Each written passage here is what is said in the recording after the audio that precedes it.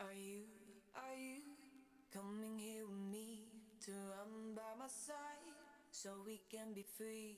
Strange things do happen here, it's the time to leave. If we met at midnight, the willow tree. Are you coming here with me to run by my side so we can be free? Strange things do happen here, it's the time to leave. If we met at midnight at the willow tree. Are you coming here with me to run by my side so we can be free? Strange things do happen here, it's the time to leave.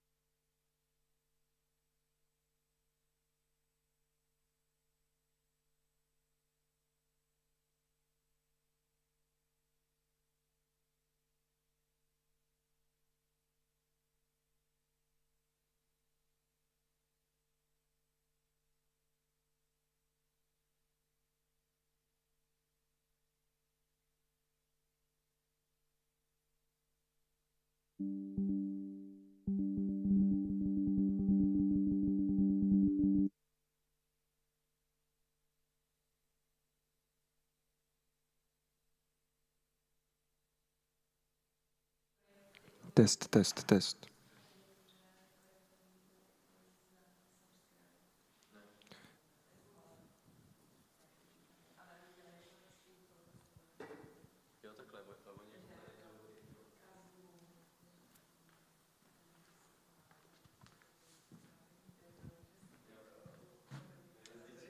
Test, test, test.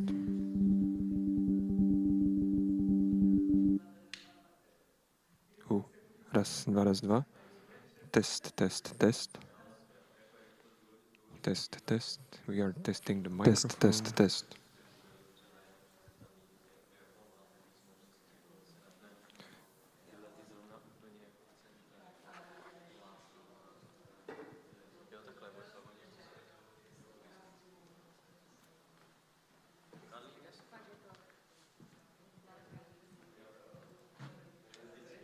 Test, test, test.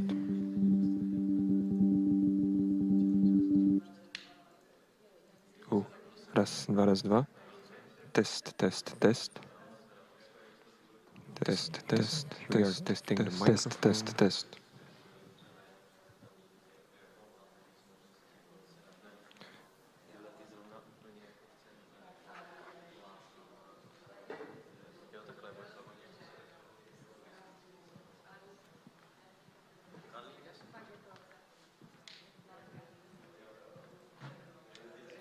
Test, test, test.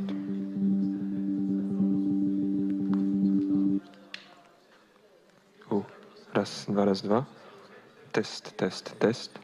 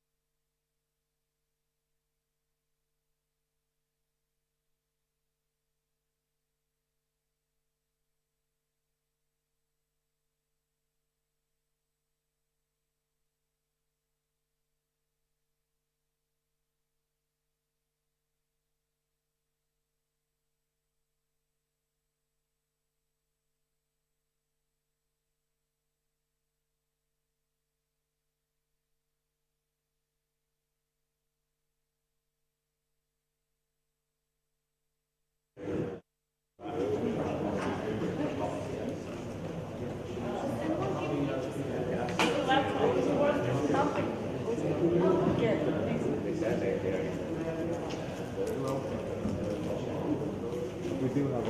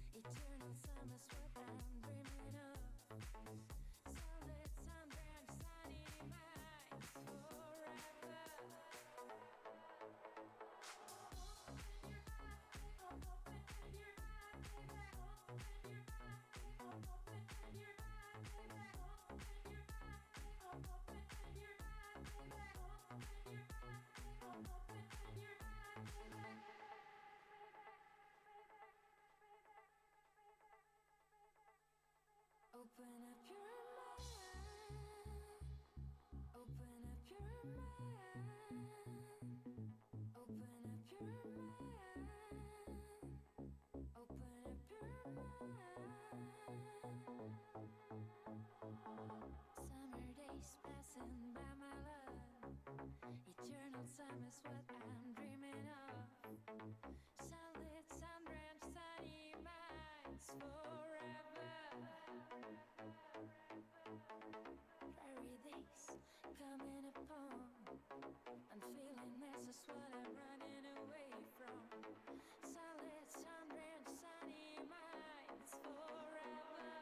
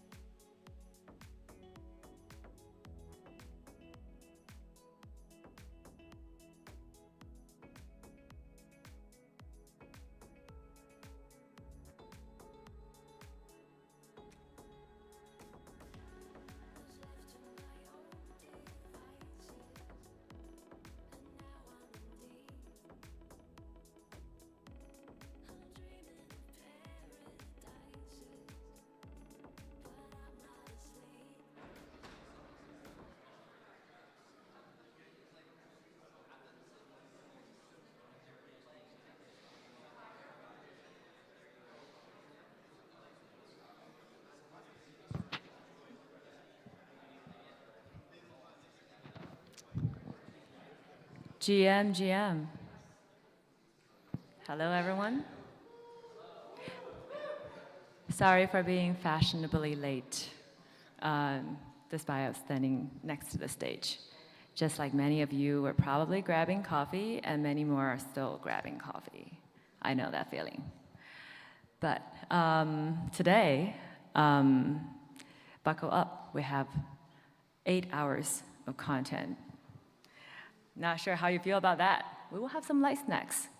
One ask is for everyone here in the Istanbul stage. Please be respectful of our hackers' food. This is an ask from our co-organizer, East Global.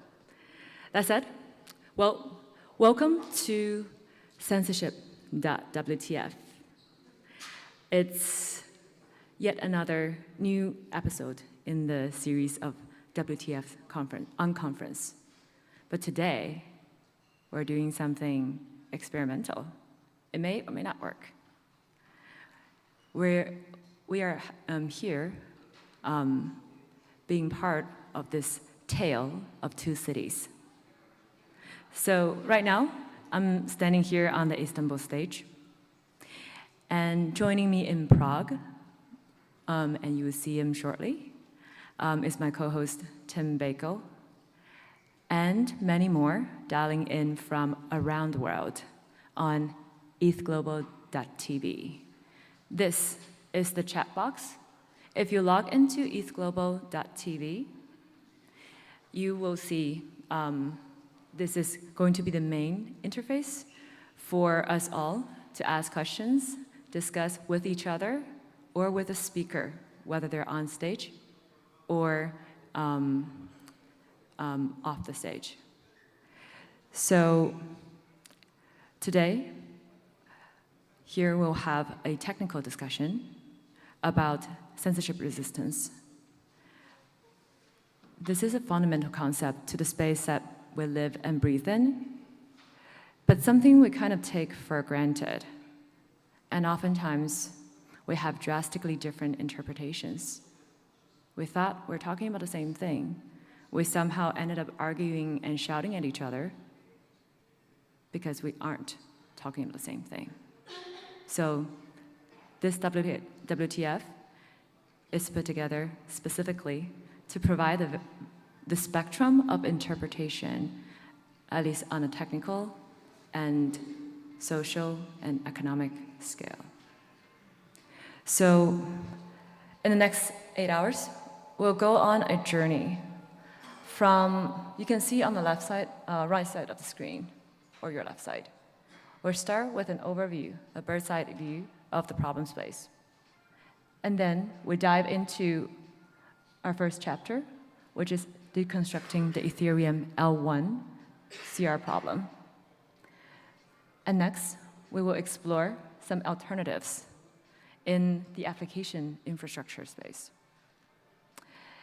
And next, we'll take a look, sample the alternatives, and the approaches from the L2 perspective.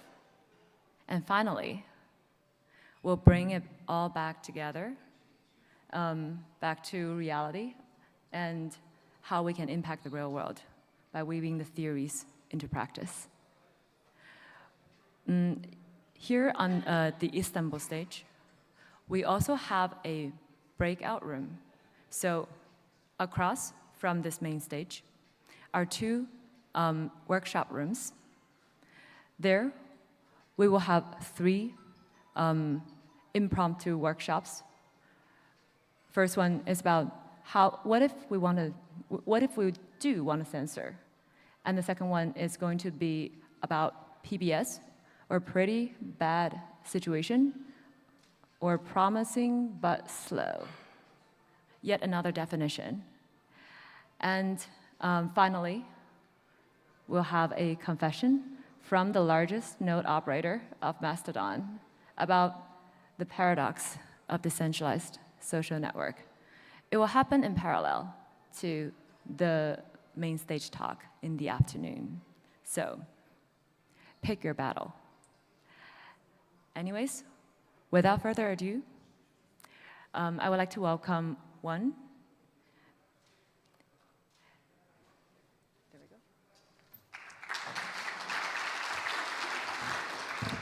Just 1 second, 1 second. Okay, great.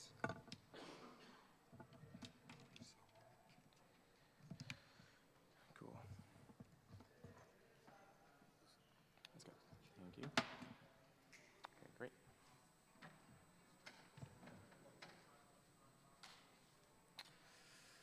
All right. Cool. How's everyone going? Good. I want to talk about a lot of censorship resistance.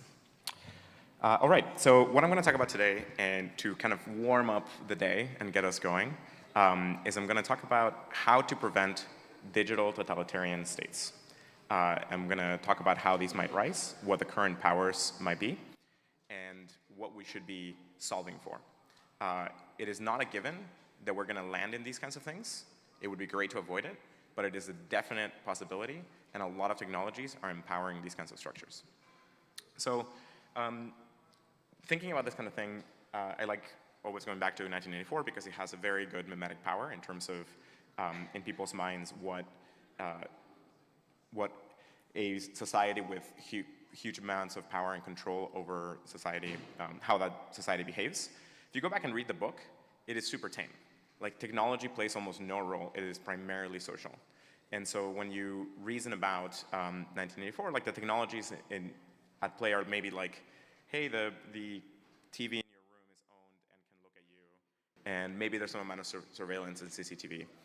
And it's just like the prediction relative to where we are now, or not necessarily prediction, but that model is just so tame with what's possible today. So if we were to write, George Orwell's 2024, our 2024, what would that look like? And so I'm going to take us through that in a bit. Just to give you, to have a little bit of a claim to why I know what I'm talking about, I've spent most of the last 10 years working on a set of technologies to prevent these kinds of systems, these kinds of problems, IPFS and libp, which are tools designed for a much better internet infrastructure that can give us a certain level of safety and human rights. So human rights is a huge focus of our work, and we try to create structures that protect civil rights globally, or give people the tools to protect civil rights globally. It's not a given that distributed technologies actually do that and help you. It just empowers the people locally to make better decisions, and it gives an asymmetric advantage. I think everyone here working on Web3 initially got inspired by that kind of vision, initially got inspired by bringing in those kinds of rights. And I think that Web3 has an enormous amount of potential in achieving this sort of thing. Some of the tech that we've built we're so no strangers to censorship that we were involved in many events. Our technologies got involved in many events relating to censorship. So, what are modern Orwellian states? What could be built? Then we'll talk about how to prevent them. Then after that, we'll talk, that's something a lot of people were worried about before the internet. And now post the internet and the ability to generate a lot of data, that might become a problem again. I probably don't have to convince most people here that totalitarianism is bad, but to put things in perspective, think of completely locking down some society and preventing any kind of shift out of totalitarianism, but also just kind of when you weigh it by the horrible deaths involved, you just kind of end up in a just terrible outlook. Now, like, what's new in 2024? So first off, telecommunications globally have drastically improved since 1984. We have now the internet for most of our interactions. We have about 7 billion smartphones deployed. We have CCTV basically in most cities, in certainly most places of transit. Any kind of hubs for moving around are full of CCTV. We have satellite imagery globally. You have very good resolution in those, pretty quick updates. We have a fully digital economy that could enforce policies and rules, which, if you suddenly are disliked by your local system and prevented from moving around, taking some public transportation, buying food, water, whatever, this could get a little hairy. And of course, AI is going to make all of this kind of stuff way, way, way harder. Think of levels of massive, all of that massive surveillance needs to be analyzed by somebody. Humans are not exactly the best at this. Computers are extremely good at it. So think of all that object recognition stuff that we looked at. Now deploy it at massive scale, being able to then guide behavior and policy. You can build and deploy automated systems of control. You can have behavioral ML models. We're going to talk about a little bit more about AI because since I gave the first version of this talk earlier this year, there's been a set of improvements worth including. I mentioned surveillance, but just to put things into perspective, we have lots of evidence that many organizations around the world are monitoring all traffic, metadata, and the content, phones, GPS, positions, audio, video, communications data, health data, all of that kind of stuff. If you're like me and you really like tracking your biometrics, you have one of these devices and you take all of your data and you give it to the cloud in the clear. And so, probably several corporations that right now have a full biometric model of me and can predict how I move and so on. Other corporations have full models of what I say online and can predict what I'm likely to say. Not a good position, not a good outlook. Then, beyond that, we have all of our communications and social media. Like, just all of this is mediated through currently still corporations and subject to a lot of local policies. We've had evidence of a bunch of propaganda problems, control of news, publications, and so on, disinformation, and if you think about modern computing and the ability to generate content today and kind of coordinate, and if you have a system that is producing content, optimizing for some goal, and is measuring the reactions of people, that can run off in a pretty terrible way. You should pay attention to what happens in the next US election. That'll be a really interesting testbed for a lot of this kind of stuff. Hopefully nothing really bad happens. Hopefully a lot of hopefully good will prevail and a lot of this won't come to pass. But it'll be an interesting place because people are certainly gonna try. Then we have things like, if you have all of these computing systems and you can control a lot of robots and so on in computers, you can also do the same thing with humans. You can measure the behavior, you can create some incentives, and you can couple the surveillance system with a control system. We're starting to see the beginnings of this kind of thing being deployed. We have the social credit systems in a few places in the world. These are like super tame right now. They haven't been really weaponized. And one of the things that I think is crucial to enabling this kind of control to happen is that these things get implemented and then just make everything better. If these systems come in contact with a country, they make everything better for years. Everyone learns to love these things. They're like, oh man, like the world just got so much better after these social credit systems. More and more and more societies will just grant control to these things over time. A decade or a couple decades in, the administration's transition, somebody starts rewriting the rules in the algorithms, and boom, now you have a really bad situation. One of the key things here is most administrations in the world today tend to want to protect people, tend to be pretty well-intentioned. We have had a relative level of peace compared to other parts of history. And so usually those administrations are trying to be defensive and implementing extremely bad systems that are going to be taken advantage of by successors. Like, this is classic history. Like, just go back and read about the histories of the worst kind of police systems got usually implemented with very good intentions. Then we have things like automated enforcement of situations, right? So not just incentives. We have robot swarms coming, right? Like this stuff is gonna get nasty. But this is about censorship, so we won't dive too deep into this. Promised AI, AI edition. So a lot of stuff has changed. We have, again, massive surveillance and data analysis. We can generate an enormous amount of media. LLMs are just tremendously powerful. Just try playing around with them. It's amazing.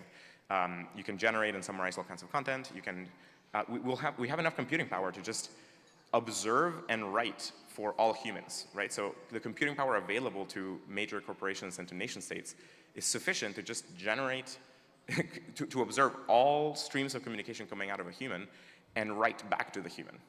That's insane. How do you even fight that? We have to bake in protective systems. By the way, this is the first part of the talk. We're going to be very optimistic towards the end. Don't worry. And then, think of like new things. Like we'll have new economic structures, new control structures. We'll have like preventative control models for like, are you likely to dislike the state in a year? Should we like prevent you, like, cut that early? And this isn't even touching AGI, right? Like that's way out of scope for this talk in that, it's coming, people predict it's gonna come in like the next 2 to 5 years. So, very out of scope for today. But if you want to wrap your head around this, think of anything a human can do at a clock speed 1,000 times faster, fully connected to the internet. Like that's, think of that, that's sufficient. Of course, these systems are going to get better, so problems. So how could these, so we've talked about the capabilities. How could the totalitarian systems rise? Usually, there are a few different ways, but usually they tend to rise in the name of public safety, whether it's from dictatorships after some upheaval, or democracies where something bad is happening, and so groups tend to vote in all kinds of safety measures. The Patriot Act in the US is a very good example of this. Eventually, even though those administrations could be super well-intentioned and trying to do what's best for everyone, by creating infrastructure with that level of power, eventually someone bad is going to look at that level of power, plot how to take over, do it, and then implement a really terrible system. You just have to pick up a history book to see lots of examples. Now, practically, what this means is implementing pieces of these systems, demonstrate that they're really good for everybody, get everyone to love them and want them to spread, and increase that distribution. Over time, you keep up ratcheting power and control, and eventually someone will come along and take over. So, great, we've talked about like the problem. How do we prevent these terrible things? So there's a lot of different ways. You need a full combination of approaches. Primarily, you need a super well-educated public that understands the potential, that has reliable media. This is where censorship resistance is really critical. You need schools and learning, and you need humans to be very well aware of what's possible here. You need extremely good policies in government. You need balanced government structures, very strong institutions that can prevent this kind of takeover, very strong institutions that are like red teaming problems and trying to nip things in the bud before they become an issue. We also need extremely strong technological powers. We need extremely secure communications. This means, again, censorship resistance to enable all of us to coordinate, but also privacy, reader-writer privacy. Being able to coordinate requires the ability to coordinate in private so that you can't be taken out by some would-be totalitarian controller. And this usually gets forgotten. The economic loop here is extremely crucial. You need a very strong economy to prevent like these massive upheavals that tend to give instability to governments. But more importantly, from my perspective, you need a very strong economy to stay ahead of the curve in the technological stream, to be able to implement all these technologies with human rights at the forefront, instead of like lagging behind others and then letting others kind of implement their control structures on you. I won't go super deep into this because it's a little bit out of scope for today.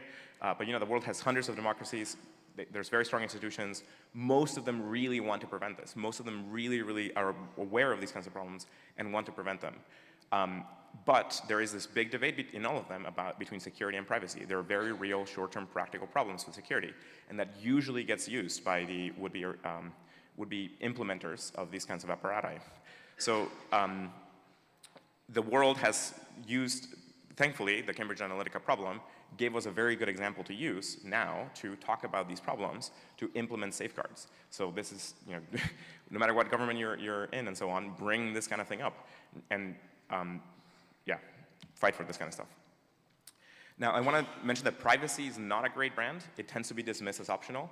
It does not convey the real problem. We as a community of builders, going back to the 50s and so on, missed up here. It's not about privacy. It's not about keeping what you're doing secret from other people. Like that's not at all what is going on. We're trying to establish security.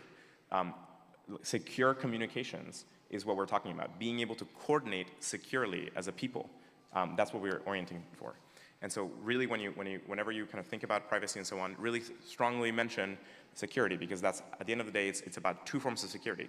Short-term security in terms of current problems, or long-term security in terms of how your civilization is able to prevent these kinds of problems. There's a lot of good progress to highlight.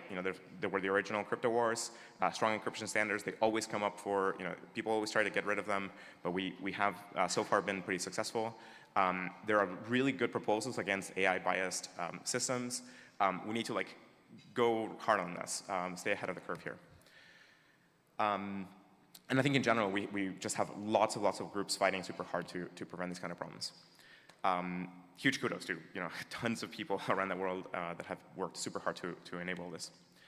Great, so this is a technology conference, so let's get back to that.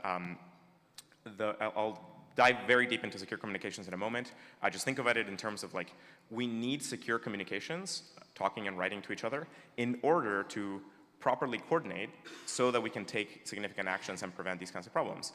And so the basic foundation that I want everybody here to walk away with is that we need global secure communications. Censorship resistance, reader-writer privacy. Any human in the world should have the right to communicate with any other human in the world securely and privately, and in groups. So again, I talked about the economy. I won't dive super deep into that, but just the economy is what lets you coordinate large groups of people. It lets you build the technologies that you need, and it lets you take actions. Cool, so let's dive into secure communications. I'm gonna give like a view into the internet infrastructure, lots of applications and hardware and so on, and I'll kind of hint at a roadmap of what we need to do. So at the very bottom, this is not typical in the blockchain space. We tend to operate kind of like on top of the internet, and the internet is this big black box that we don't think about. Oh yeah, just send packets to each other, right? It'll just work out. Absolutely not. Censorship happens at a lower layer. We need to improve the entire IP stack. We need to bring censorship just in the blockchains, but sink it all the way down into the basic building blocks of the internet. We need proper communication protocols that are able to have censorship resistance directly in the routers, in how your computer connects to the internet, and so on. We need to make this a human right. Like, it's not going to be easy to implement this globally. We need the UN and other groups behind these kinds of policies. We need things like secure systems like Tor, I2P, and like the new mixnets like NIM and so on. I want to call those out as like really good efforts. But we need something that's going to scale to the billions and tens of billions or hundreds of billions of devices that we're going to have. A lot of these systems are really good for small use cases, and they're really good to like give us something to work with and scale. But what we need to be targeting is something that's going to work for tens of billions to hundreds of billions of devices communicating a lot. So when you think about protocols, really target that, because if you're going to spend 3 to 5 years designing a protocol and implementing it, and 5 years in, you're like, hey, great, like you got 100 million things to communicate privately. Awesome, that's a really great progress. But like there's a huge gap there. Then kind of if we manage to getting censorship resistance and privacy at this layer is extremely difficult. It's going to be hard to start here. We need to make progress on this, but it's an area that is difficult to get to. One thing I would recommend folks here is create large-scale incentivized routing systems. So use blockchains to build large-scale incentivized routing systems in the clear at first and get them to work and get them to scale. Then you can bring in the censorship resistance and the privacy, reader-writer privacy later. But just showing that you can build a massive scale routing system that works globally, internet-wide, would be a great plus. And then cell networks and other kinds of routing and satellite and whatnot would be really useful. It'd be great to have like a decentralized Starlink type of thing. That would be super valuable. That would enable us to really communicate with a lot of people around the world. Cool, so DNS is one really strong Achilles heel in some of the things that I mentioned before. This was usually a lot of states tend to attack DNS because that's, if you can't find the content and you don't know where to go, tough luck. Even though you could theoretically communicate to the right computer, you can't find it. So DNS is like this place, the Achilles heel that you can like cut in terms of how people find things. This is where things like blockchain naming are really useful. Things like ENS and so on are extremely valuable in terms of ratcheting this up. But most of those systems still use the traditional routing infrastructure. We need the naming system, especially for really sensitive names, to be able to be spread out and distributed to lots of devices so you can load things locally without having to depend on some registry later that could be blocked. We need to radically improve the internet, the CA system. So in blockchains, we thankfully use much better cryptographic systems, but most of the internet and most of the places where we get our software are still using the CA system. So great, you have a great blockchain, awesome, kudos. If you can't get the right software, and the software that you can get is owned by somebody attacking the CA system, tough luck. You now have a vulnerability, and like you won't be able to do what you wanted anyway. So we really need to take the magical crypto systems that we have and rewrite and improve how our browsers get content in the first place. We need a way better web that has censorship resistance baked in. This is stuff that a lot of us have been working on, and we've made an enormous amount of progress. Still a ton to go. We need this stuff to work on every native browser, and we need it to work at scale for all kinds of applications.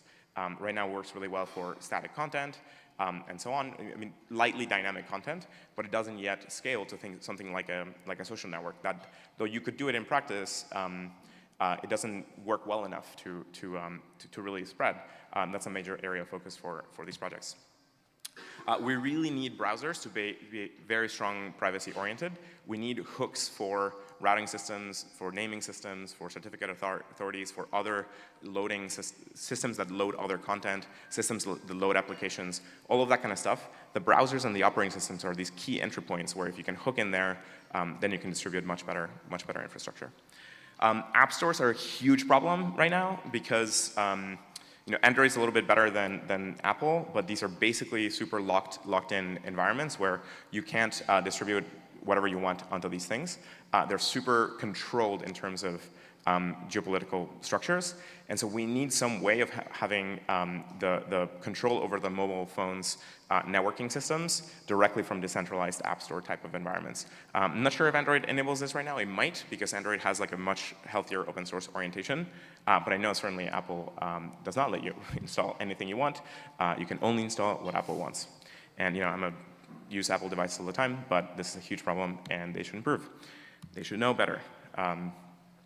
Then you want to think about like the different modes of communication, and for each of these modes, make sure that you have a really good, awesome product that everyone loves, that is secure by default, that has censorship resistance, that has reader-writer privacy, one-to-one communications, one-to-many, many-to-one, many-to-many kinds of things. You can imagine all the, think of any application that you use for communicating with other people, Telegram, Signal, email, text messages, forums, whatever.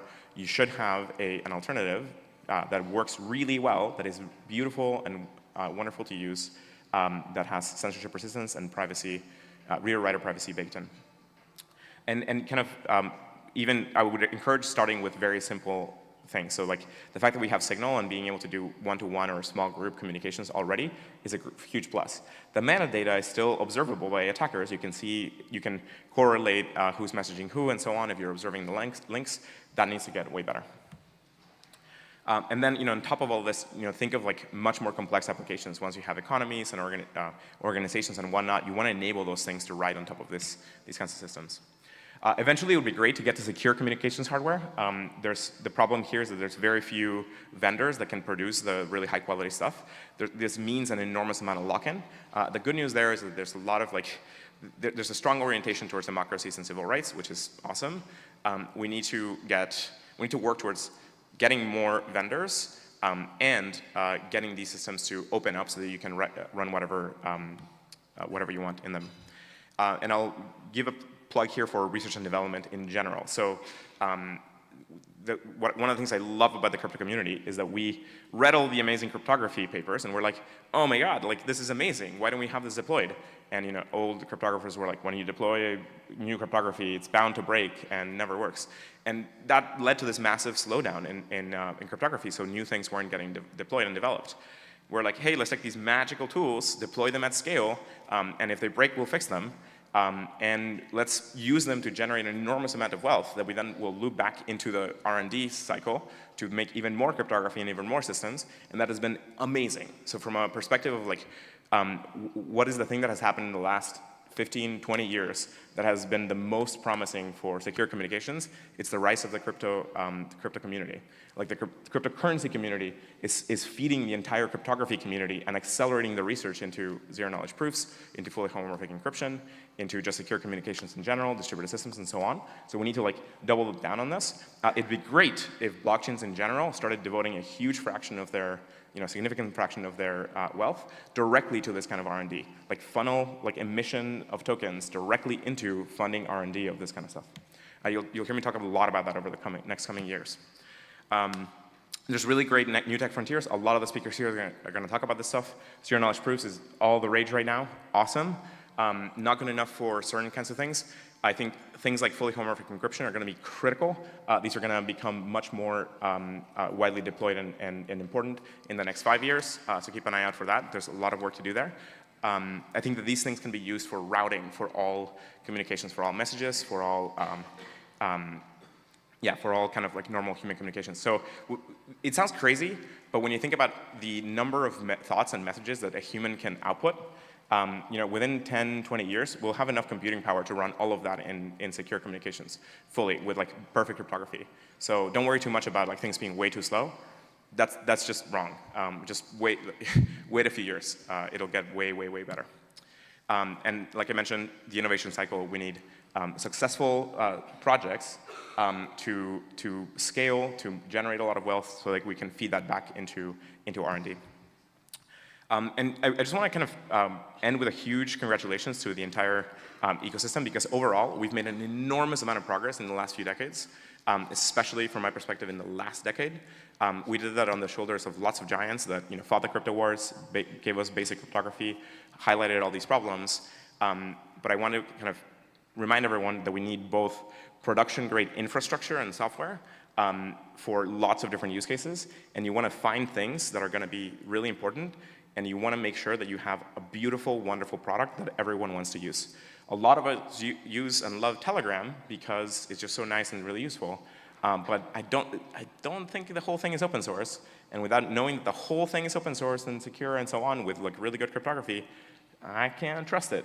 And instead, Signal is like a little bit of a ratchet better, but not dramatically better still, because you can't, I think you can't run all of your own instances. I think some of the, again, it still relies on the app stores, which kind of suck.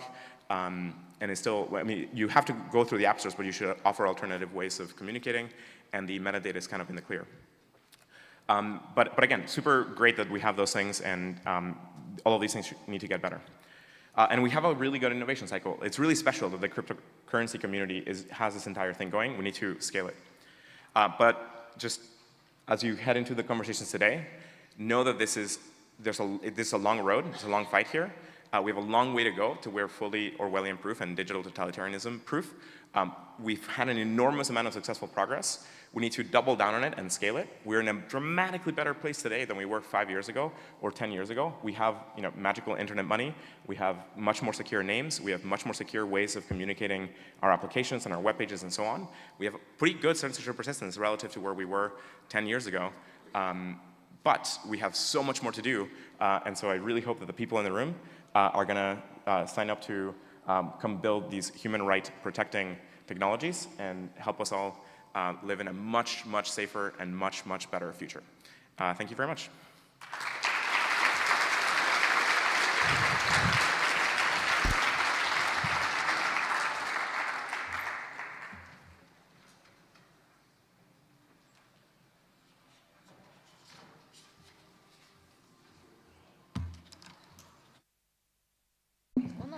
Thank you for such a strong start.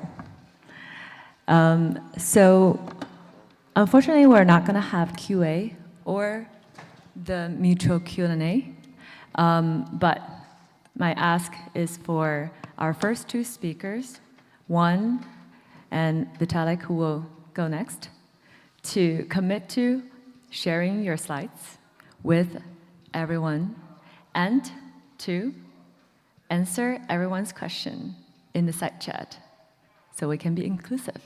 Thank you.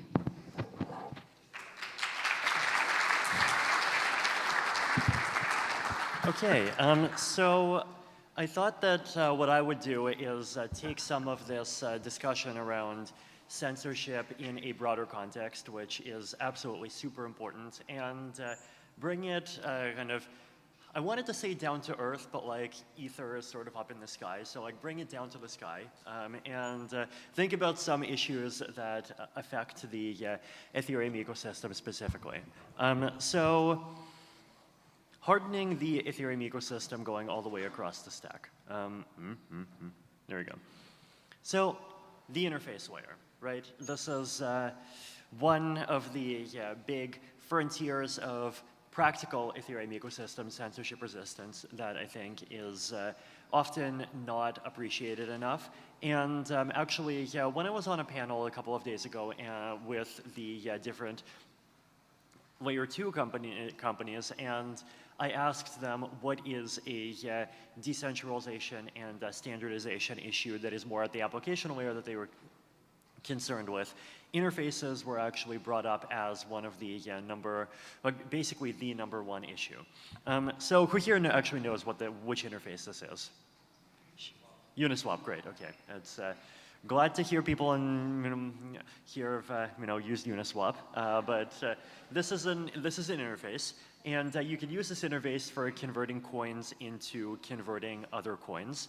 One of my own addresses has actually been banned from this interface because I used Tornado Cash at some point a couple of years ago, and so this is an issue that affects me personally to some extent. But this basically there are lots of dApps, and a dApp on-chain is fundamentally just a contract, and it's a piece of Solidity code, or sometimes Viper code, sometimes handwritten EVM code. But for most people, in order to practically interact with these dApps, they would need to go through some kind of interface. Now, in some cases, the interface is fairly simple, and the interface is like basically just a nice and pretty wrapper around putting the right numbers into a function that goes straight into a contract. And in those cases, the interface matters a little bit less, because if you're really being censored, then you can go inward and you can figure out what fields to type in if you go to etherscan.io and you go into the right contracts tab. But unfortunately, those situations are also the situations in which writing alternate UIs is the easiest. The more challenging situations are situations where either your application is not just a contract, or applications where the contract functions are so complex that you just have to provide messages from the outside in some way to interact with the application. Right, so here all that we're doing is swapping tokens, so this is on the easy side, but increasingly we have applications that interact with layer 2s, applications that interact with all kinds of custom layer 2s, applications that require you to sign off-chain messages, and how do we even start signing off-chain messages? What do you do if you're a smart contract wallet and you need to be ERC-1271 compatible? And so this is one of those areas where if you don't have the official interface, then it's kind of hard, right? And it's especially harder if your application depends on centralized APIs, right? If your interface depends on centralized APIs, then you can't fork the interface. So you can't even just do control view and view source and copy paste the source, because even then it talks to specific things, and you're not really able to untangle the application from those things. So a major frontier in increasing censorship resistance of the ecosystem, and I think especially for really critical functions like being able to move tokens across different layer 2s, is actually having protocols that are more open as much as possible, and for every protocol that exists, ideally having an open source alternative interface actually exist for it, right? So I think ideally this would be something that the ecosystem tries to adopt as a standard. I think one of the best tools that we have for this is social pressure, basically along with pushing applications to support, for example, things like ERC-1271, so they can be actually friendly to smart contract wallets, also push for at least one alternate UI to actually exist. So that's the interface layer. Now, centralized node providers are one of these other really important bottlenecks, right? Basically, most users interact with the Ethereum blockchain through dApps, and those dApps generally interact with the blockchain either through a centralized provider that is maintained by the dApp itself, or through a centralized provider that is maintained by the user's wallet. And both of these are, again, censorship vectors. This is an area that is a challenge, and it's an area that is also, I think, much worse for L2s than for L1s. One of the things that is important, I think, to realize is that the Ethereum ecosystem is going through a rapid transition from everything happening on L1 to everything happening on L2s. And one of the things that's super important for us to be cognizant about is that as we go through this transition, there are certain fundamental values that we need to fight really hard to avoid going backwards on, right? Like there's a big change, and the default direction in a lot of these changes actually really goes backwards on a lot of key questions, right? Centralized sequencing, one simple example. Even if you look at how ENS works, right? If you want ENS to be usable on layer 2, we have the CCIP protocol that allows you to have a domain inside of a contract, and then all subdomains of that domain can be issued, transferred, whatever, inside of a layer 2. And the correct way to do this is that the CCIP contract actually checks like Merkle branches of the state inside of that layer 2, so it's actually trustless. But the lazy way to do it that unfortunately, most people are doing today is to just like rely on centralized providers with signatures. And like we need to really make sure that we're not doing things like that, because every single one of those trust vectors is also a censorship vector. And furthermore, every one of those trust vectors makes it much harder to have an ecosystem with lots of independent providers, because we don't just have to care about whether or not the provider exists, we have to care about whether or not they're trustworthy, and that just naturally tends toward more of an oligopoly, which creates more of a censorship risk. For layer 2s, node providers today are even more centralized, and so this is again one of those things that I think is a big challenge to the ecosystem. Now, what can we do about centralized node providers? So I think there's a couple of different directions that we can take. The more moderate direction is basically to add armoring to the existing centralized providers and encourage users to connect to lots of them at the same time. If you do this, then you have a one-event trust model, right? So we have light client protocols. So there's something called Helios created by A16Z, which basically is a light client that verifies the sync committee, which allows you to stay up to date with the Ethereum proof of stake chain. This is good. But if all that you have is headers, then like that's not enough, right? Most dApps don't just need headers, they need actual state. So if you want to verify like actual specific things that are happening in Ethereum, you need headers, but you also need providers to give you Merkle branches. And then those Merkle branches can actually be verified against the headers and the transaction and state routes that you have. And then you can actually have this kind of fully verified pipeline where you have a pretty high guarantee that the thing that the server is feeding you is actually correct. So this is one part of the puzzle, right? The part of the puzzle is basically increasing the security that you get of the answers from a server. The second part of the answer is moving from talking to one server to talking to n servers. This is, I think, a major theme in censorship resistance, which is increasing openness and increasing security are if you do them technologically, then they are actually mutually supporting, right? And the reason is that if you increase security, then you decrease the trust requirements on anyone providing you information, and that allows you to be more open on that side, right? So openness versus security is a trade-off frontier, but if you can improve on one or the other independently, then you're actually pushing that entire frontier forward, which improves on both. Ideal long-term solution, better decentralized protocols. Ideally, we would not even have to like name specific IPs, right? And ideally, as much of this as possible would be done through things like the Portal network. Layer 2 sequencers. So again, layer 2 protocols. Ethereum ecosystem is going through a rapid transition from being layer 1 dominated to being layer 2 dominated for the sake of security. But the problem is that it's very challenging to make sure that we actually maintain these fundamental values that we really care about. So layer 2 sequencers, in a lot of cases, are centralized. And this is a problem because it's an extra censorship vector, and it's also potentially a take away your money vector, right?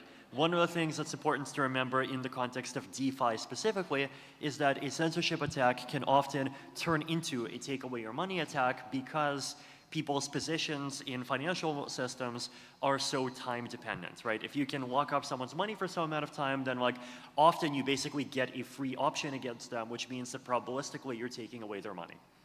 So strategy one, forced inclusion protocols, right? Protocols where if you are being censored inside of the layer 2, you can go and get around that and you can publish a transaction straight on chain and the protocol forces the L2 to just go and include that transaction in the next block. This is great.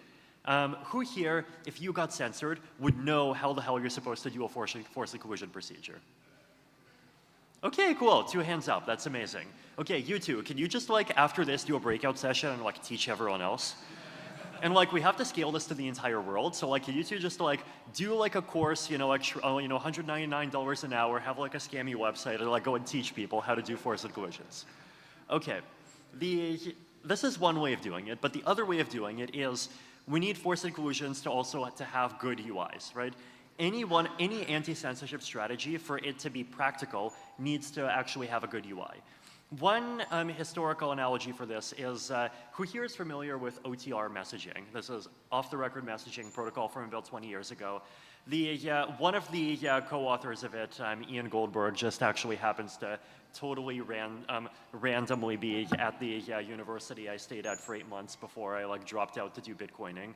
And ended up randomly learning a bit about that. But one of the really important things that I remember, he impressed on me is that OTR has this property called deniability, right? Which basically says that like if you make a message, you cannot prove that that the other side made a particular message, or you cannot prove to someone else that you made a particular message.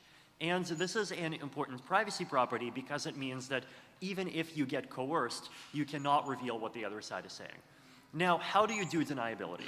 The way that you do deniability is basically by creating a protocol where it is easy for the other side to forge messages, right? So you make a protocol where if I have the ability to make a message, you have the ability to also make a message using that exact same procedure. The big thing that OTR made sure to do is they did not just have that as a thing in theory, but they also actually had a UI. Like if you want to forge a message, you could go and forge it. So this is, I think, an example of like where if you want a capability to exist for the purpose of some like censorship resistance related goal, you need to like actually have the UI for that exist, right? So we need UIs to exist for forced inclusions, and ideally these UIs would be created by independent organizations, right? So ideally, you'd have like the roll-up police, and like maybe L2Beat wants to be the roll-up police, maybe someone else does, maybe we need to like do the anarcho-capitalistic and have like 5 competing roll-up polices, and that'll actually work here. We need to have independent organizations like creating interfaces for these, making sure that they actually work. Strategy 2, decentralized sequencing, basically like actually create an open sequencing system where lots of people can come in and participate. Cross-layer 2 bridging. So cross-layer 2 bridging becomes really important. You have coins on Optimism today, but you want to have coins on Arbitrum because of the application that you just discovered and you want to go trade in. You want to move from one to the other within 30 seconds. Well, it's lots of options today, but they're either centralized or they are needlessly governance heavy. And this is something that requires more open standards. So this is a diagram from a project called Uniswap X. They're actually working on something like this. Basically, what we really need is not really like these centralized layer 2 bridging protocols. What we need is essentially an open marketplace for cross-chain friendly limit orders, right? As Twitter told me, like limit orders are basically 99% of what's useful about the whole concept of intents. So, maybe we should like go do limit orders. The peer-to-peer layer. So relatively little attention to peer-to-peer networks compared to other layers. And one of the reasons why I really appreciate Juan is just because he consistently actually cares about this stuff, right? And his various umbrella of fancy organizations actually contributes to stuff like libp2p, and Ethereum is actually using libp2p. And thinking about the P2P is like really valuable because even if you have a fancy theory that says that like you need to pay $5 billion to 51% attack this thing, realistically, you can like totally pwn the peer-to-peer network for like less than 5 million, probably even 500,000, right? And so a strong adversary can easily become more than 90% of Ethereum nodes. The network is probably quite vulnerable to internet censorship at multiple layers. So this is something that it needs to be addressed at multiple layers. Stronger anti-denial of service. So one of the ideas that we could do is, so this is something called the RLN protocol. It's a zero knowledge Sybil resistance protocol. It's in the same line as ideas that I've published around, like, let's take the original Hashcash, like, which was a proof of work anti-spam protocol that then inspired proof of work consensus, right? So you have proof of work Hashcash, which inspired proof of work consensus. Proof of work consensus inspired proof of stake consensus, and now let's have proof of stake consensus inspire proof of stake Hashcash, right? And so you have coins, you prove that you have coins, and then that anonymously gives you the right to send some limited number of messages per period of time. And we're going to do a fancy math, aka 2 points make a line stuff that you hopefully learned in 9th grade, to actually make it possible to send a limited number of messages, but keep a limit on how many messages can be sent. And then we can have a design where if you have a peer-to-peer network and stuff starts going wrong, we can identify who the validators are and prioritize them so that at least Ethereum actually continues to be safe and sane. The social layer. Who here remembers the whole Bitcoin Thermos small block censorship situation? Basically, one guy was the moderator of a forum and started basically censoring the hell out of anyone who did not agree with his opinions on the way the Bitcoin block size war should go. And he basically started just banning everyone who said things that did not agree with his views. And he even said these famous lines, if 90% of our Bitcoin users find these policies to be intolerable, then I want these 90% of our Bitcoin users to leave. So, Juan talked about digital totalitarianism. We have digital totalitarianism. One of the questions is can we make the Ethereum social layer more robust against attacks, right? If Ethereum becomes a big deal, then one of the ways in which people might try to attack Ethereum is by attacking the social layer. And attacks against the social layer totally are possible, right? So the way that it will work is not through someone trying to do weird manipulations to force Ethereum to adopt a particular policy. What's going to work is probably the same thing that generally works better in these social media manipulations against democracies, which is you don't try to push one side of an issue. You instead basically empower the worst people on both sides, and you just kind of generally create chaos, right? There have been literally confirmed reports that I think at one point the Kremlin supported both sides of some BLM rally. They intentionally do this sort of stuff, right? And they basically try to not optimize for an objective, but just optimize for the high conflict parts of both sides of any particular issue. This is something that Bitcoin and Ethereum ecosystems could totally be subjected to. So I think in terms of what do, we want to identify which platforms we're worried about, and we want to identify the threat model, and particularly we want to think about internal risk versus external risk. And this is a not necessarily very sharp divide because external threat actors can easily try to create internal risk because internal attacks just can more easily create damage, right? But as one simple approximation, if you look at Twitter, Twitter is a platform that is not controlled by the community at all, right? And so Twitter is probably not going to pull a Thermos on the Bitcoin or the Ethereum ecosystem. But there is external attack risk, right? Maybe Elon decides that Elon has opinions about Ethereum. He did have opinions about Dogecoin. Now, on community-hosted Bitcoin forums, such as the Ethereum Foundation hosted Ether Research, there's much less external attack risk, but there is more inside the community risk, right? So better understand specific threat models. And another thing I think that's one very specific to do is better forms of signaling, right? The biggest risk to a blockchain from the social layer is basically a risk of a 50-50 split hard fork as a result of disagreement over some decision that realistically probably doesn't warrant a community split over, right? And one of the ways of mitigating that is to have better forms of signaling ahead of time so that people are aware of which way the wind is blowing in terms of consensus.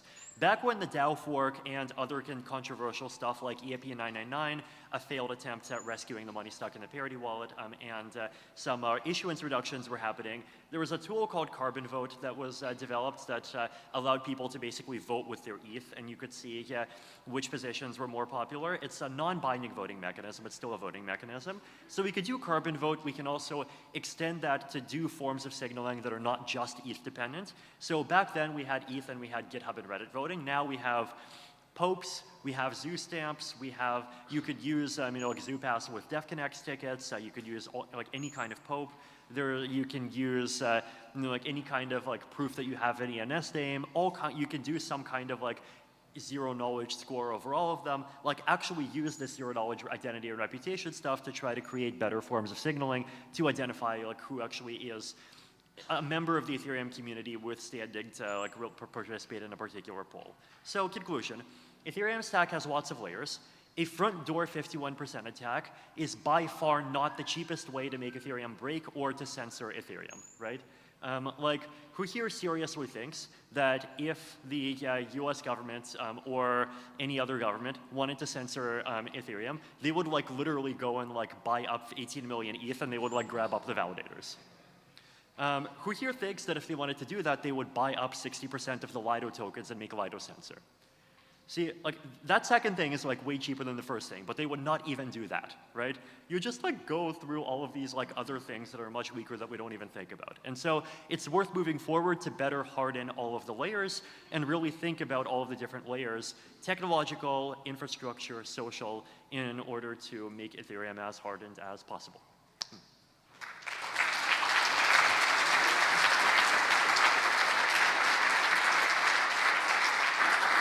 Yes.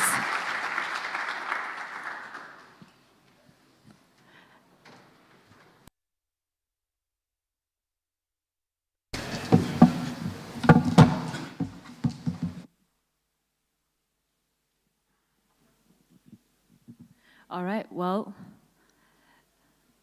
Vitalik, please keep in mind the name of the game is to answer the questions in the side chat. So if you have any questions for Juan and Vitalik, shoot them away. And next, we have Sreeram, who arrived just in time. If he is 2 more minutes late, I was going to appoint a representative from the audience to do slides karaoke. But he walked in the door just in time, and then took a picture of the stage. I was like, wow. All right. Go ahead. Awesome.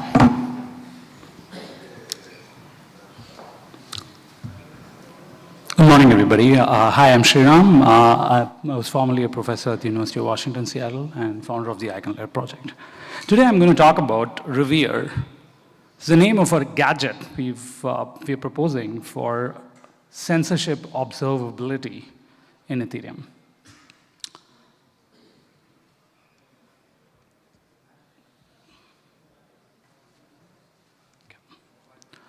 Why is censorship important, right? I think we all know this, but I'm just going to take a couple of minutes to say this. So censorship is about, you want to get transactions included in the blockchain, and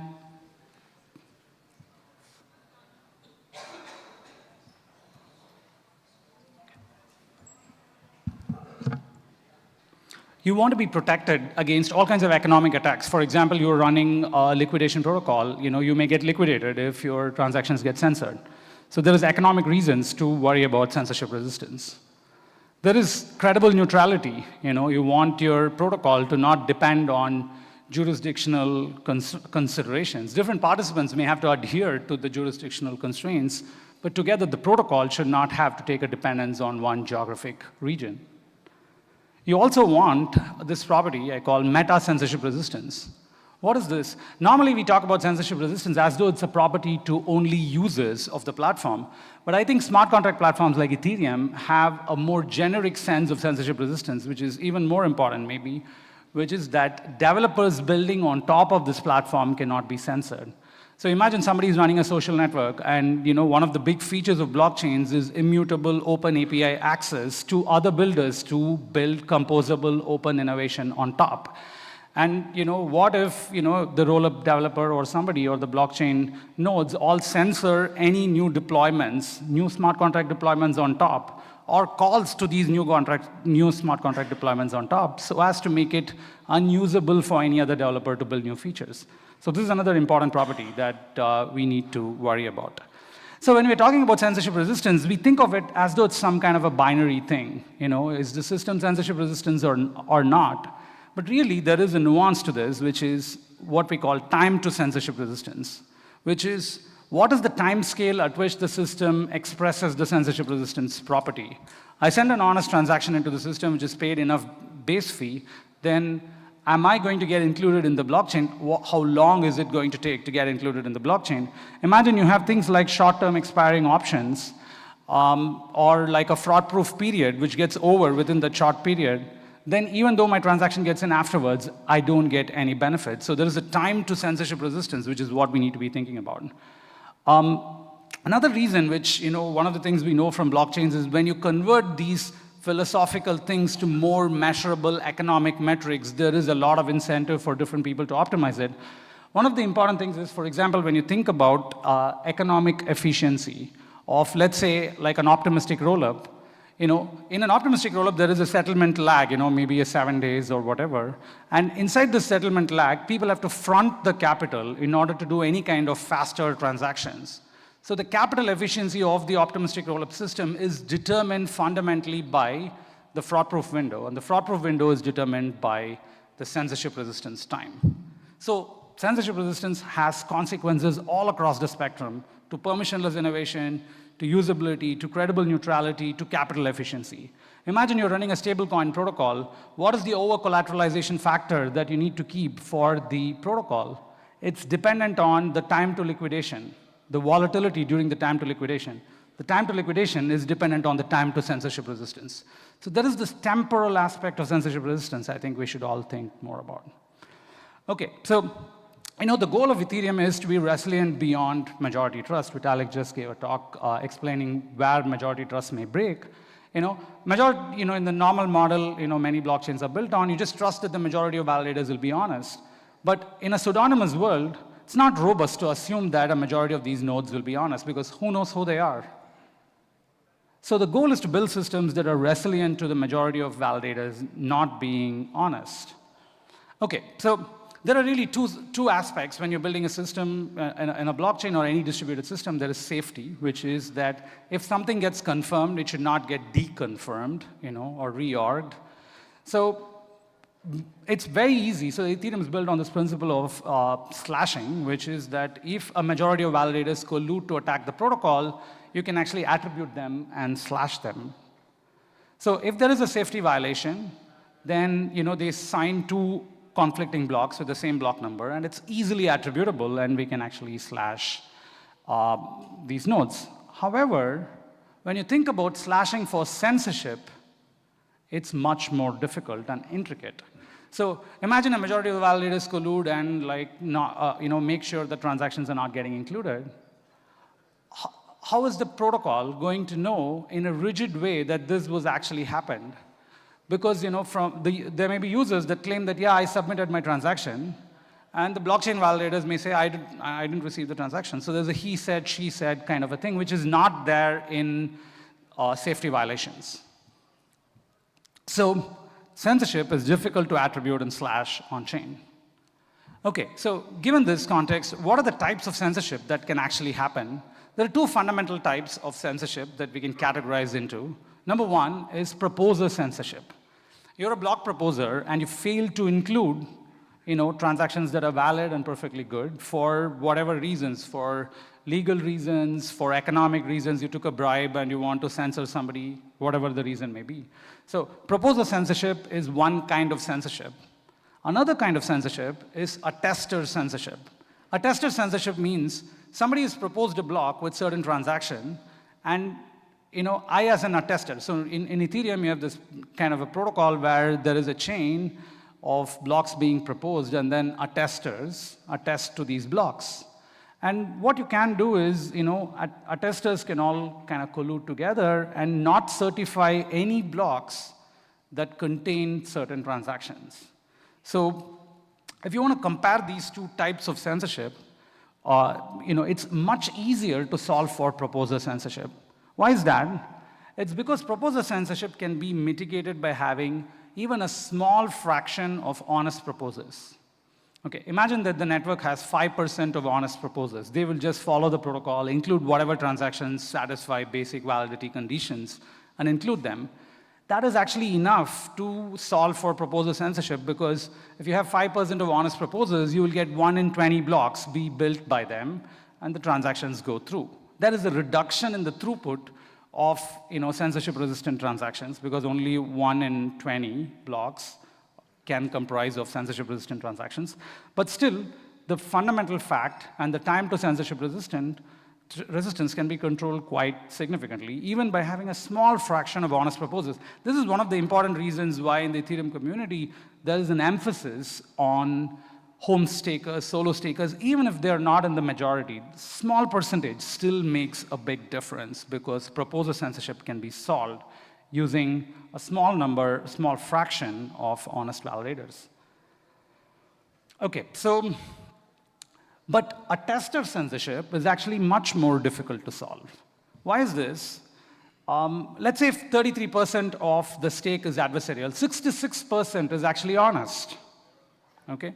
But the 33% of the adversarial stakers are not just failing to include transactions from others, they actually will not build on a block in which those transactions are included.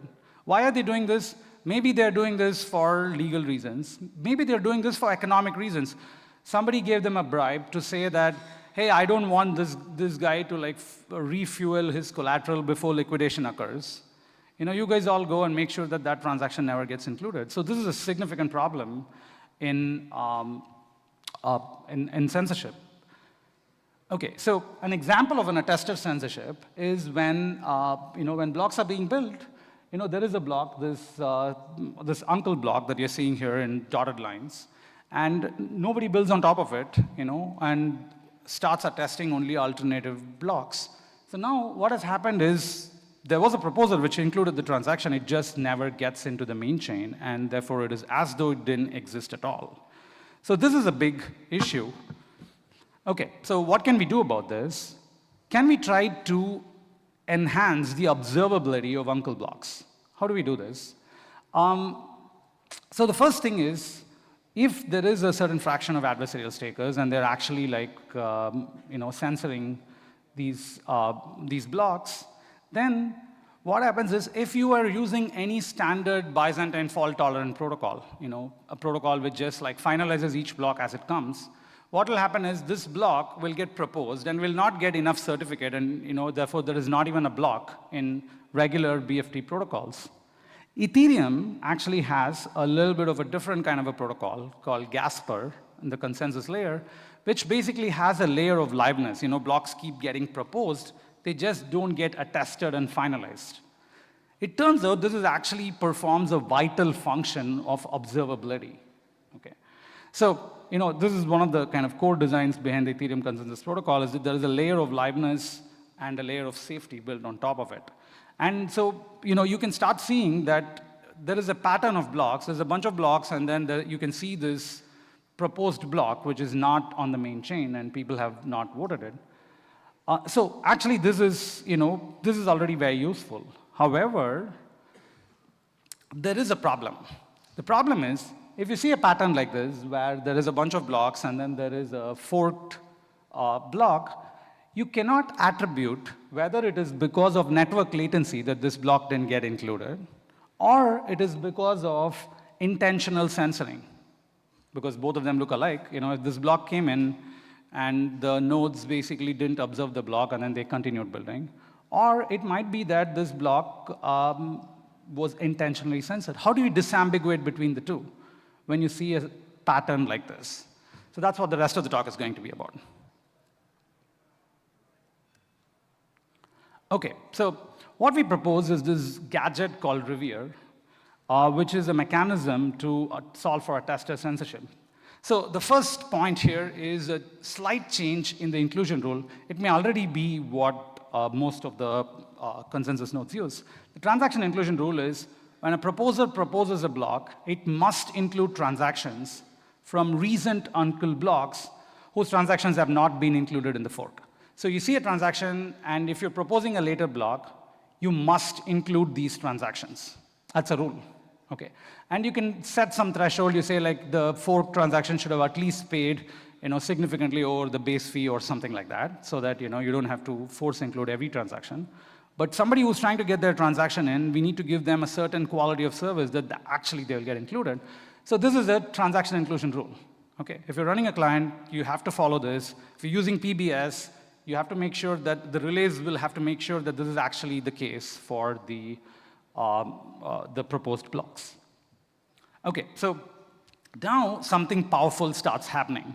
If you see a pattern like this, and you see this transaction, and then eventually in the chain, that transaction gets included, you're like, okay, these guys are not intentionally censoring because, this transaction was eventually included. They used the proposed inclusion rule, and eventually you can see that the transaction is included, so you can infer or assume that it's because of network latency that this block didn't get included in the main chain. However, if you see this pattern where you see a transaction as an uncle block, and then other blocks keep getting proposed, and this transaction is never included anywhere in the future, then you can infer that the cause is a tester censorship. Okay? So that's the basic idea. You have this mempool rule, which is that extract the transactions which are paid beyond a certain fee from recent blocks, and then you have to include them in your block if you're a proposer. And this rule basically enforces a social consensus where, by looking at the structure of the blockchain, you can infer socially whether attested censorship is happening or not.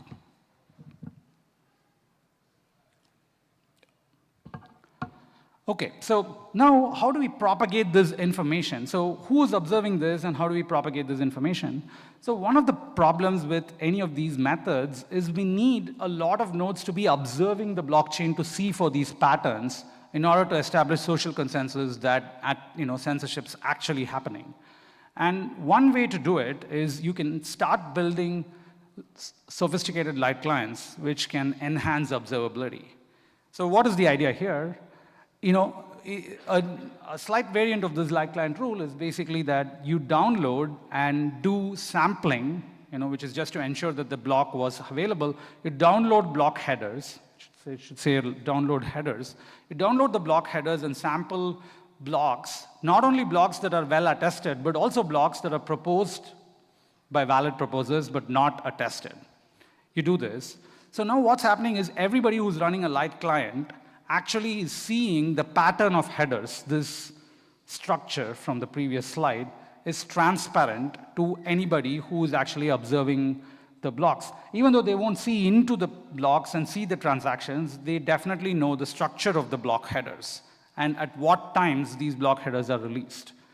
So this actually creates a very significant incentive for not doing attested censorship, because now light clients can bear testimony to whether censorship is happening or not. So instead of light nodes only checking validity for their own selfish purpose, which is one way of using light clients, here what we're doing is using the light client as a technology to enforce and monitor the commons, the Ethereum commons, and make sure that validators are behaving according to the covenants that they signed up for. So once you have light nodes bear testimony to attested censorship, there is a strong social consensus that has been established on whether censorship is happening or not. All of us know, whoever is running a light client has observed the pattern of headers and can later open up the blocks and see that, oh, this transaction was proposed here, it is not yet been included in the series of blocks, and immediately you can use this to do slashability for attested censorship. So this is really, and there are technical details in how you can use inactivity leaf to perform slashing. This is already well known in the Ethereum research community.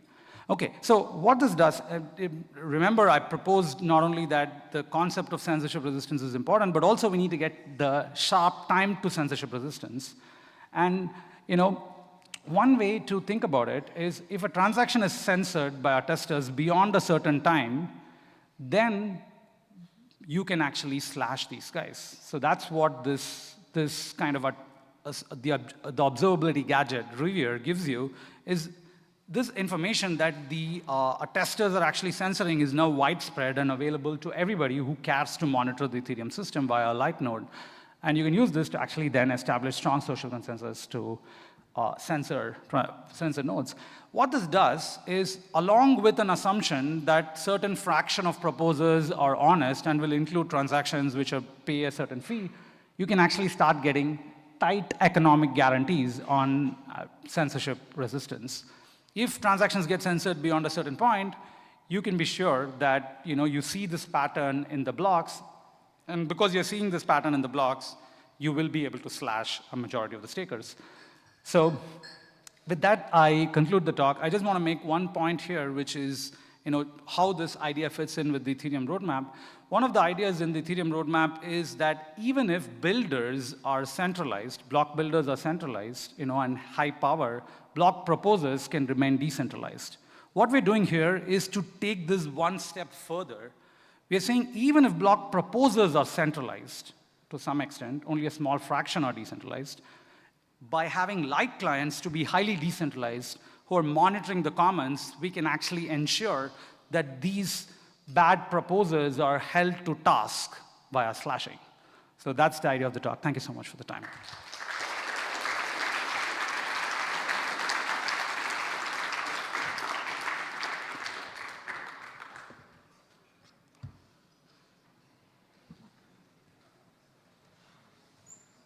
All right, well, same rule. Please answer everyone's question async in ethglobal.tv. And next, we have our last talk of the first chapter from Costanza.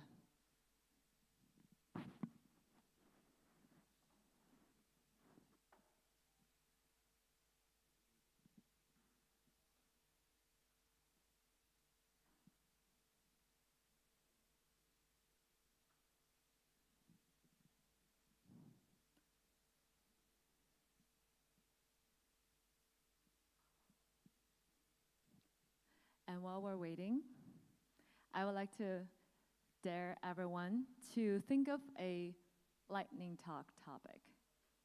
So we put up whiteboards outside of the breakout rooms. If you have a dope idea, especially, or contrarian opinion around censorship resistance, well, you can have your stage over there. And it will be in discussion format, no slides required. So be my guest.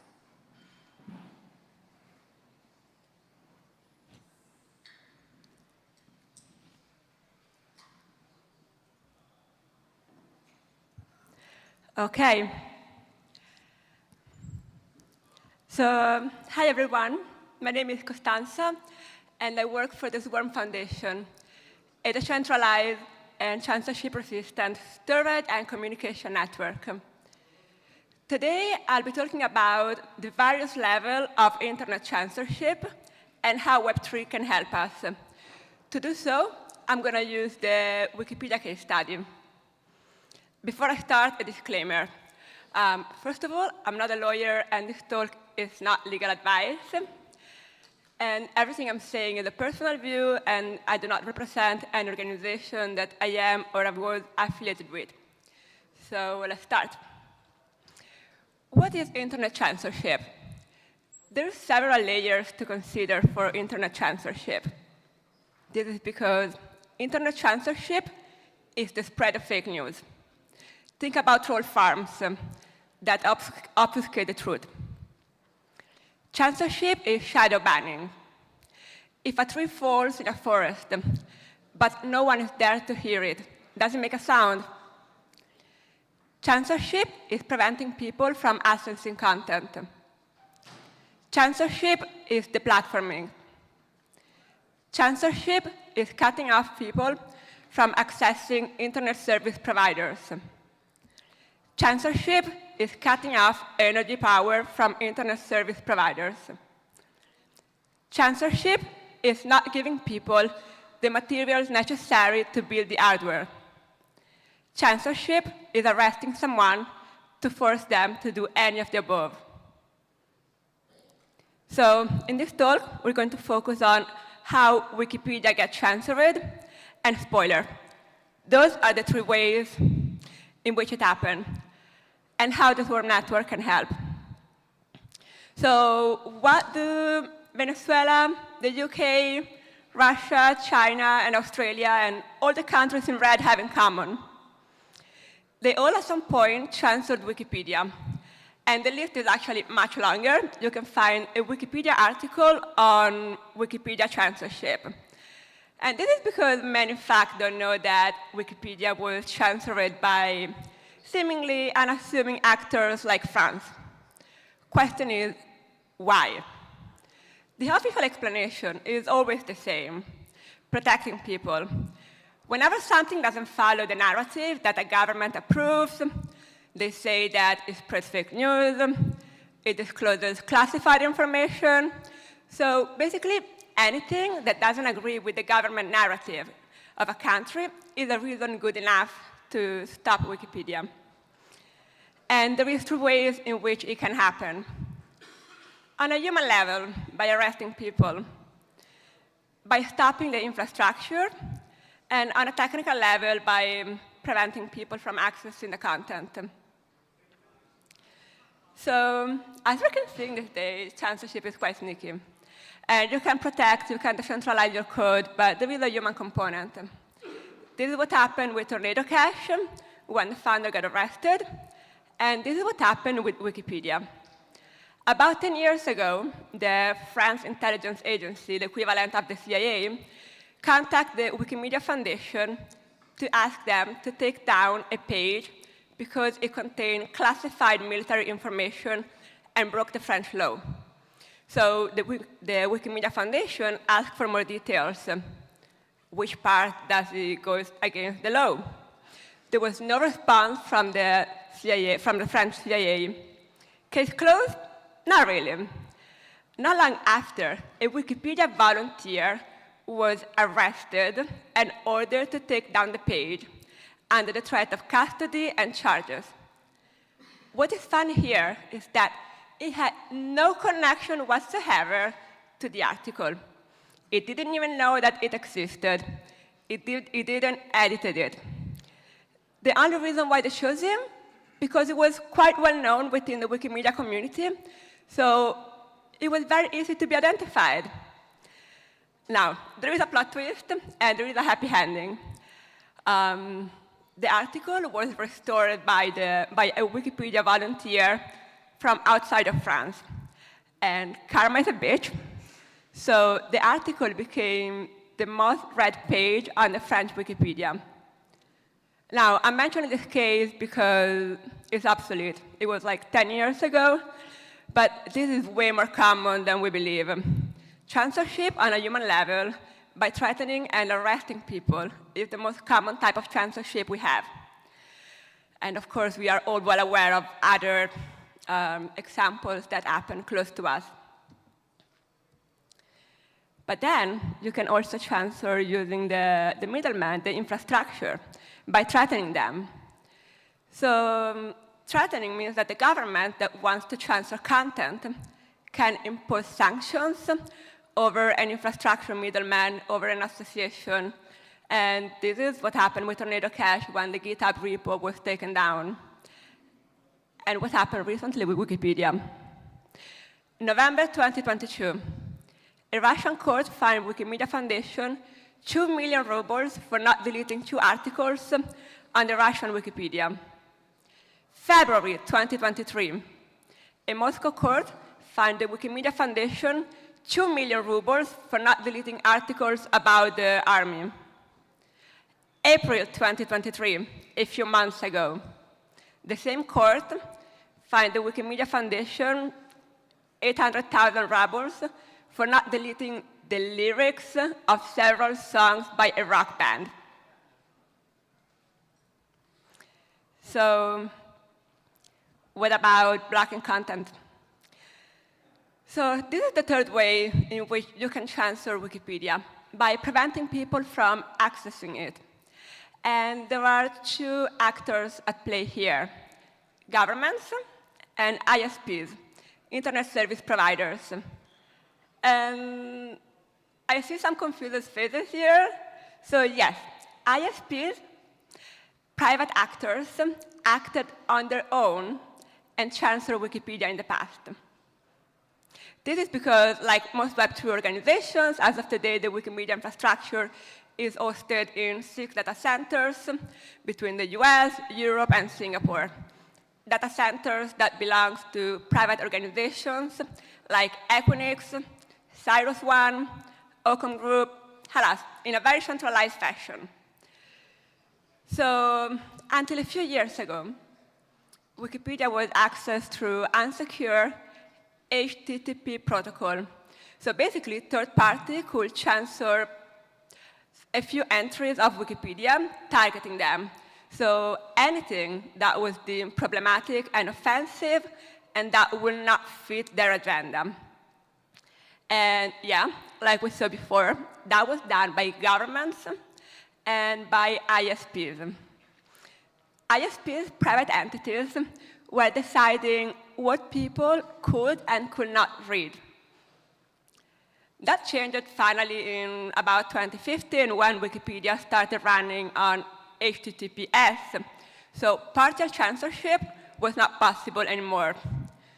So as of today, if someone wants to target Wikipedia, they have 3 options. Some countries completely drop their ban and just accept it. Some other countries, they ban completely Wikipedia, so you can't access it at all. Some other countries are threatening people to delete the entries. And I know what you're thinking. So, if hypothetically, and I can't stress enough that this is not legal advice, if you want to use Wikipedia in a place where, for whatever reason, it is not available, how do you do? Yes, you can download a VPN, you can use Tor, and you can try to access Wikipedia. And that is a great solution, except that it's not, because VPN is centralized. VPNs are centralized. So they can be blocked by governments or ISPs. They are not incentivized, so there is no guarantee that people will continue to use them if they are transferred or blocked. And this is what happened to me last time I went to China in 2019. I had been to China a few times before, and I always used a VPN that was working just fine.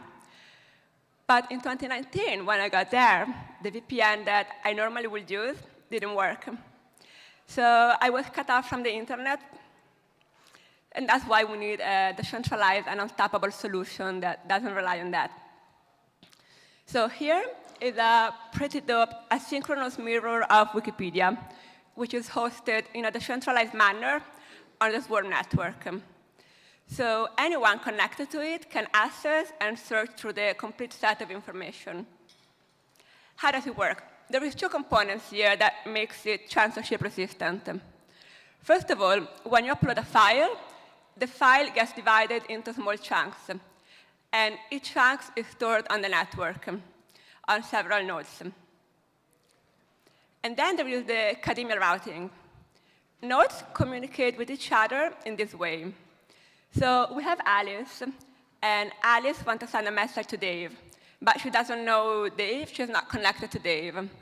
But she's connected to Bob. So she sends a message to Bob because she knows that Bob is somewhat closer to Dave. Now, Bob doesn't know Dave, but he knows Carol. And he knows that Carol is more likely to know Dave. So he sends a message to Carol. And Carol is like, yeah, I know Dave. And she sends a message to Dave. And this is how Alice communicates to Dave and to any other nodes in the network. Now, what is important here is that by following this communication pattern, it ensures that not Dave, not anyone else, knows that the request started from Alice. And in the same way, Alice doesn't know that Dave is the final endpoint. It can be someone else. So this communication strategy has the added benefit of anonymity for both the senders and the receiver. So it guarantees anonymity at the network level.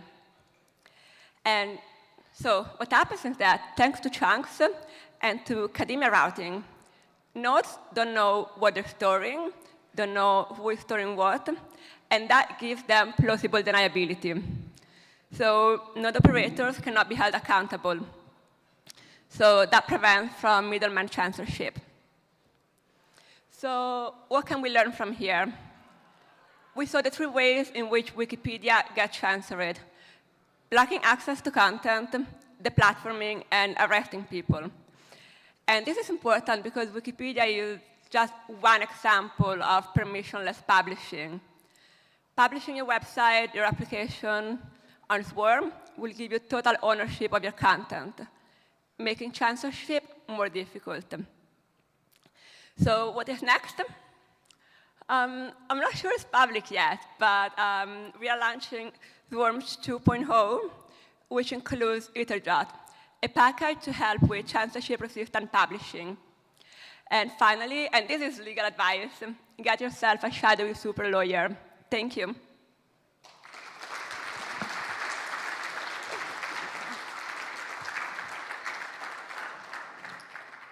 All right, thank you so much, Costanza. I think next we will switch to our Prague stage, but before Tim goes on, just want to make a announcement that in about 20 minutes, in the room across from this stage, we will have our first breakout session hosted by Harith from Etherscan on the topic, a discussion topic of what if we do want to censor. So if you are interested, feel free to check it out.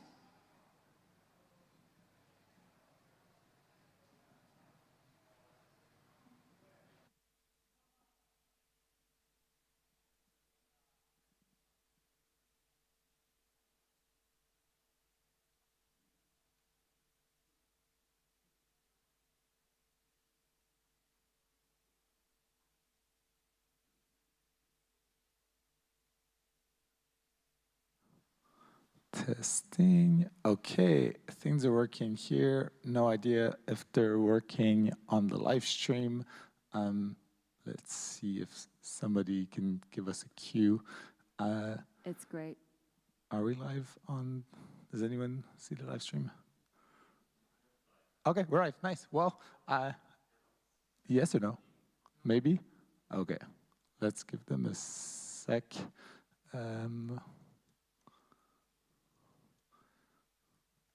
Oh, can you hear us in Istanbul? Oh, it's working. Okay, neat. Welcome everyone to the Prague version of this. So we split the event today across both Istanbul and Prague. We'll also have some remote speakers. And we're sort of kicking off the second chapter of today. So we had a lot of great talks giving high-level overview of censorship resistance across different parts of the internet, but now we really want to dive one level deeper and start this at Ethereum layer 1. So the next series of talks are going to be deconstructing censorship resistance on layer 1 across a whole bunch of angles.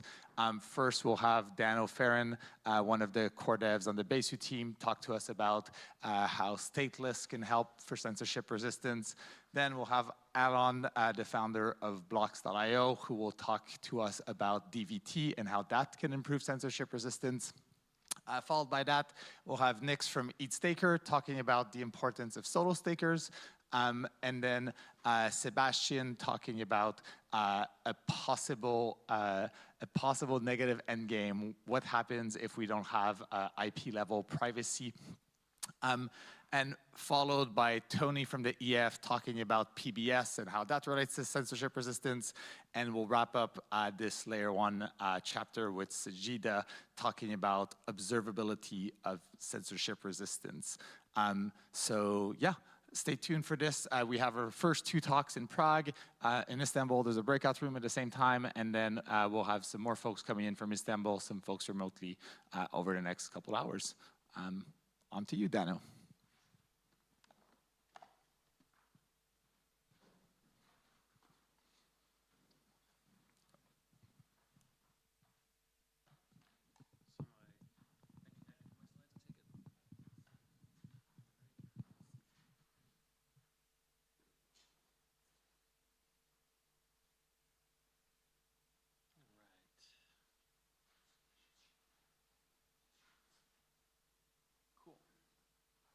this going to work like I hoped?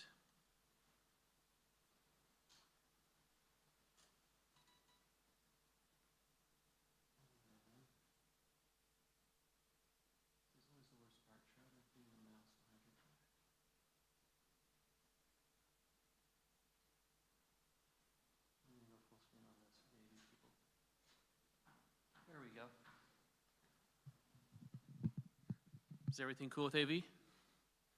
And pick me up on the microphone, okay? Cool. So I just want to say it's great to be back in Prague. 5 years ago, I started my journey in crypto. I'd started at Consensus a couple weeks before they had a Pegasus offsite the week after DevCon. So it's kind of coming full circle for me to come and talk about some of the things that are on my mind about censorship resistance. So I'm going to talk about mind your own business, state proofs and transaction verification, and then what on earth does this have to do with parallelism? And we'll get to that. But first, a little bit of context about what mind your business is and what I'm going after with that. So this is a picture of something called the Fujio cent. The Fujio cent was the first currency circulated by the US, not the first currency minted by the US Mint, but the first actually circulated currency. And there's a lot of trivia and a lot of coin information that goes with that. But what's interesting to me is this little logo, this little model put on the bottom of mind your business. It's something that Benjamin Franklin was really excited about, you know, and he was sharing with people that you should always mind your business. And it's kind of a strange phrase. It had a lot of different implication 200, 300 years ago than it does today. Because when you hear the phrase mind your business, usually what you think of is mind your own business. And that's what people tend to worry about when they talk about censorship, is they're worried about cameras and the government and everyone looking into things that quite frankly don't matter to them and minding things that just really they shouldn't be caring about and then being invasive and looking into all those things. And people want privacy in this regard so that what they do in private stays private. So when you hear the phrase mind your business, you sometimes put in mind your own business saying stay out. Stay out, this isn't you. This is kind of an outside-in looking view of it. And honestly, the government is not the worst version of this mind your business situation. I think surveillance capitalism is probably a bigger impact of this whole mind your own business situation, where you got people who are companies who are building these giant data centers to collect all of this data and to combine it together and to figure out whether it's better to sell you an ad on a cookie or an ad on a car. And they're using all this massive amount of information to do it. But when I think of mind your business, I actually think of a Netflix series called Inventing Anna. And there's a very pivotal scene in that where Anna, this woman who's trying to do a confidence game on high society in New York to build her dreams for an art studio, keeps getting kicked out of hotels and keeps getting, you know, she doesn't have the money, but she's living like she has all sorts of money. Another character named Neff is one of the concierges of one of the hotels that she's living in. And Neff is one of her closest friends, if she has friends, that really understands, because these two, they recognize people that have hustle in their life. They recognize people who are making things happen. So when things are starting to collapse at the hotel that Neff works at, she gets Anna to the side for a moment and she tells her, mind your business. And what she's saying there is something not about, you know, don't stay out of my business. What she's saying is take care of your business. You have bills to pay here.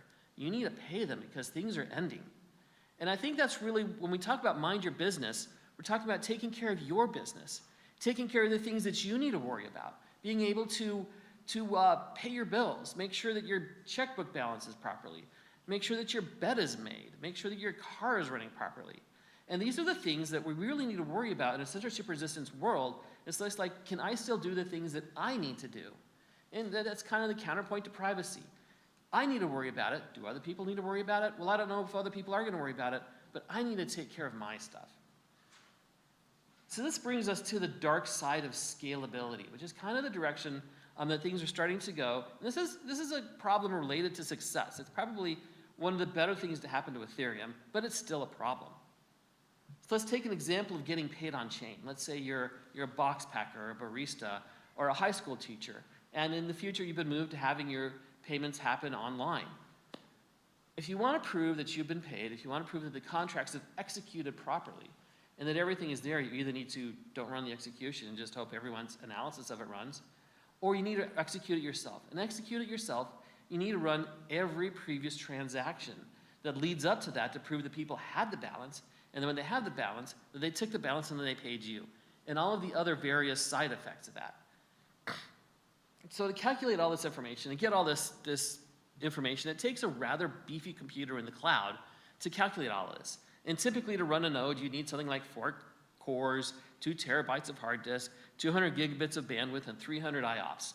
And that's not something that a high school teacher is going to use their salary to spend on just to verify that they can get paid. This is a problem for broader and wider adoption of crypto if we want people to fully participate in the censorship resistance. And it's no more truer than Polinia, who yesterday posted a post just yesterday, and I'm just going to read what he said because, or she, I don't know if it's a he or a she, but what they said was very insightful into the problems that we're having with these growing nodes. They said, the more transactions the network processes, the higher everyone's hardware requirements. The more nodes in the network, the more inefficient and slower it becomes, or alternately, you limit accessibility so very few people in very few places can run unsubsidized, independent nodes, effectively leading to a dystopia that is infinitely more centralized than traditional finance. And I like to call this censorship by wealth. If you are not rich enough, you cannot participate in the system. And this is kind of the opposite of a lot of the enablement that we've been going for in Ethereum to make sure that everyone at all different levels can participate in their financial freedom. This is, if this goes unbounded, it's going to be more effective than banks ever could have done. So how can we address this problem? How can we solve this? How can we make sure that you can mind your business in the entire world economic system without having to process the world economic systems? That's where state proofs and transaction verifications come in. State proofs are a witness of the block to say, here's what was happening before, and here's the data that you would need to prove it. And transaction verification is actually running these blocks and proving the verification we have there. So instead of drinking from the fire hose while the world burns down, it's a small drinking fountain in the park providing the refreshing water that you need to run just your transactions in your blocks. Typically, these things include the minimum, things like a header, the block header that you're verifying for the block, the accounts that were read to or written from, read from or written to, the contract storage that was read from or written to, any intermediate tree nodes that are needed to calculate the state root to prove that you have a consistent state, the code that you need to execute, and maybe in some situations we might need to include some prior block hashes depending upon which operations you executed in. And if all those things are in a state proof, then you don't need those giant machines in the cloud. You could verify this block with a phone that you keep in your pocket. And I'm not even talking a high-end phone. This could be like the $99 special that you get out of Google Fi. With this sort of information, you can verify your transactions occurred in a much more reasonable system. There's a problem, though, is that we don't have it today. And why don't we have it today? The problem relates to our current Merkle-Patricia tree. Our Merkle-Patricia tree, if you see the typical images of it, you'll see a nice cute binary tree with maybe 5 levels and really small consistent proofs. But the reality is these trees are 16 nodes wide, and they're often 30 layers deep, and for a block proof, typically it takes up to 1 megabyte. Bad block proofs will take up to 2 megabytes. So we can do this today, but we can't do it in a way that can be efficiently be spread worldwide for transactions at scale. And this is, by the way, at about 12 million blocks, 12 million gas blocks. 15 million gas blocks take more. 30 million gas blocks are going to take even more than that. So this gets worse and worse. The good news is there is a solution that we're working on to address this size problem. And it goes by the name vertical trees. There's even an EIP for it. So we take these big 16-array blocks and we compress them into witnesses. So instead of needing 16 values to prove that your next step of the block is true, you only need 3. You need to know where you are in the parent commitment. You need to know what your value is. You need to calculate a special little thing called a proof. I don't fully understand the math into it, but I know that the side effect is it takes what used to take kilobytes into a matter of tens of bytes. So vertical trees are basically a tree of these vector commitments. And what's even better about this is if you look at some of the details, it fixes the side problem because rather than being 16 wide, these things are 256 wide. So we even make the tree shallower in addition to having smaller leaves. You have less leaves and smaller leaves. And we're packing everything into this tree that we need. We're packing all of the account state. We're packing the code. We're packing contract state and known state. These things are going to be in the vertical tree, and they're going to be available and accessible in a much smaller system. And from this, we can reasonably, as part of the protocol, with every block, send out a proof in something that takes kilobytes instead of megabytes. And this will allow us to scale. We've almost made it. We can almost do it today, but what happens when we grow? What happens when we have billion gas blocks? What happens when we have transactions on the scale of Visa on one chain and one network?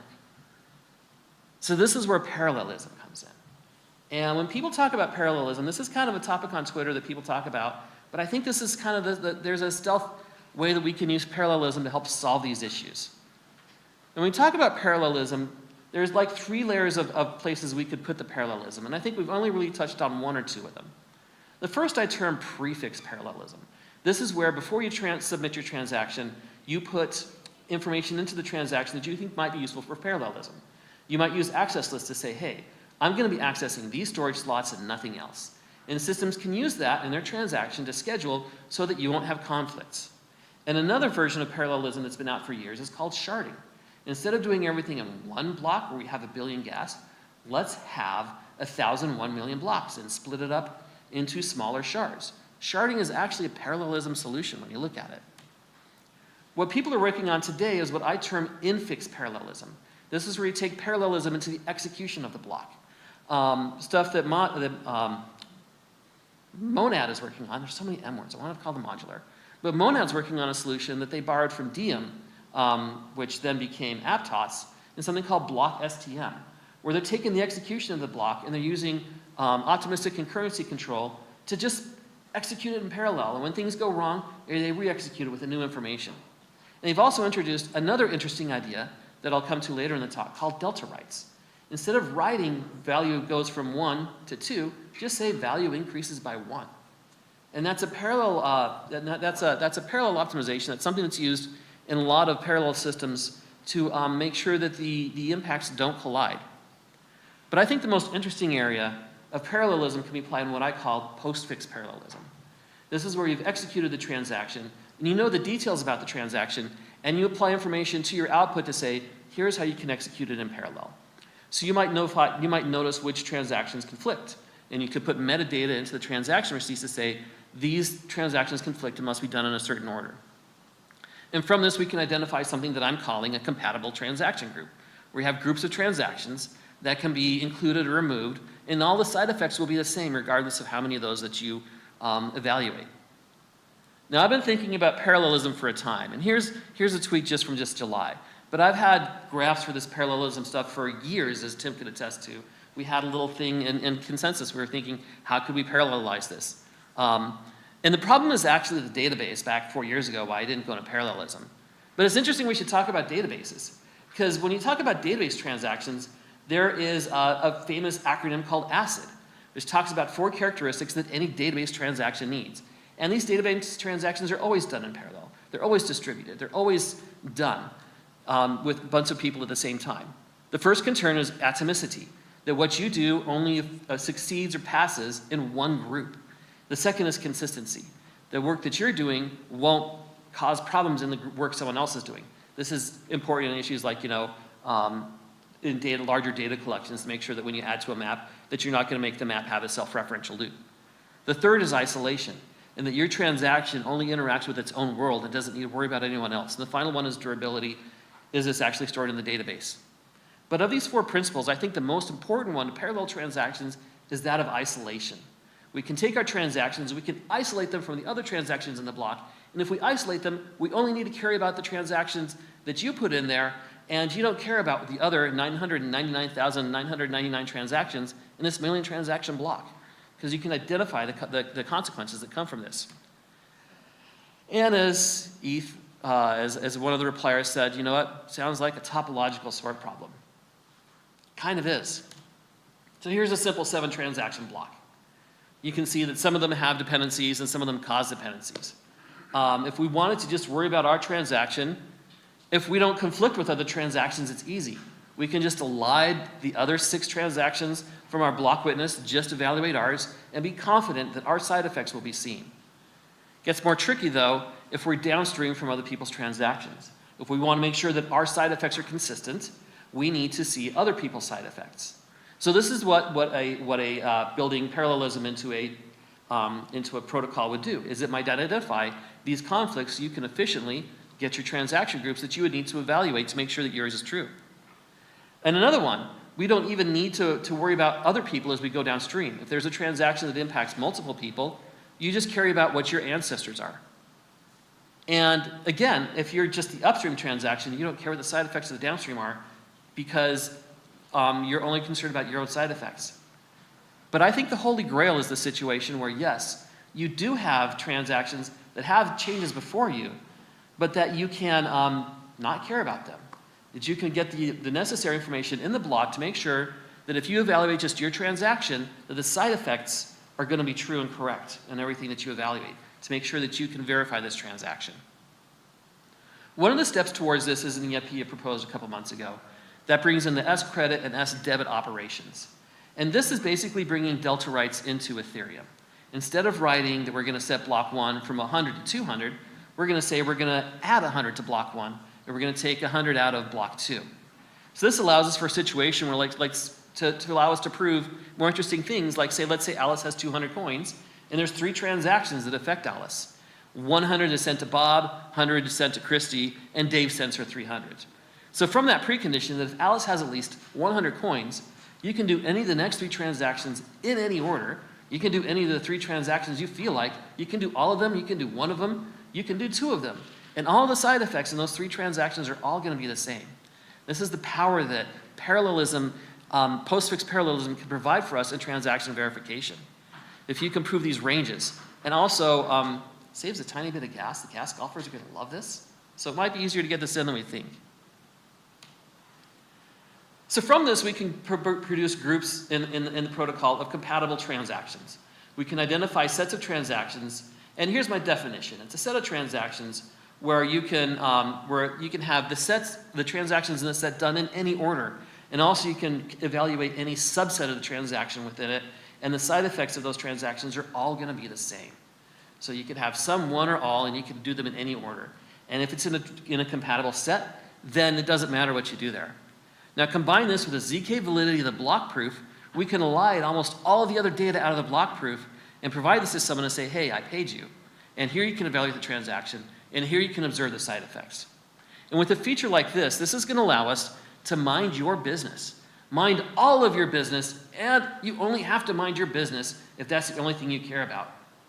So again, this is my vision for how transaction verification can really help resistance to censorship by wealth so that everyone on any device can verify that their transactions were part of the Ethereum chain.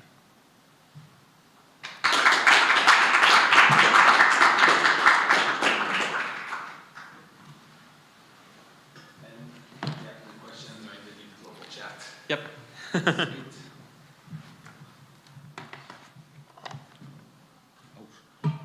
Nice.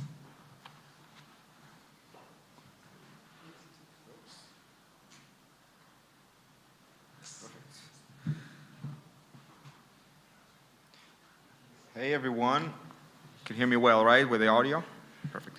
My name is Alon. I'm one of the co-founders at SSV's core team. SSV is the first implementer for DVT, which is Distributed Validators Technology. Started out life actually in the Ethereum Foundation as a research project. The idea was, how do you take an Ethereum validator and be able to distribute it into shares, and those shares operated by independent operators, node operators. With the idea in mind that if you can do that on a large scale, you can actually decentralize a lot of the control for each and every validator. And that's kind of where censorship resistance, or at least what DVT can contribute to that, comes into play. I mean, the state of staking on Ethereum is pretty well known for everyone. It's pretty challenging. There's a lot of centralization happening, specifically because it's hard to run your own nodes. A lot of people don't have necessarily 32 ETH, and so what happened was a lot of that stake is being put into the hands of staking services and protocols, and those staking protocols became very large. And also the actual companies and entities running that infrastructure became very, very large. That causes a lot of issues. I mean, today you probably have around 5 or 6 entities, unique entities that control about 2/3 of the stake on Ethereum. Many of them in the same regulatory geographical location, which is in of itself not doing great for censorship resistance. It creates a lot of challenges for Ethereum. It creates a lot of risk both for the users, obviously, whoever is staking in a large staking service. It's a big target, so they might be more impacted by hacking or even accidentals. But also because the way slashing on Ethereum works, if a very large staking provider gets slashed, the impact or the penalty becomes greater than just a single solo staker getting slashed. And there's also systemic risk on Ethereum itself. Amongst other things, censorship or the idea that you can decide, quote unquote, which transactions or which actions you can do on the blockchain just because of you controlling a mass amount of validators. There's a bunch of different reasons why censorship can happen. I want to focus on 3 of them. Obviously, there's more. But there's always that malicious attack that creates censorship, and we'll kind of go through what that means. There's business decisions that cause censorship, and there's regulatory reasons that cause censorship. All 3 of them, and amongst other, obviously, reasons why censorship can occur are dangerous, because ultimately we want an Ethereum that processes everything and is not swaying that way or the other. So a malicious attack that can cause censorship obviously starts with some malicious actor taking control of an entity or a service provider that runs a lot of stakes. So it can be through hacking, it can be through internal work somebody did, or if it can be even an accident somebody did within the same entity or same company. The censorship there might not be, it could be both specific or very broad. Again, it's mostly to cause havoc, and it's for the most part temporary, hopefully temporary. And so that's kind of the malicious part of some malicious entity, third party, or even internal trying to do harm, and part of that harm can be censorship. Obviously, that regulatory censorship or regulation-based censorship is something I think that our industry in specific has a lot of challenges with. It can be forced or self-imposed. It can be, for the most part, it's very specific. So it's for very specific type of transaction. It's not broad, and it's evolving. It's something that starts out in one place, and in a year, 2 years, 3 years will be a whole different set of censorship, call them filters or conditions. And it's for the most part long-lasting. So it's not something temporary. It's something that when an entity being forced or decides to censor because of regulation, it's probably a decision that will follow through years. And the last one is really the business case. It has a lot in common with regulation, but it's mostly driven by, for the most part, for rewards or just dollars. And it's, for the most part, self-imposed. It's very specific. It's still evolving, and it's long-lasting. And so, for example, you can decide as an entity, I'm not including some transactions because I can't be bothered to spend gas on them or just processing time or whatever the reason is. But all 3 of them ultimately lead to the same non-desired kind of outcome, which is not all transactions are born equal. And that's a problem. And I think there's a bunch of different solutions I want to, or at least ways to mitigate that. I want to focus on 2. So one is, it's something that I think for the most part we saw as a community being pushed around, or not pushed around, but being kind of promoted, which is just increase the number of unique entities or people that run validators and actually run validators that process and propose blocks and so on and so forth. I think it's a great thing to strive for. Personally, I think it's very limiting. It's not very scalable. Obviously, that's something we want to see, but I think we should be looking for more practical type of solutions. And the other one I want to talk about is DVT, distributed validators technology. That's something I've been working on for the past almost 3 years, and I think it has a lot in terms of value it can add or mitigate some of the censorship risks. And so what is really DVT? So DVT is the ability to take an Ethereum validator and split it up into shares, and those shares operated by completely independent operators, node operators. those are kind of connected through one another in a group. We call them clusters. Clusters can vary in size, so it can be 4, 7, 10, or any other number of node operators within that cluster. And DVT really combines two pretty proven technologies. So one is threshold signatures. With BLS, it's super, super easy to do. And the other one is just consensus protocol, a thin consensus protocol which lets those operators, node operators, decide on what they want to sign, and then use threshold signatures to actually sign it. And the consensus protocol really gives us liveness and fault tolerance in general. Just being very, very robust against both offline nodes and malicious nodes and so on and so forth.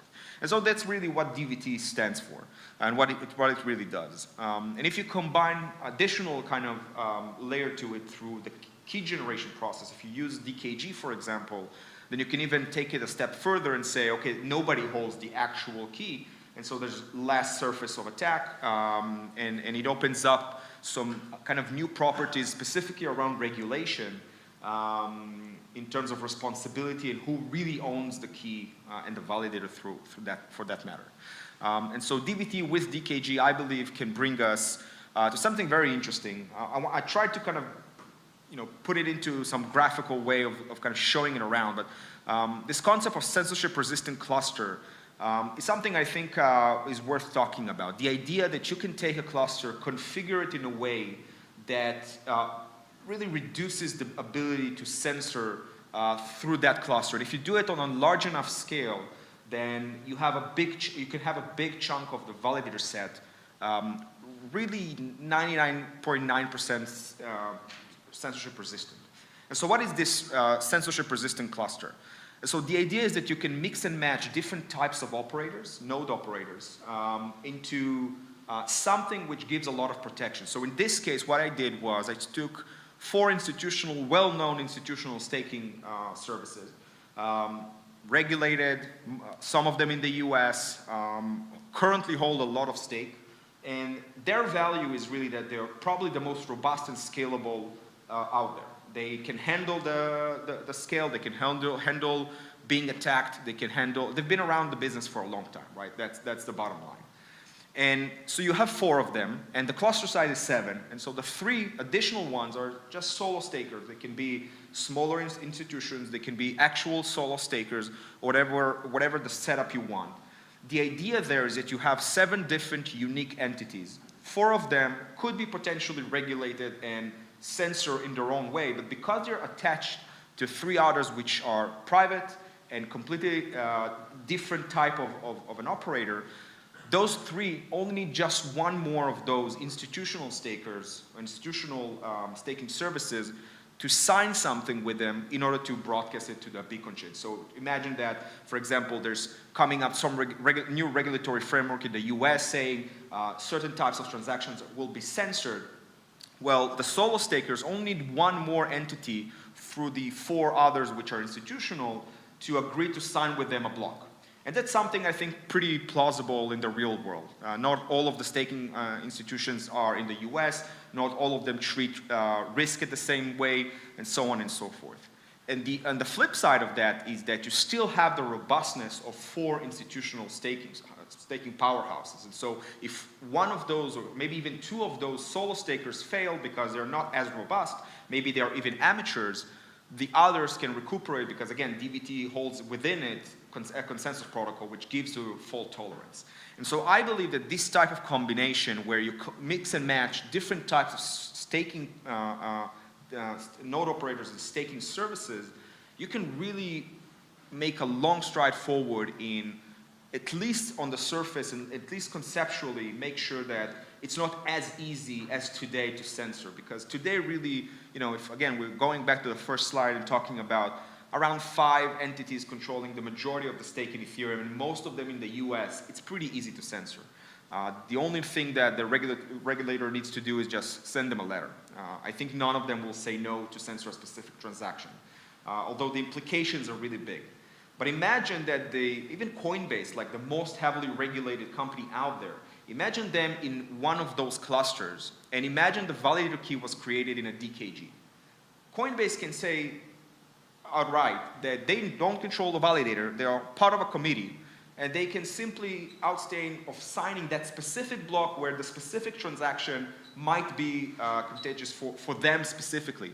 But you still have 6 other entities who can sign it. And the threshold is 4 out of 7. And so you have that bandwidth to say, okay, maybe this one I'm sitting out as Coinbase, but the others can still continue in signing it, and nothing happens on the surface. And so my personal belief is that this type of approach is very, very plausible, and it's definitely something that can be happening today. I mean, SSV has been around for a few years on testnets. We launched on mainnet. This is something that can happen even today on mainnet. No change to the Ethereum network at all. Signatures are completely transparent for the Bitcoin chain, for that matter. And so I believe this is a good approach to take a lot of the risk out without major engineering and changes to the network itself. Like a few words on SSV. SSV is a contract-based DVT network. So the idea is that you have a bunch of interconnected node operators, and they're all synced through a smart contract. That smart contract decides basically, or rather its users decide which validators run by which cluster. And again, cluster is just a set of operators that run a specific validator. And it's a global network. We're running on multiple data centers and continents and so on. And because it's a contract-based network, interacting with it is super simple, just a simple web app, and you can start running your validator. I truly think that having the discussion to integrate more unique solo stakers or unique entities that run operators through something like DVT is a very simple way to take a lot of the risk out of censorship. And I think the risk for censorship is primarily due to those 3 factors: business, regulation, or a malicious activity. And I think DVT handles and can help in a lot of those cases. Thank you.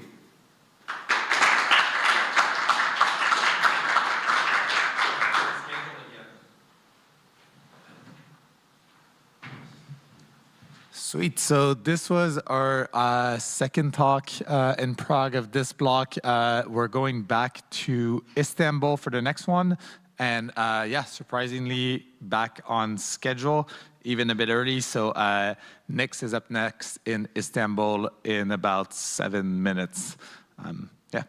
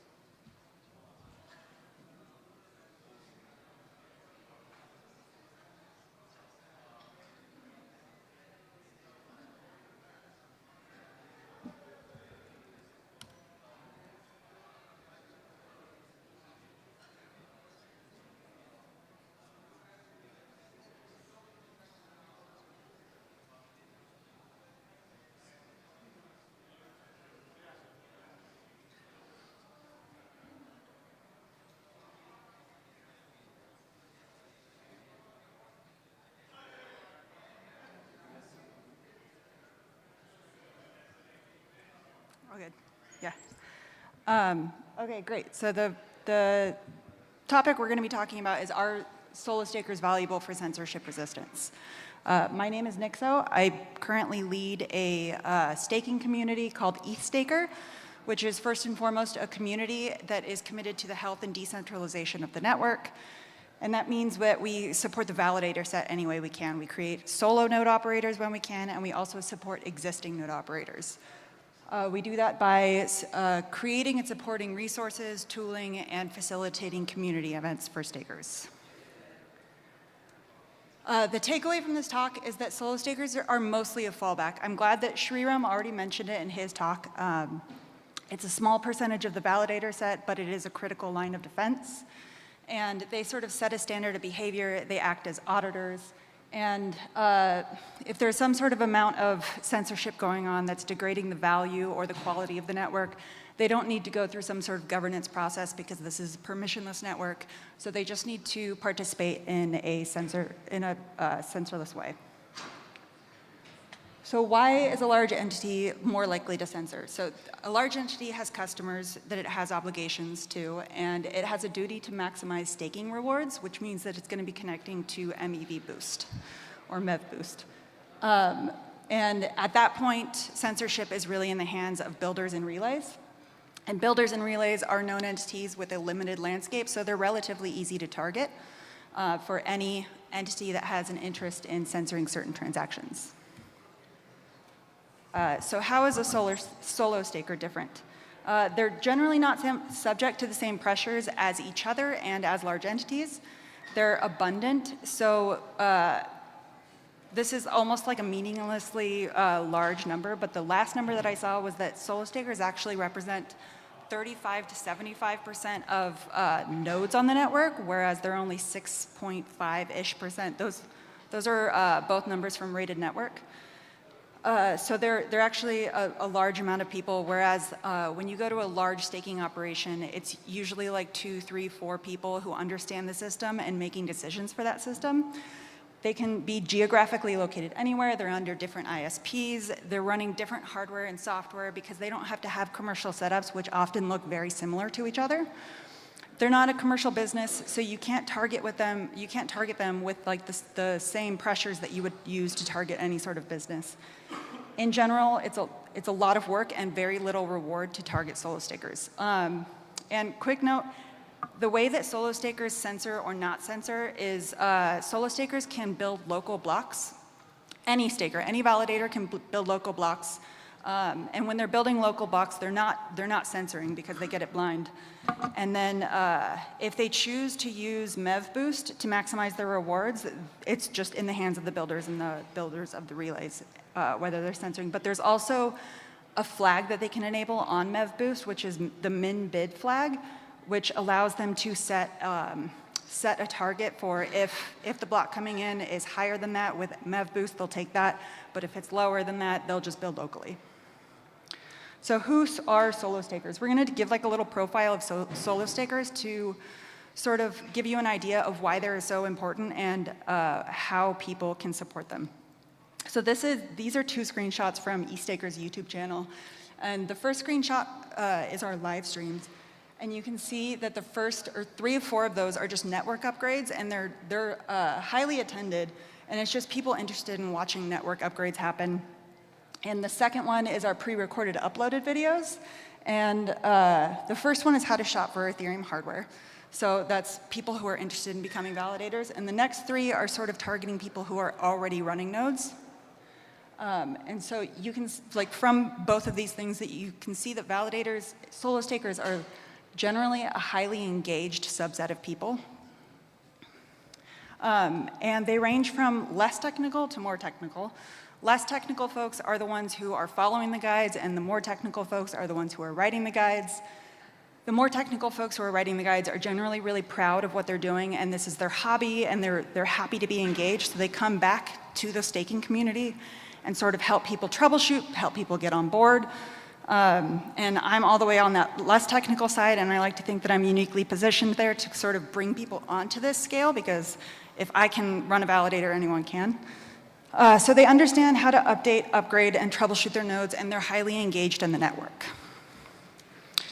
Solo stakers often fundamentally care about the network, and I'm going to prove that to you over a few slides.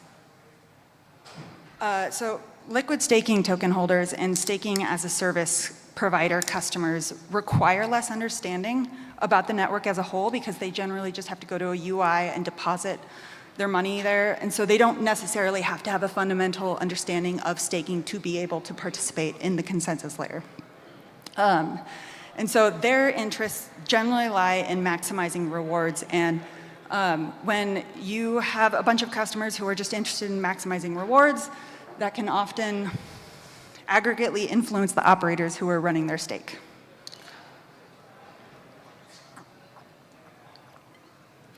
So this is, I think a lot of you already know about client diversity.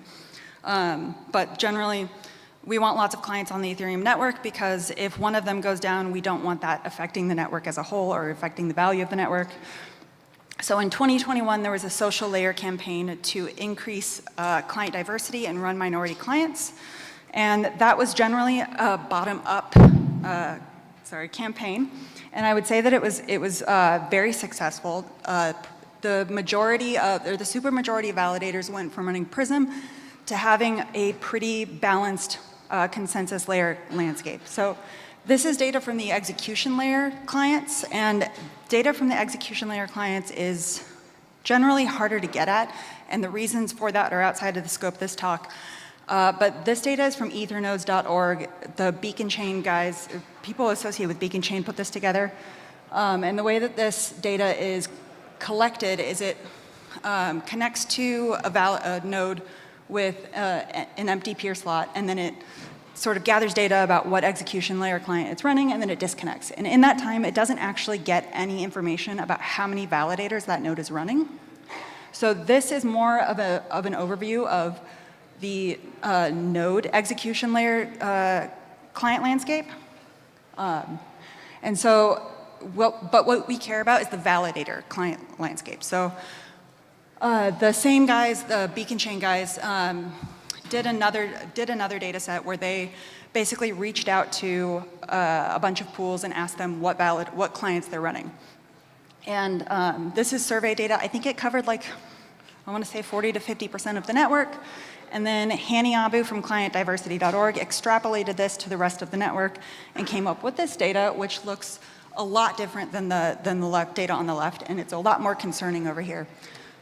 So given the fact that solo stakers, home stakers map to a very large percentage of the network in terms of nodes, but a very small percentage of the network in terms of validators, I would say that the left one overrepresents solo stakers and the right one overrepresents large staking pools and large staking operations.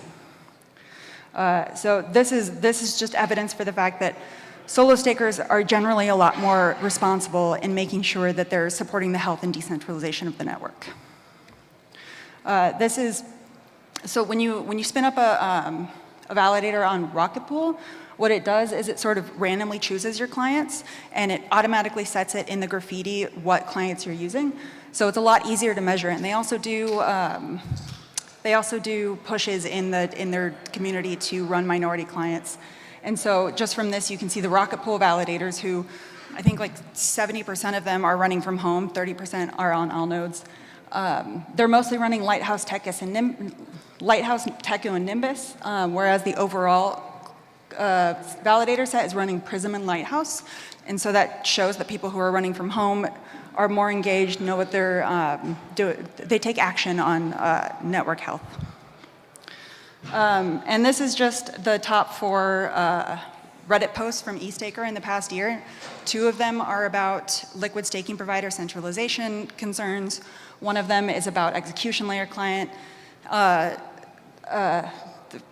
campaign, and then the third one, or the fourth one, is a technical guide. And so this is what the solo staking community is upvoting and engaging with. They're sort of values-based. So solo stakers are concentrated in developed nations, which is not ideal. More than 50% of them can be found in the US, Germany, and the UK. And I hope that I'm not exaggerating when I say that I think that eStaker has had an outsized influence on who is staking and the resources that they're using to stake. And so eStaker has a knowledge base, and up until this year, it's only been available in English. But there has been a push this year to make it available in more languages. And so it's now available in Spanish, Dutch, French, Malay, Portuguese, and Turkish. And some of those are in progress and need more help. So we're attempting to help validator geographic diversity. One of the last points I'll make is that solo stakers are really risk averse and they're careful. Diva liquid staking protocol recently did a token launch and they did an airdrop where they favored solo stakers. And a lot of them didn't claim it because they said, I would rather turn down free money than claim something with an address that I'm using to stake. And I didn't have to go very far. Both of these posts, one from Discord, one from the subreddit, are from people who are wondering, should they censor certain transactions? They're located in places where they're worried about running a validator if they should be censoring or not. And so they need a little bit more clarity and need to know that they're not on the hook for these kinds of things because they do want to comply any way they can. They're just nerds running computers that generate rewards. They're not like rule breakers or crazy people. So just an overview, solo stakers understand the fundamental nature of staking. They're engaged, they pay attention to what's going on the network. They place a high value on network health and decentralization. They're careful, they need some clarity, and they're motivated mostly by stable income and security in their investment. Overall, the takeaway is going to be a bit muddled. I don't think solo stakers necessarily have an impact on day-to-day operations because on censorship resistant, because a lot of them are connected to MEV Boost at this point. I think 95% of the network is connected to MEV Boost, and I would guess that that 5% is disproportionately made up of solo stakers because large business operations do have an obligation to their customers to maximize rewards. And so solo stakers sort of act as a critical social layer fallback, and they're standard bearers and they can act as auditors of the network. And so when it's business as usual, censorship resistance is basically in the hands of builders and relays. But in critical situations, they sort of act as the Night's Watch from Game of Thrones. If everything is going on, you're not paying attention to the fact that they exist, they're just doing what they do. But when the White Walkers comes out, they are a critical line of defense. So how do we ensure that solo stakers continue to participate? More resources, more education, more support, and all of the above in more languages. We solidify validators as neutral parties without a burden or ability to censor. We lower the cost of altruism in local block building. So that can be things like Mev Burn or the min bid flag tweets. My friend Ladislaus from the Eastaker community recently mentioned to me that he wished that the min bid flag, that the value you set there would be relative to market conditions rather than absolute, things like that. So what can solo stakers do? Build your local blocks or turn on your min bid flag. And that is it.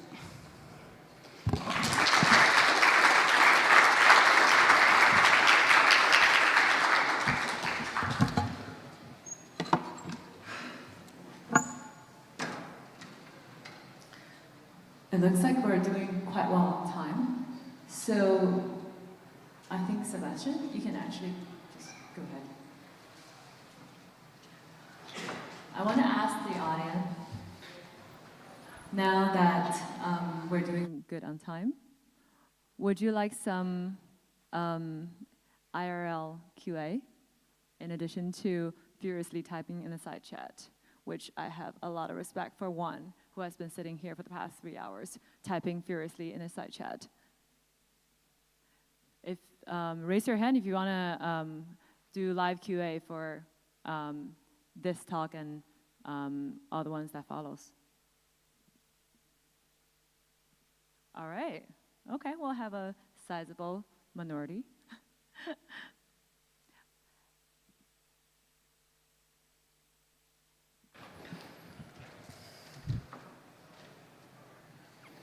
All right, thanks for having me up here, kind of last minute joiner.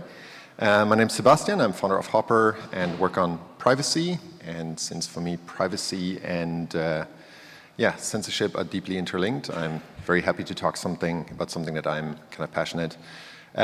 So first of all, I would like some stats here. Who has been using any EVM chain in the last 30 days? Okay, that was a mandatory arm stretching exercise. Now, how many of those people have been using exclusively their own nodes when interfacing those EVM chains? Okay, no RPC providers in the room, good. Now, as you do that, right? So as you rely on other people's computers to interface any EVM chain, who do you, like, as it turns out, all of you actually trust, right? And there's a narrative which is not new. Is it maybe this company? I want to be very clear that this is not meant disrespectfully. I'm very grateful that there's somebody who runs infrastructure that we all are too lazy to run ourselves. But maybe you don't trust that company. In fact, actually you trust that company, or that guy, or that guy. Well, what does trust even mean, right? So trust in this context of like, we trust in Führer, it's all evil. Like, what does that even really mean? So firstly, it means trust not to censor you. And how do we get that trust? Well, luckily it's not that bad, right? Luckily it's not that bad, because all of Ethereum, most of it anyway, relies on free and open source software. So, I can inspect that code, modify that code, and run that code myself. That's kind of cool. But actually, it also requires standardization. So I'm kind of grateful that we have this whole EIP process and people standardizing things, because it means switching costs are low. And thirdly, and we heard about it a few times already, retail hardware requirements are pretty important, because it's not just, one of the very experienced gentlemen that I showed before, but every one of us on their dub node at home who can run a node. That's cool.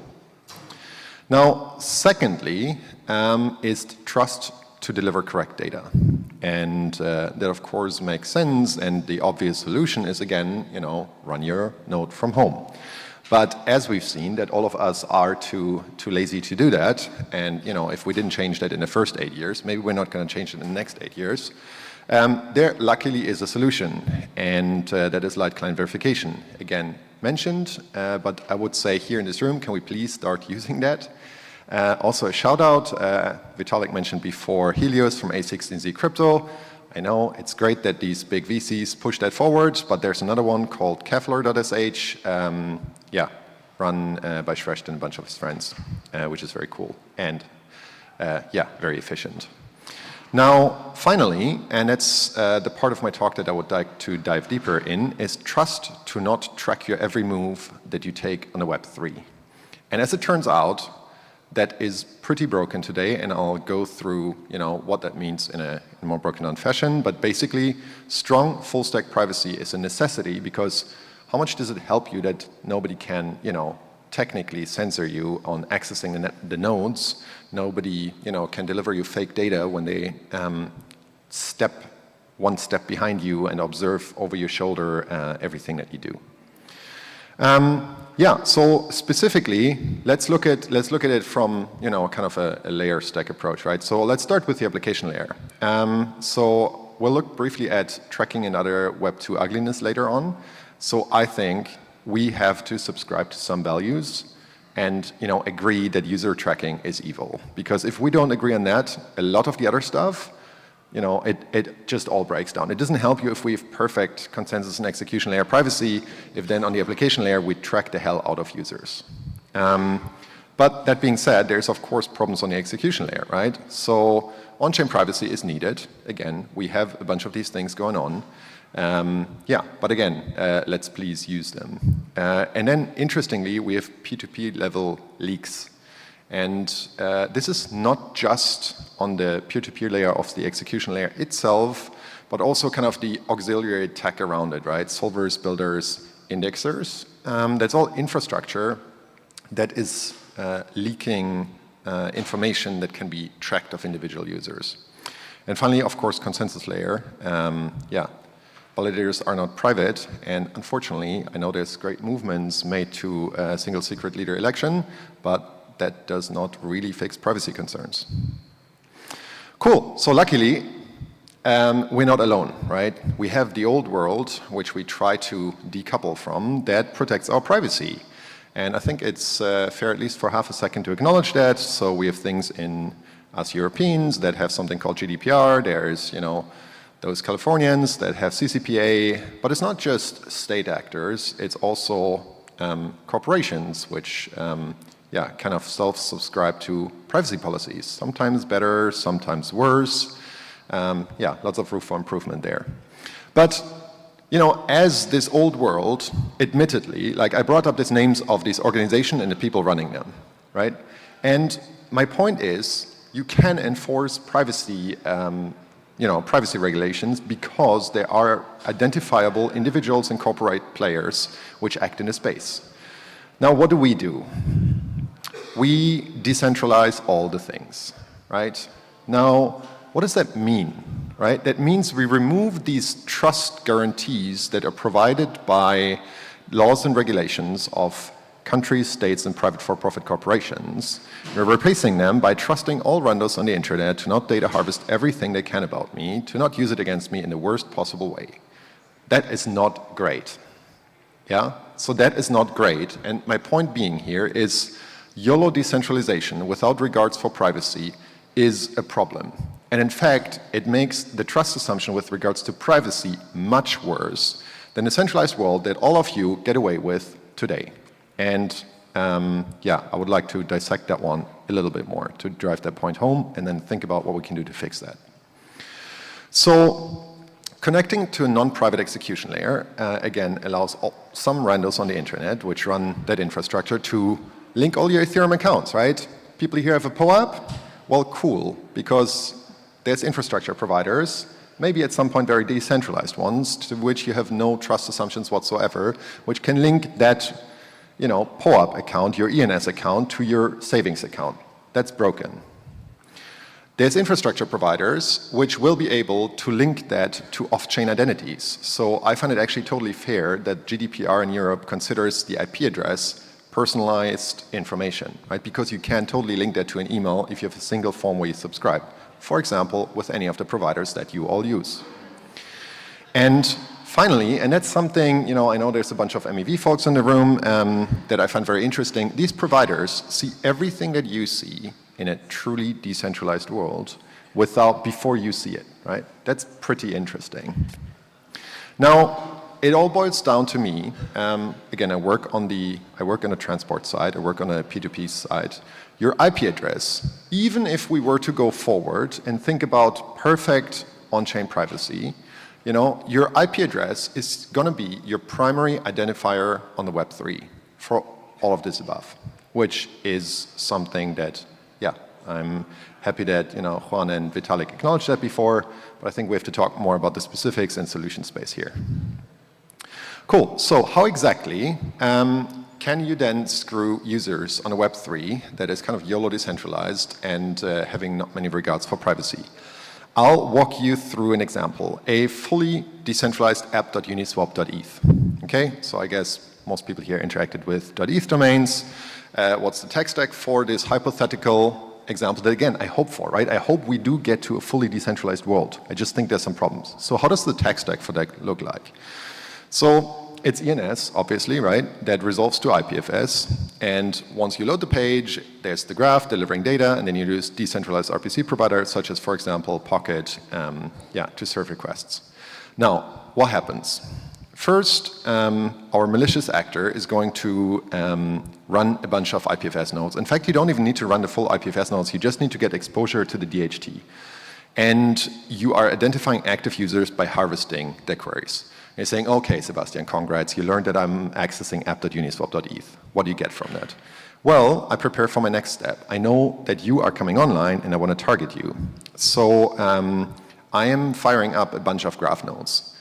Not, and that's what a lot of people give attention, not to feed you malicious information. That's not the goal here. The goal is just to de-anonymize you and harvest data about you. And this is pretty bad, right? Because again, on this Uniswap interface, you click that drop-down, like Vitalik showed you, and people correctly identified as Uniswap.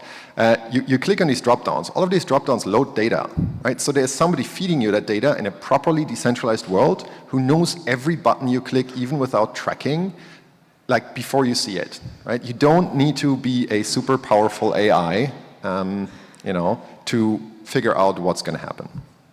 And finally, of course, you can front run the mempool. One thing that I find fun and just wanted to mention, it's not just the transactions that you can harvest if you have access to an RPC provider, but also benign looking things like ETH estimate gas, right? So if I know that, some guy might be very reliably sending transactions. I don't have to wait for the transaction to pop up in the mempool. I can just look at the ETH estimate gas because I know, the lady is going to click on the confirm button anyway before, she sends it out. So yeah, that is something which you can totally use to front run the mempool in a truly YOLO decentralized Web3. Finally, again, this is not meant in any disrespectful fashion. I know that all the mentioned projects are aware of these issues and are working towards solutions, but this is an example for what we need to consider as we decentralize all the things. So what about consensus layer privacy? Just a brief summary of an experiment that we run. We've been running a modified version of a Lighthouse node. Again, our code is freely available here. That did nothing else but collect all attestation data and linking pub keys to the IP addresses. And we've managed to correctly identify, after a couple of days, all Hopper team members which run validator nodes on the Gnosis Beacon chain. So yeah, I mean, that is a problem, and that is obviously a problem because you can take out a node if you have correctly identified them. So I get this a lot, right? Sebastian, is this really going to happen? So A, is privacy really a problem, and is anyone ever going to exploit that? So let me just quickly answer both these sub-questions. Firstly, this is today's sad state of Ethereum dApp privacy. And to be clear, yes, I do want to call out Uniswap here. Yes, I do want you to look at the network tab when you interface dApps, right? Small d. So this is happening when you interface Uniswap. And the interesting thing is, this is not on app.uniswap.org. This is the IPFS deployment. Okay? In the IPFS deployment, they're logging stuff such as my wallet address. They're linking it to a unique thing called device ID. Well, where would that be used? Oh, it's used to link all my different requests that are being made.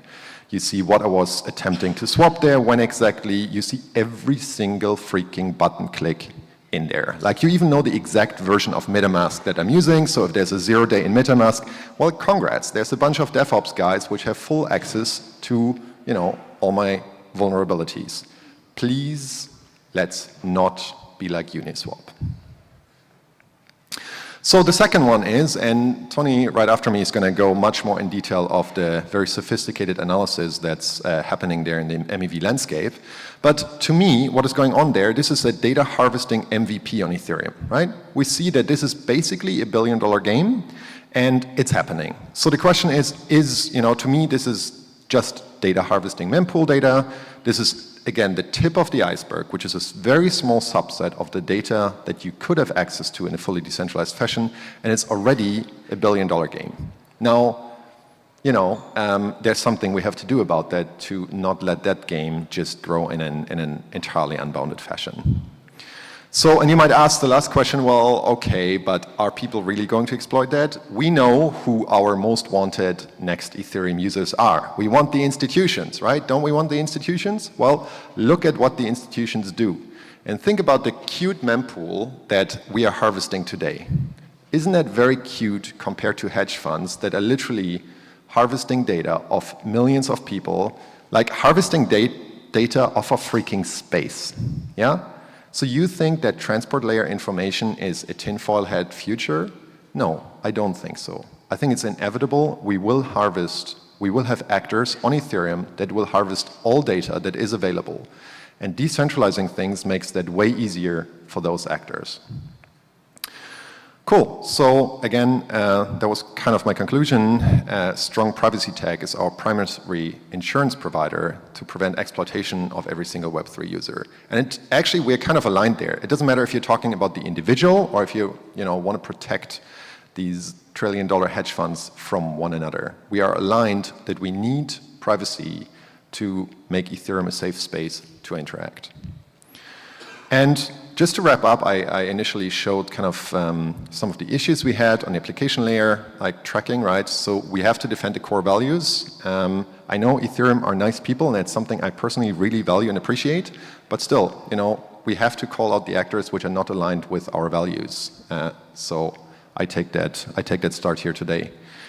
Execution layer, on-chain privacy, right? That's cool, but use them, integrate them, and more importantly, we need support on the legal front. I know most of us are tech people, we don't like to talk to lawyers, but I know at least 2 projects on that list that came to me and said, hey Sebastian, what should we do? My team is afraid to work on privacy.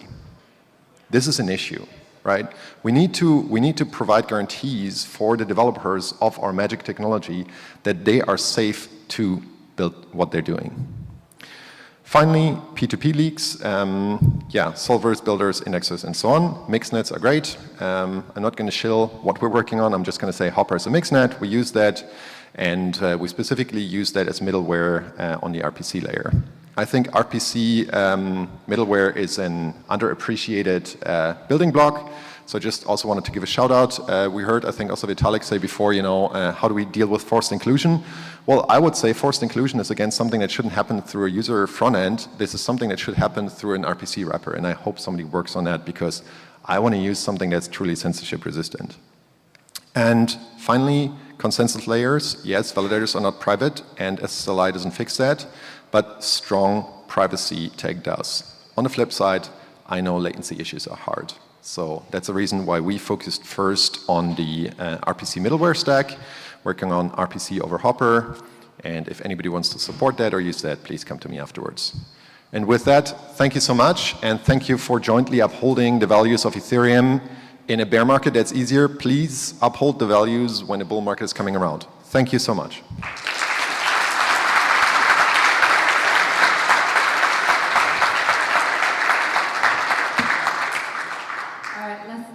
Up to 3 questions. Sure. Anyone? The first one getting grilled. Great. That's someone in the back in a yellow shirt.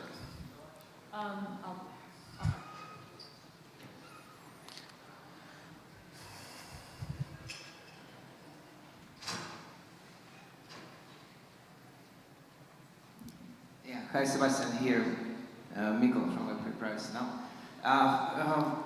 It's a consistent question, like how privacy projects, people, associations could stop fighting each other and collaborate, share experience, help each other to build much more good ethics and knowledge and tooling instead of just doing this fight on Twitter. Yeah, great question. I think, again, in the Ethereum space, we have a lot of collaboration. I embrace working with anyone who's doing that. I would basically ask all players for civil debates, and work along with one another. I have to say, I see this a lot in the DeFi space, right? There's a lot of competitors still. People work in composability. I think other layers of the stack have a lot to learn from that. But yeah, that's maybe not an answer. Maybe I'm too much of a techie and not a sociologist. So that's also an answer. We need more diversity in the space of professionals that help us.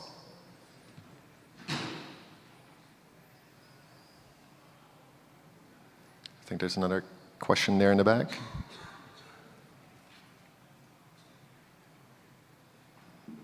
Hello. A lot of the developers are worried about developing privacy tech because everybody can see the kind of people that use their tech. So if you have a profit incentive there to keep your project running, and you say, oh, well, there's a lot of bad stuff going through our product, then it makes you culpable. So do you think it's possible to have a privacy tech with full deniability, where you don't know anybody's using the privacy tech to begin with?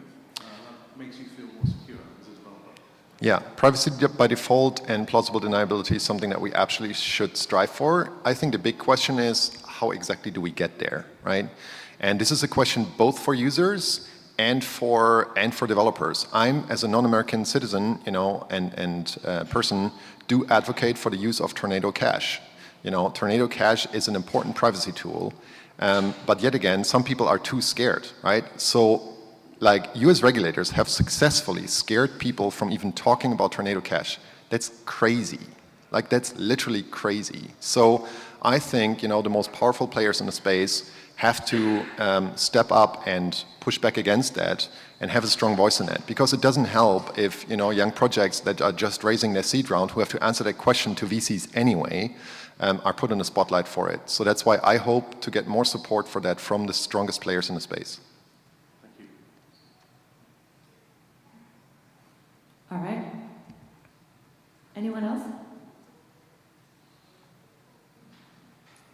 Yeah, you've spoken a lot about driving that consensus around these principles. How do you see that? Do you have any other thoughts on how that's going to manifest, how that could manifest most optimistically in the next couple of years?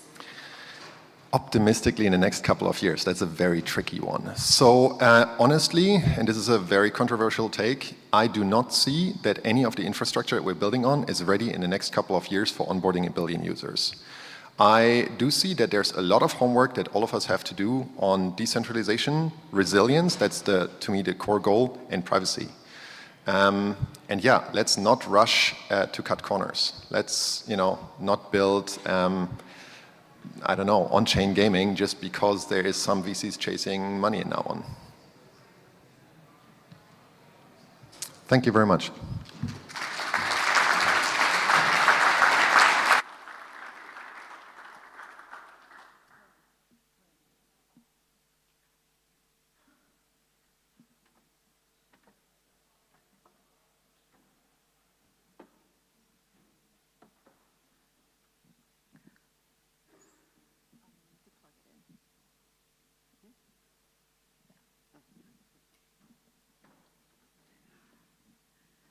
Since now we're still ahead of the time, after Toni speaks, let's change the game up a little bit. You need to answer a question from the previous speaker. So that means whoever spoke first needs to actually pay attention. Perfect.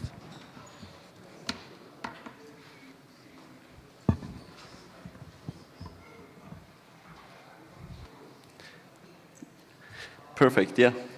Thanks everyone for showing up. Let me quickly introduce myself. My name is Toni. I work as a researcher at the Ferrin Foundation. And today I want to dive a little deeper into the PBS stack and especially focusing on censorship within the PBS stack. Just to give you a very quick outline what I'm going to talk about, I will start with very shortly explaining what type of censorship I'm meaning when I talk about censorship. Then we will look into the PBS stack, so relays, builders, validators. And finally, I want to quickly cover, in my opinion, quite interesting example, which will involve a comparison of Bitcoin and Ethereum. So if you ask ChatGPT, you get this very, very general definition of what censorship is. So it says like censorship is the suppression and restriction of speech, communication, other information, and so on. But of course, this is much too broad for our context. And indeed, I want to mainly focus on the beacon chain. So every type of censorship we can see on the beacon chain, which will also be part of this talk now. So let's get into it. The first type of censorship is not proposing blocks with transactions to or from targeted entities. And with meaning transactions, I'm of course also speaking of internal transactions, so it's not only the normal transactions that I'm talking about, but more or less every call to any address that can be censored in this case. Next, a much harsher form of censorship would be not attesting to blocks with transactions that interact with a certain entity. And finally, a very harsh form of censorship would be even reorging out certain blocks or excluding them, ignoring them if they contain a transaction of a certain entity. And if we think about censoring, right, we also have to answer the question, what is censoring? First, of course, if you don't like your neighbor, you can censor him, which would already be censorship. But in the Ethereum context, when we talk about censorship, we are mainly talking about OFAC, right? But surprisingly, OFAC is actually not the only list existing, right? There are other countries that also have their enemies. And here on this slide, you can see some countries with their own sanction lists. And although we only talk about OFAC all the time, there are actually all the countries have their own lists. And the OFAC list is therefore so dominant because it was the first that really first included some Bitcoin addresses and then later on also targeted some Ethereum addresses like Tornado Cash. So for my talk, I will also mainly focus on the OFAC list, just because the OFAC list is the only one that that has a real impact on today's Ethereum landscape. To quickly tell you something about the methodology I use, so how do I even know that a certain entity is censoring or not, right? This is not that straightforward, but there are actually a bunch of cool ways how you can determine is a certain entity censoring or not. And one cool way is just using a binomial distribution. So we assume that the probability of a block containing a certain transaction, so containing OFAC sanctioned content, is binomial distributed. And by doing so, we can just calculate what is the probability, the likelihood of a certain entity proposing a certain number of blocks without any OFAC sanctioned content. P here is the probability of a block containing OFAC sanctioned transactions. This means 2%, so 2.18% of all blocks since the merge contained OFAC sanctioned content. And now it's basically very simple. The larger the sample size, the more sure we can be that a certain entity is censoring. So for example, if you propose 10 blocks, then it's not that easy to tell if you're censoring or not, right? This would not be very accurate. But if you propose 1,000 blocks and there was no OFAC sanctioned content in your block, then we can be quite sure that you might be censoring the chain. So this just as a starter, and now we can dive into the actual censorship of the current network. So starting with the validators. If we look at the validators, it looks actually quite good, you might say. So the graph shows you the distribution, so the share of slots, and we can see around 15% of all slots as of today are produced by censoring validators. And now you might ask, who are these validators? Basically, you can go to tornado.pix, and there you can see which entities are including Tornado Cash transactions and which are not. And in the first 4 columns, you can see the number of blocks of those entities, the number of blocks with sanctioned content. And then let's focus on the last column. It tells you the percentage of OFAC blocks of a certain entity. And I want to highlight especially those entities. So let's look into them. Figment is the first entity, which has a very low OFAC inclusion rate, right? So we can see around 0.32% of all Figment blocks contain OFAC sanctioned content. If you compare it to Lido, which has 1.78, it's much lower, right? Now you might say, okay, why is it still above 0? But we will talk about that later. Then Kraken, right? So if you look at Kraken, it looks like they started censoring very recently, right? So you can see also Kraken has a very low OFAC inclusion, same as other validators like Celsius and some smaller ones like Staker, Bitstamp, Qcoin, Bitfinex, Everstakepool, BitPi, or CryptoStake.com.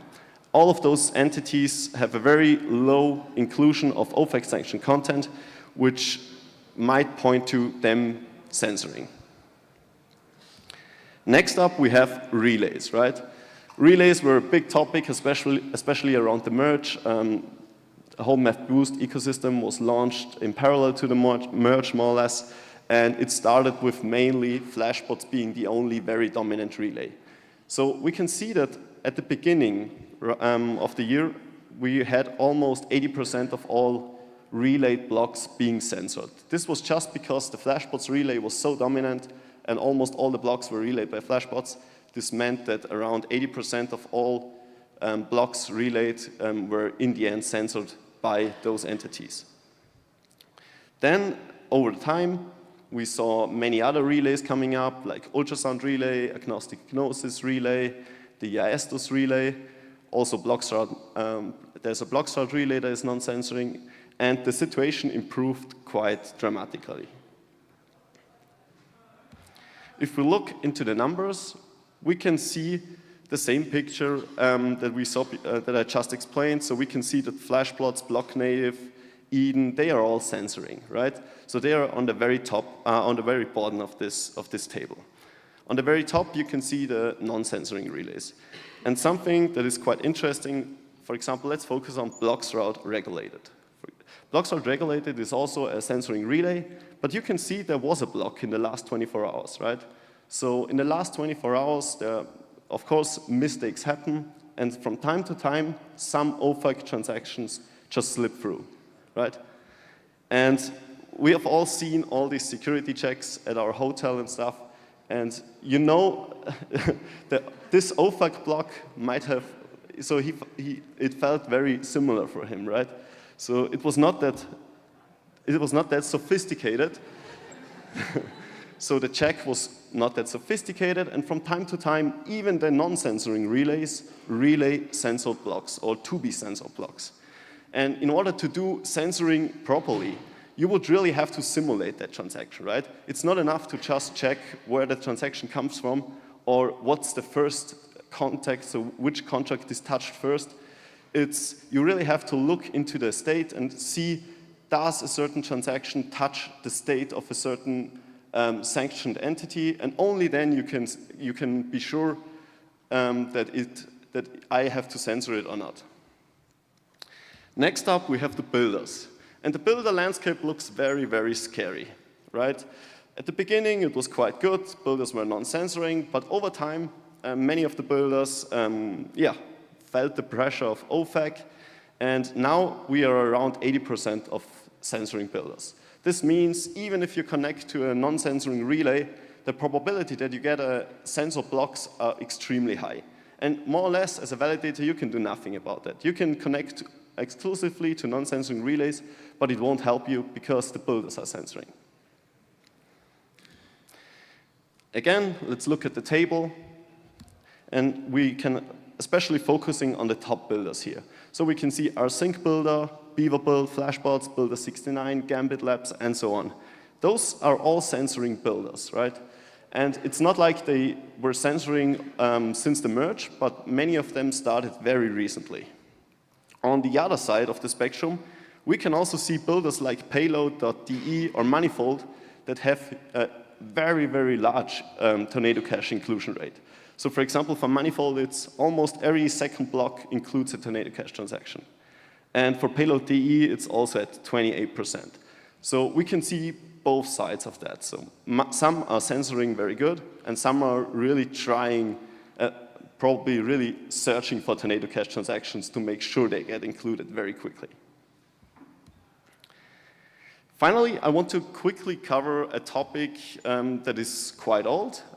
Maybe to ask the audience, who has ever heard of a feather fork? It's from Bitcoin, very old concept. Okay, one hand. Nice, then let me explain you what a feather fork is. Feather fork is it was first proposed in the Bitcoin Talk Forum by Andrew Miller in 2013. And what a feather fork is, it's like, how can I censor the whole network with having less than 50% of the hash rate? And how this works, it's actually quite simple. Let's assume we have two entities, right? We have Alice and Bob. And Alice doesn't like Bob, so she will not build on top of blocks that contain a transaction of Bob. Very simple. Importantly, Alice announces that publicly. So everyone knows that Alice, with her 20% hash rate, she will not build on any block that contains a transaction of Bob. This also means Alice will reorg blocks out if they contain a transaction of Bob. Next, we know, because Alice has a hash rate of 20%, right? We know that the probability of having two consecutive slots is around 4%, right? Because of Alice controls a hash rate of 20%, and 0.2 to the power of 2 is 0.04, so you arrive at the 4%. So now, as a miner, you might think, okay, if I propose a block that contains a transaction of Bob, then there is a 4% chance that Alice will reorg me out, because the 4%, so she can build two blocks and then has the longest chain. So for all miners, this creates an incentive to also censor Bob, just to make sure that they will not be reorged by the 20% hash rate of Alice. And what about feather forking on Ethereum, right? What happens if some big stakers announce that they want to reorg out every block that contains OFAC-sanctioned content? Currently, you need 5 entities to get up to over 50% of the total stake. So if you have Lido, Stakefish, Coinbase, Kraken, and Figment, for example, saying that they will reorg out blocks that contain OFAC-sanctioned content, we are already above 30% of the stake. And this would then mean, so we assume the strongest form of censorship, they will reorg it out and announce that publicly, and the result would be that economically rational validators would also have to censor just to make sure that they will not be reorged out. The cool thing is, if we compare Bitcoin to Ethereum in this situation, for Bitcoin, you can do that with below 50% of the total hash rate. For Ethereum, you need at least 51% in order to win the fork choice. Finally, this brings me to a very important topic, because we have not seen such a harsh form of censorship yet, right? So there were no entities, at least as of my knowledge, that were really trying to reorg out OFAC-sanctioned content from the chain. But if that would happen, we would still have social slashing, right? So if that would happen, we could still, in contrast to Bitcoin, counter that by social slashing those entities, taking their stake away if they try to attack the chain through censorship. And this is basically all I have. Here you can find some more dashboards and stuff, especially tornado.pix and censorship.pix, some open source data if you want to experiment and look into the math boost stuff yourself. And yeah, you can find my contacts, and I'm happy to answer any questions if there are any.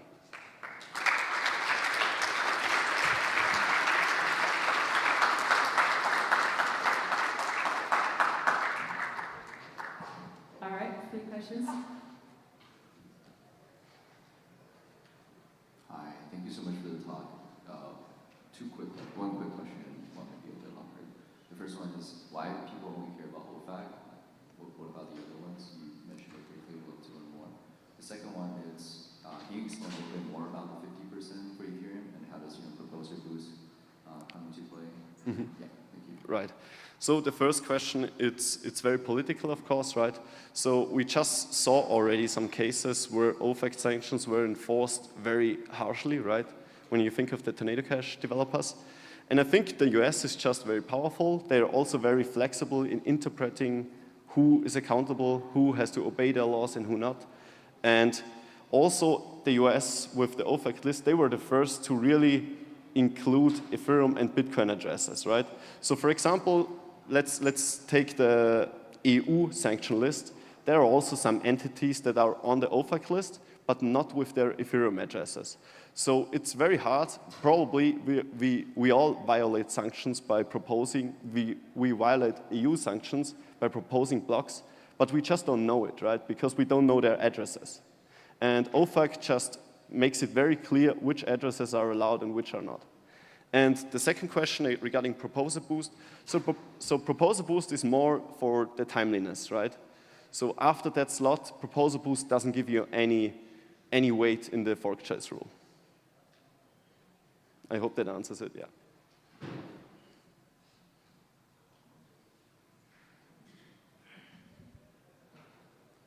Yeah, really good presentation. Also, 2 small questions. The first one, you mentioned about there are some relays, honest and censorship resilient, right?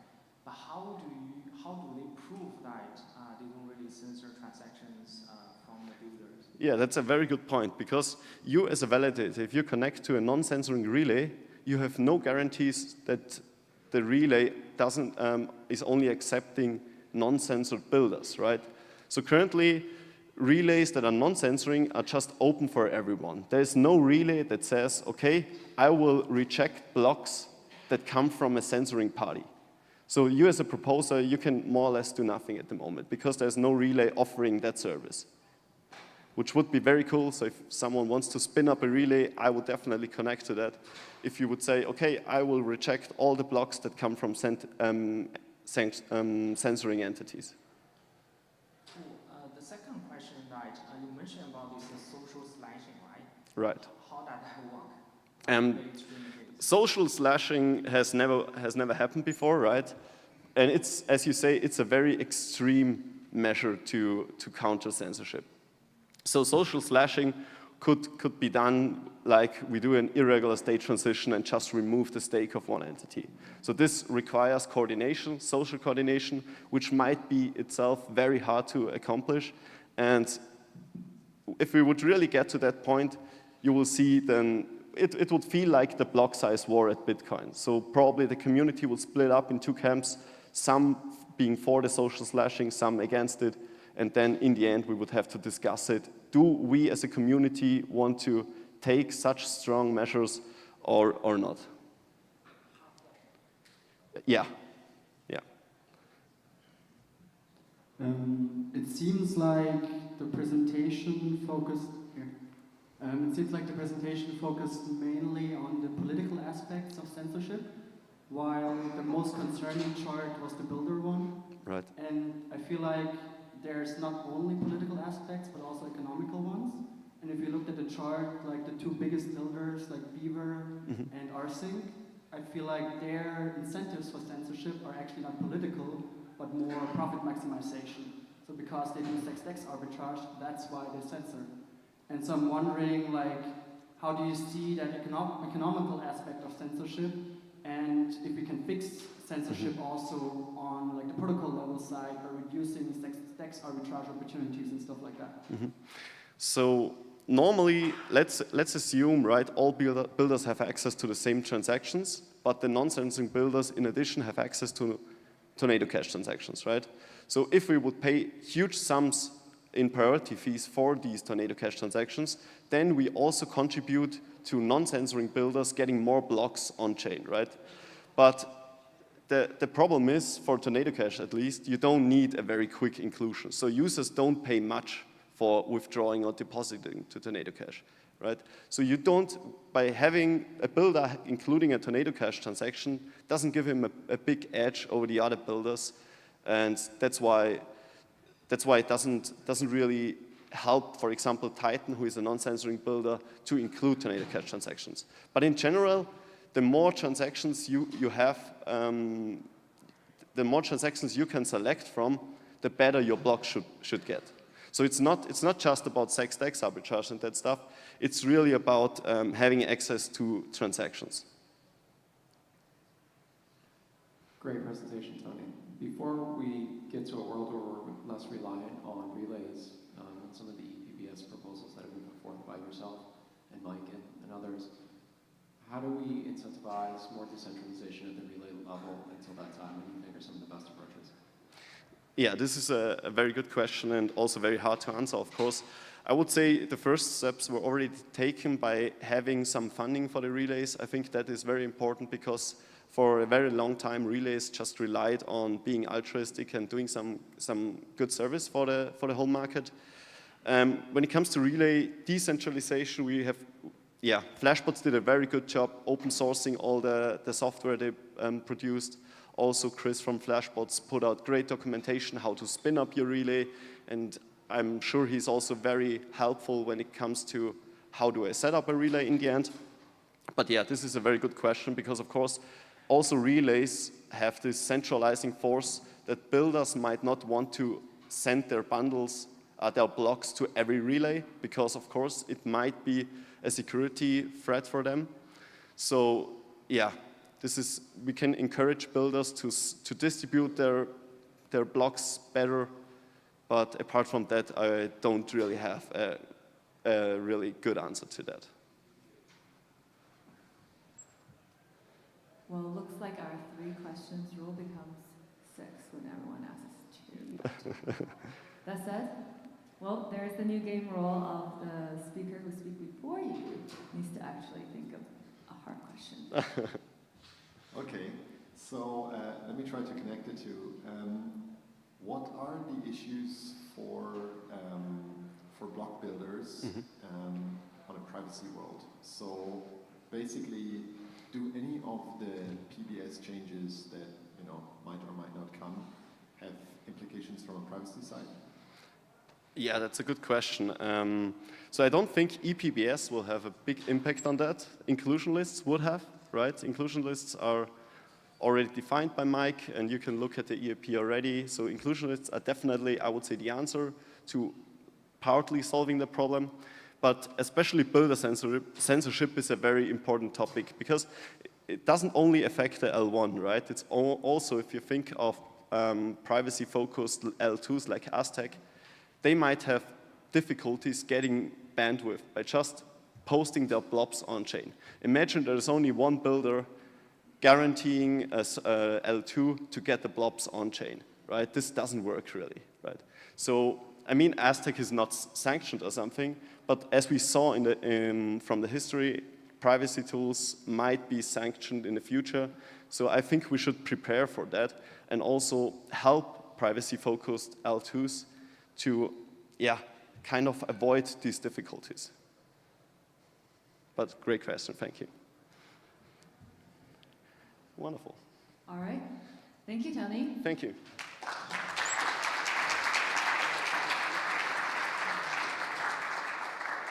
Up next, we will actually have a remote speaker zooming in. So whenever, there she is. Hi, Saj.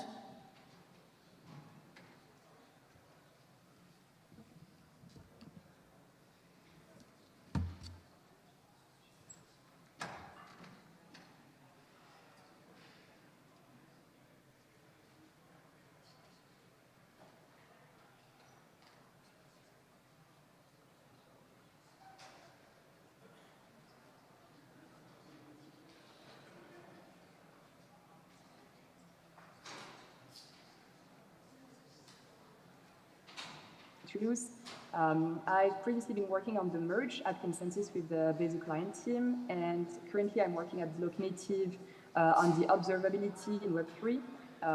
We've been working for at least 9 months on relay and block building operation until we suspended that, and now we're really focused on illuminating a bit more what's happening on the MEV supply chain. So I'm gonna dive into that in this talk. We'll be switching off cam and I'll see you after. Cool. So I was actually thinking of skipping a bit the first slides because I think Toni did a great job at covering the OFAC angle. Basically, my point here is when we talk about censorship, we often focus on OFAC compliancy. And for good reason. This was a big issue last year, especially since we had some centralization going on at the relay layer with one relay flashbots being the dominant one, and also at that point OFAC compliant, which meant that basically it was enforcing the compliancy at the whole Ethereum network level. I actually wrote an article about this a year ago, and so I was able to dig up some numbers. At that time, around 80% of the Ethereum network was served by MEVBoost, and 80% of all MEVBoost blocks came from Flashbot. Today, the situation is much better, much improved, as we can see on this chart. But also something that is interesting is that because we're able to identify this issue, monitor it, the community was able to take action. And we've seen the emergence of new relays, non-censoring relays, such as Ultrasamp is a great example of that, helping mitigate this censorship threats. We've also seen research happening in the space thanks to the data that was available, and actually seeing that the impact on the inclusion rate and delay of censored transaction was actually not as bad as we anticipated. So it added a bit more nuance on our understanding of on what censorship actually meant regarding OFAC for transaction inclusion. So skipping a bit on that part and moving forward to the block building landscape. I actually took this meme from Toni. He didn't use it in his previous presentation because this is a great way to illustrate the problem that we have now. The power has shifted from validator to builder. We often discuss about how much of a problem it could be that validator can enforce their preference over block content. But today in this PBS world that we have, it's really the builder who has all the power and is able to decide what is going to go on chain or not. So not only that, but successful builders are now mostly vertically integrated, aka searcher builders. high-frequency traders, if you will. So this position is going to allow them to profit from MEV at the transaction level, but also at the full block level by leveraging any MEV left behind at the end of the block. In fact, we could even argue that MEV, which consists of manipulating transaction ordering, is a form of censorship in itself. And so those integrated builders, they're very profitable, and because of that, they're more likely to keep dominating the market compared to neutral builders. So here we can see that about 82% of all Ethereum blocks are being built by these three builders. And I think that speaks also to some of the questions I heard at the end of Tony's talk. Two of which are, at least, vertically integrated searcher builders. Two of them are OFAC compliant. So the point of this is to show that when you have this level of centralization, censorship pressure can definitely come from within, and we should watch for it. It's not always about the regulatory environment. And this is where the pre-chain layer plays an important role, as it helps us reveal what actors are doing and if there is any kind of manipulation going on. It may be that actors of the supply chain have some incentive to ignore a transaction or delay it to get a better outcome for themselves. It's actually hard to say. Currently, there is no way to enforce good behavior, and the social recourse is limited by the lack of observability and the complexity of the strategies that are being implemented. Basically, if someone is censoring, either intentionally or accidentally, what can you do about it, especially if you're not even aware of it? So this brings me to the point of the need of observability on Ethereum. And just one thing worth noting, when I say MEV supply chain, it's almost equivalent, at least in my mind, to saying Ethereum at this point, because around 93% of all blocks are Memphis block at that point. So looking at a very interesting phenomenon, the rise of private transaction on Ethereum.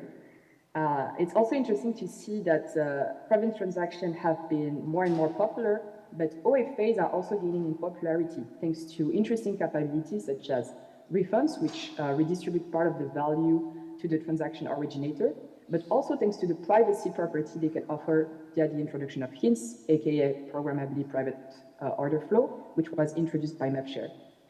But some of the OFA or private RPC endpoints users are not getting the financial value they should receive, for example, when they use the refund parameters. They're not seeing their intents being respected. For example, when I transact, I expect my transaction to be settled as fast as possible, or I can also expect that I'll get the best outcome I can possibly get. Some guarantees that are stated in writings are not always respected, and sometimes important information can be left out from public documentation. And so the question is, who is watching out for these things? And if no one, should we accept the status quo? So looking at the OFA supply chain, which is a variation of the traditional MEV supply chain, the difference we can see here is that the transaction gets to the OFA nodes to be auctioned off to searchers instead of landing directly in the block builder private mempool. And in pink here, you can see the actors that you have to trust today and where we should get much more observability on, especially the OFA block builder interaction, which are probably the ones where we know and are able to observe the least. If you don't have observability, then you need trust, and that's something we should not accept from a system design perspective. To give a practical example of why this matters, I'm going to give you an overview of a case study that my colleague Blair Marshall worked on this week. He was actually able to present some results at this event during DevConnect. So just to give you a bit of context on how we came about this. We have a transaction boost, an aggregator that is helping users to send their transaction privately to several RPC endpoints by only having to configure one. The goal originally was to provide an increased customization, but also observability through a status API.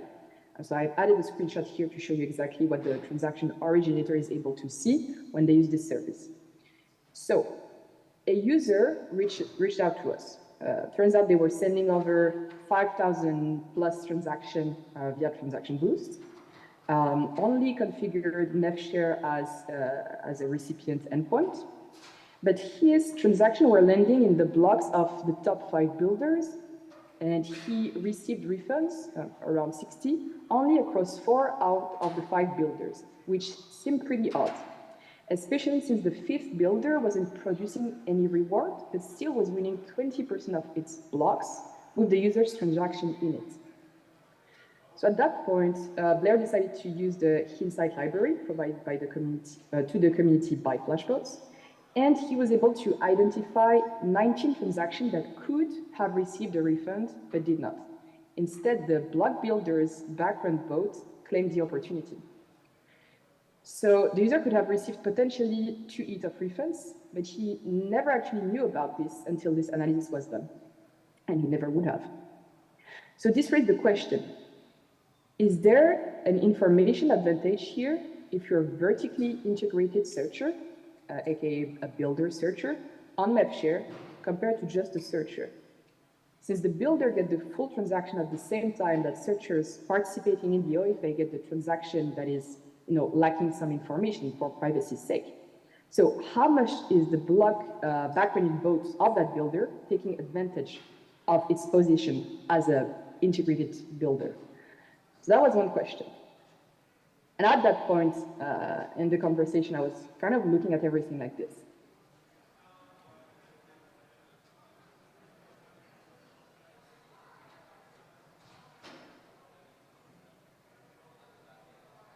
But then the plot thickens. Our immediate next thought was, is this censorship? Whether accidental or intentional on the builder side? Well, we can't answer this.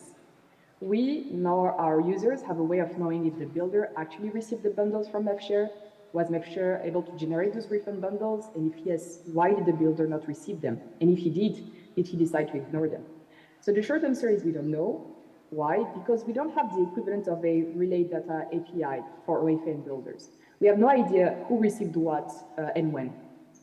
At least we are able here to provide some clarity to the user and discuss it with all parties involved, which hopefully is a first step in the right direction. If you want to read more about this case study and the methodology behind it, you can check the thread from Blair, and we're going to post a blog post shortly with more details in it. Actually, it's also going to contain some other findings that we were able to uncover this week with other types of interesting behavior. But this just goes to show how much there is to observe, to analyze, and to seek about in order to improve the ecosystem. We really need more people to look into this. So I think by that point, we all agree that we need more observability on the NAD supply chain, but how? If you care about privacy and maintaining the trust of your users who sent you their transaction or their bundles, you quickly see that it's not a straightforward problem to solve. On the other hand, allowing users to get wrecked for their own protection doesn't make much sense either. So another factor here is the complexity. Observing mempool is hard because they're fragmented, globally distributed, and constantly changing. So compiling accurate and complete data and making sense of what sophisticated actors are doing is really hard. We know that on-chain and pre-chain data allows us to track vertical integration, spot interesting behavior. It's not just about what happened on the blockchain, it's also why. And the less observability we have, the more we rely on trust and struggle to identify suspicious behavior going on, whether accidental or intentional. If we don't fix the observability issue, we are less likely to build a market that people will want to transact in, which is a net loss for the whole community. It is also important that while we're building these games, we do not lose track of the original mission, which is to create something better, more transparent, and more inclusive than TradFi. The reality is that today, some people are able to leverage programmatically information they receive to extract value before others even have the chance to look at it, if ever. We can't rely on trust, we need safeguards and monitoring. The need for more observability couldn't be more clear. So at Blocknative, we decided to take a holistic approach to try and solve this issue, and we built an observability platform that we, for now, call the Transaction Explorer. It gives you the power to visualize the mempool in real time, and is going to be fully open source and open to contribution from the community very soon.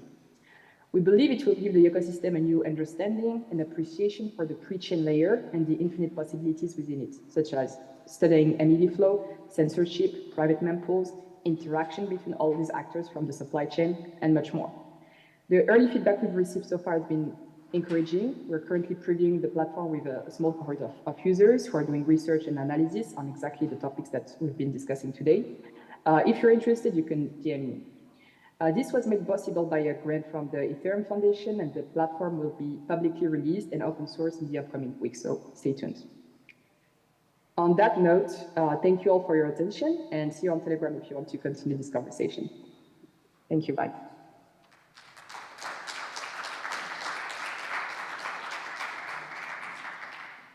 Is Sajida still on, or she's already hopped?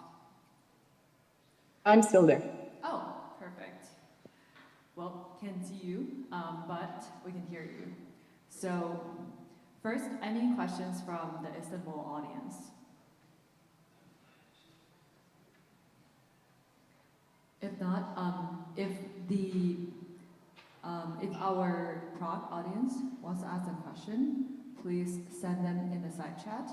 But first, we'll ask, complete the game. We'll ask Toni to ask Sajida a good question.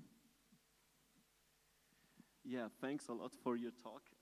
My question would be, what do you think, which role does private order flow play when it comes to censoring? And especially as a user, how can I route my transactions, or to whom should I route my transaction to make sure that I don't contribute to censorship? Excellent question. I would say the role it plays is that it's recreating some silos. Like we had this public mempool which was open and people could see what was happening there. Now with the rise of private mempools, we're seeing a black box effect. And when you have black boxes, people are able to have all types of behavior that they want. And it's very hard to observe them because you don't have access. And so this is a great field for censorship behaviors to emerge, whether they are informed by regulatory pressures or profit-seeking incentives. In terms of what users could do to mitigate that, I think it is to actually send to several, if not all, RPC endpoints, as long as it fits the guarantees that you are looking for. Because if you are sharing the flow more broadly, you are reducing the ability of one actor to have informational advantage over others and to sort of take liberties on your transaction in a way that would not conform to your intents. So yeah, that would be my advice. All right. I think Prague, you're up next. So Tim.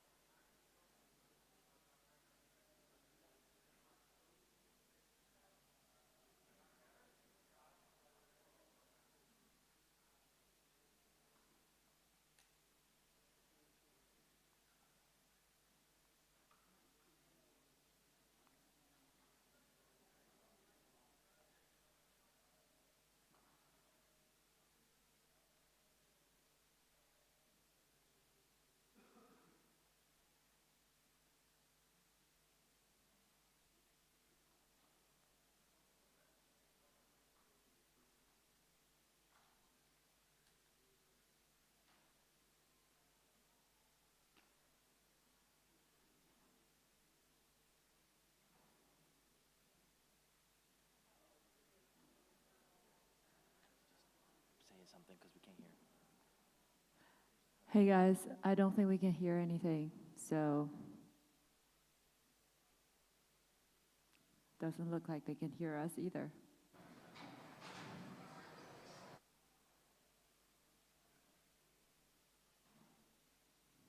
Nope.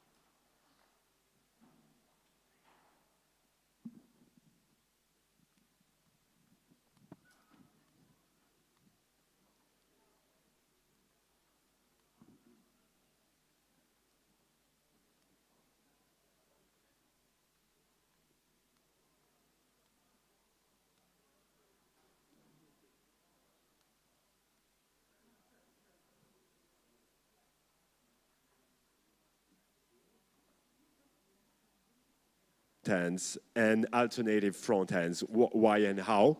And just as, let's say, why the title now has been shortened to just alternative front ends, it is because we believe in Istanbul, okay. So I'm waiting for okay, I keep saying random things exactly as Tim suggests until we get the sound in Istanbul as well. Just ping me so when you can hear us from Istanbul. So meanwhile, I can just tell you how that Prague is a lovely city. So no, I'm just joking.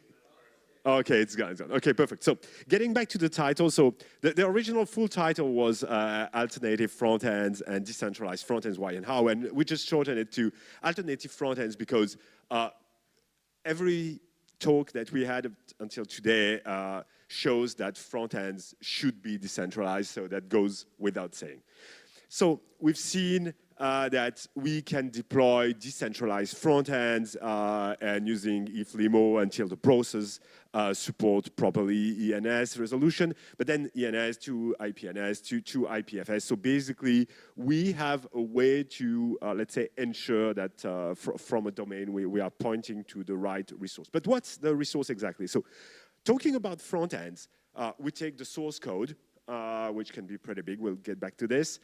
We generate build artifacts, and then we store these artifacts on IPFS.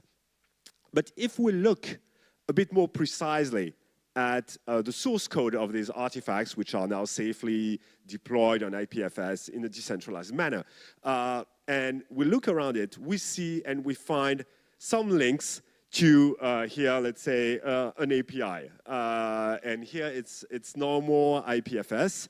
And if we look, use some tools like BuiltWith or others, we see that this is pointing to an EC2 instance, which basically that does not fill the build enough. So when you're a project, you're writing your smart contracts, you deploy them on chain that can be properly decentralized, of course, and there's many talks on the L1 that just finished now.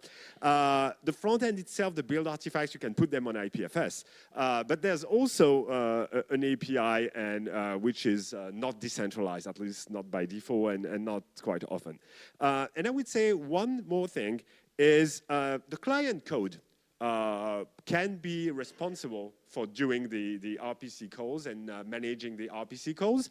And even Vitalik mentioned it, that the nodes themselves, the decentralization should be well thought. And that includes the way these connections are written in the clients themselves. So decentralized versus alternative. Why alternative go as well beyond decentralized? Project can be maybe forced to shut down. Front-end operators might have legal risks, and teams can lose interest as well, abandon the code base. So we see, for instance, the market going from bull market to bear market, and some projects disappear. But the smart contracts, they're still on, basically. Users, if it's a DeFi project, can still have liquidity that they can freely withdraw using the contracts. But if there's no more front end, for many users, it will be harder to do. So that's why the importance of having alternative front ends matters for everybody, and especially for the users. And the main question then is, how can we trust these alternative front ends? And how can we trust, even beyond the built artifacts, the API? Knowing that, for a reason of client diversity, which will definitely help us resist censorship, we probably need not a redeployment of the original front-end repos. So the key issue is trust.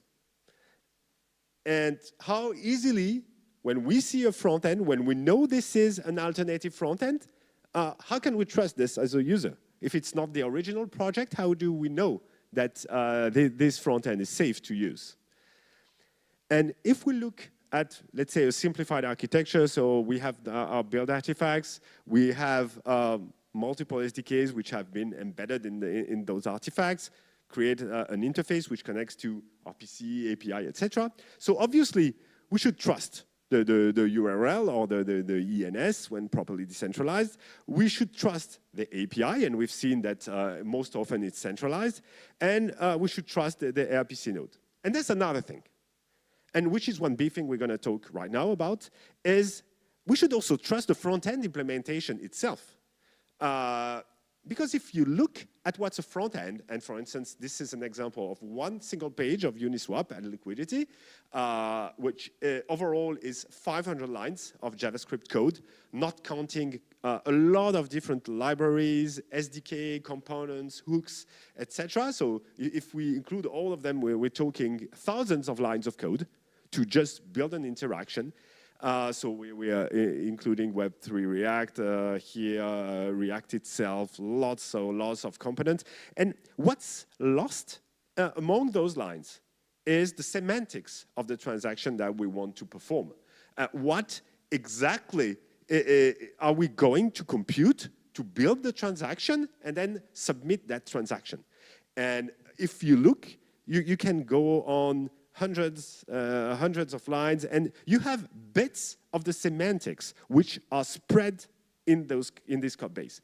Some in the page of the method itself, some in some components or hooks, and put together you see tiny bits of computation, a bit of slippage here, a bit of determining whether it's native ETH or an ERC20 token, how do we then call the estimation, etc., etc. So the front-end code is very complex, and it has a lot of dependencies. And because of that, one of the main problems, if we want to have alternative front ends and if we want to gain trust in those alternative front ends, is it's hard to verify and it's hard to maintain as well. This code base evolves permanently, and each update basically should trigger a whole new audit or a new look at. And if you multiply this by the number of projects, you have hundreds of projects, thousands of projects on chain. If you want to make sure that each of the front end that you use is safe, there's a lot of work. We thought at OK Contract about one solution that involves building a common implementation for front ends. Right now, project A has its built artifact monolith, project B, 2 and 3 as well. And the bits of semantics are highlighted in color. They are here among a lot of boilerplate or generic code. What we should do instead is maybe build a unique engine which works for any kind of transactions, and having much shorter specifications and descriptions of the transactions that we want to perform, and that will simplify considerably the way that we need to, the time we need to spend basically to look at them to make sure that we can trust them. And as well, we can also have a generic layer for UI generation. And that layer will help mostly for security. So we are reducing a bit of freedom on how we can design things exactly as designers want. But since it's automated, there's less code as well to edit. So what's this? It's trust. And the second thing is minimalism. And the way to minimally describe what transaction, what interaction we want to do is to specify it properly.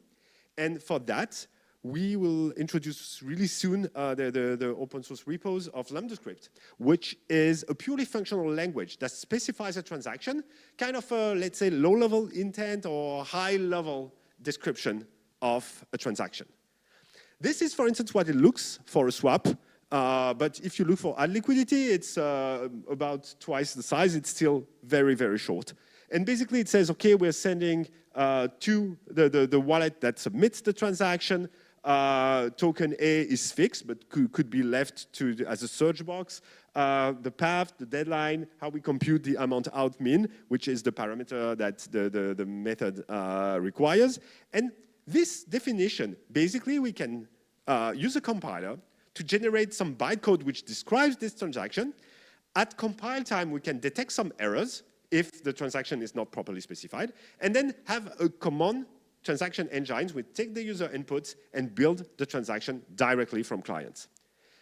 Because of the separation of the specification and the runtime, basically it's a much smaller amount of code for each project and each interaction.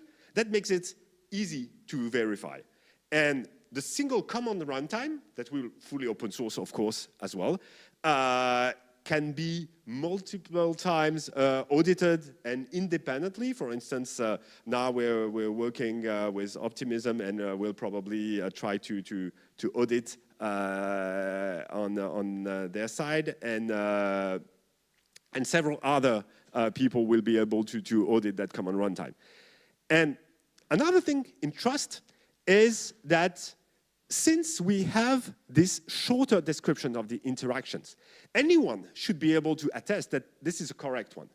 And for many people, in fact, that the community cares about, like the project itself, maybe us, maybe chains, or trusted members or in the community, or the Ethereum Foundation, who knows, can create attestations that, okay, this interactions to add liquidity on that project is valid, the computation is valid. So basically, we can attest that this is correct. And these signatures should be stored on-chain, so that is completely separate from the rest of the API nodes which provide the definition.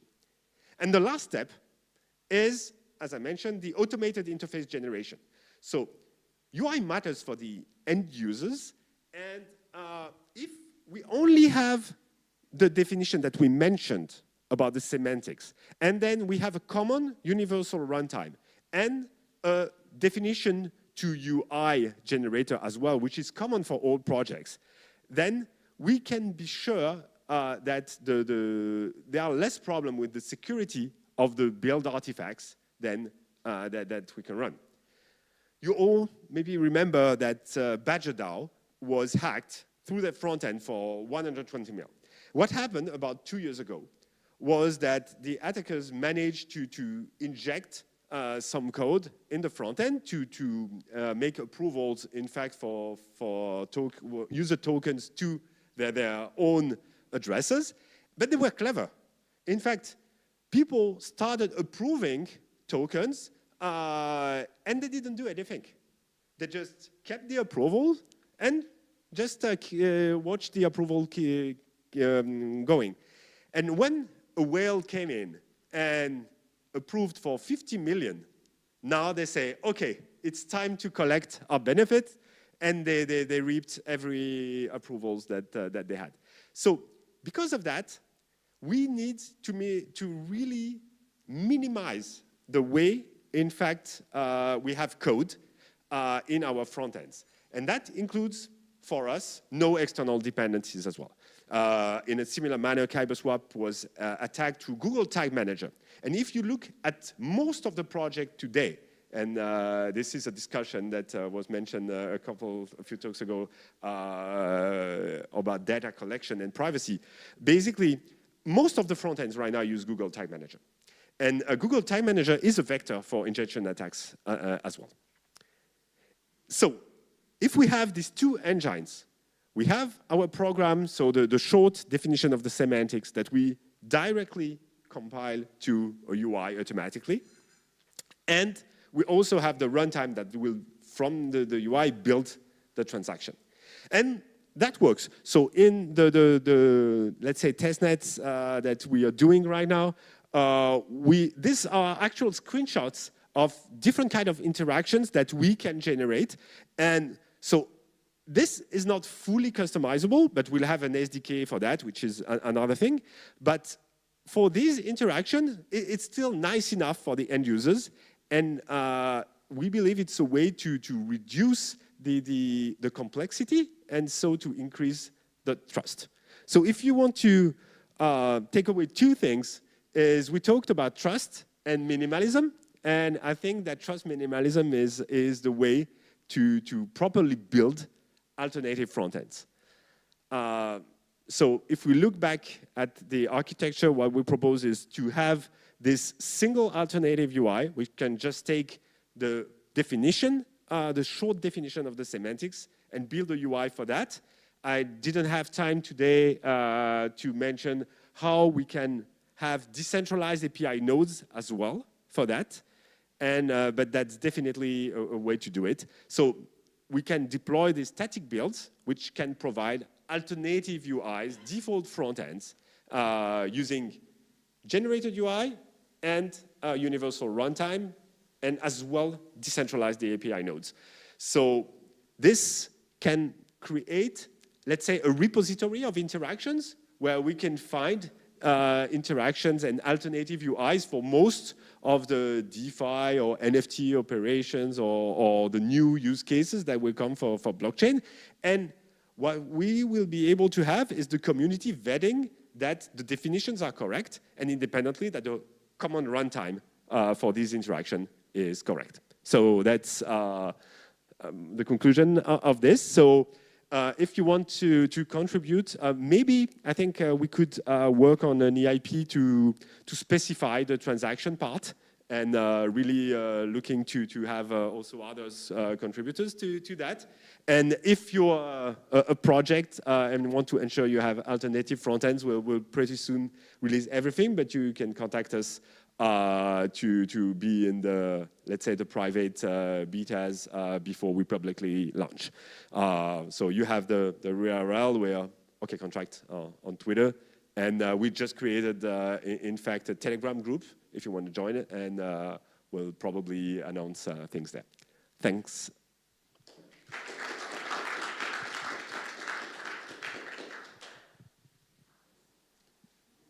Do you have any questions?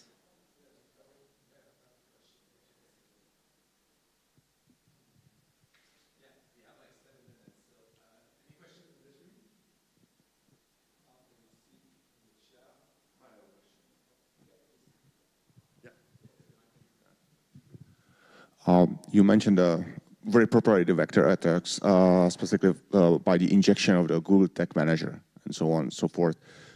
We were having here the Web3 privacy also the meetup before the events over here, and one of the aspects which are there referring to the DeFi projects is that quite many of them, I don't know, due to the VC's requirements or something, they are using the Google Tag Manager and all these things to identify the user adoption and so on. This is a tremendous issue, and I don't know in which extent it is being solved by the formal specification of the transaction, when actually quite often this vector is misused by replacing the to address, which is then combined with the secondary attack, vector attack of having the phishing smart contract, which seems similar but behaves differently. So is this the formal specification which would be attested and so on? Is this also addressing this issue that we are interacting with a different contract, or that we might have the replaced only like the beneficiary address? So good question. So basically, I sum it up as how can we trust that we are interacting with the right contracts? So basically, when we specify the program, so the definition of the semantics, that includes the contract. So when I mentioned that the community can be involved, like the project itself, signing that and attesting that, this is a genuine interaction, that not only includes the values computed and submitted, but also the addresses that we're interacting with. So if someone creates a fake token, that will show up in the short definition, which anybody can review, and most probably nobody that is trustable will vet for this kind of fake interactions. Yeah, another question? Just a second part of the question was if there was the attack directing towards the beneficiary address. So not only towards the smart contract replacement, but just replacing the beneficiary. Yeah. So okay, the beneficiary address, then it's a user input, and if you see in the definition, let me come back here. Okay. So here we see that the beneficiary is ourselves. And what we can do is, so for now, we have an additional field, in fact, in the specification, which are some security rules that say that this to value is sensible, and that, for instance, it should be either the wallet submitting the transaction or somehow an address which is whitelisted for that user.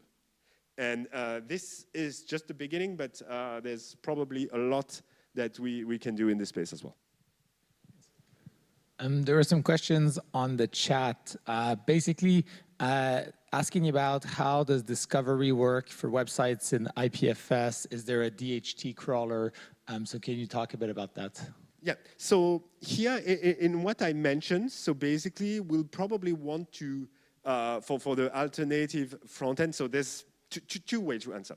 First, we'll have just one main deployment of the engine, which takes a parameter, and the parameter being the identifier of the transaction specification.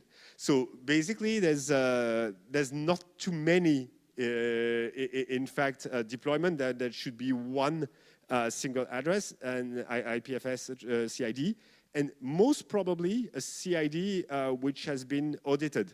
And if we have a development version, basically, that's another deployment.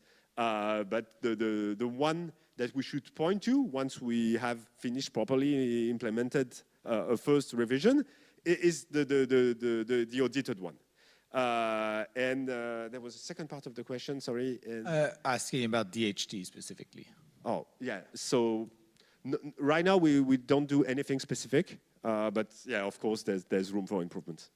Cool, thanks. Thanks.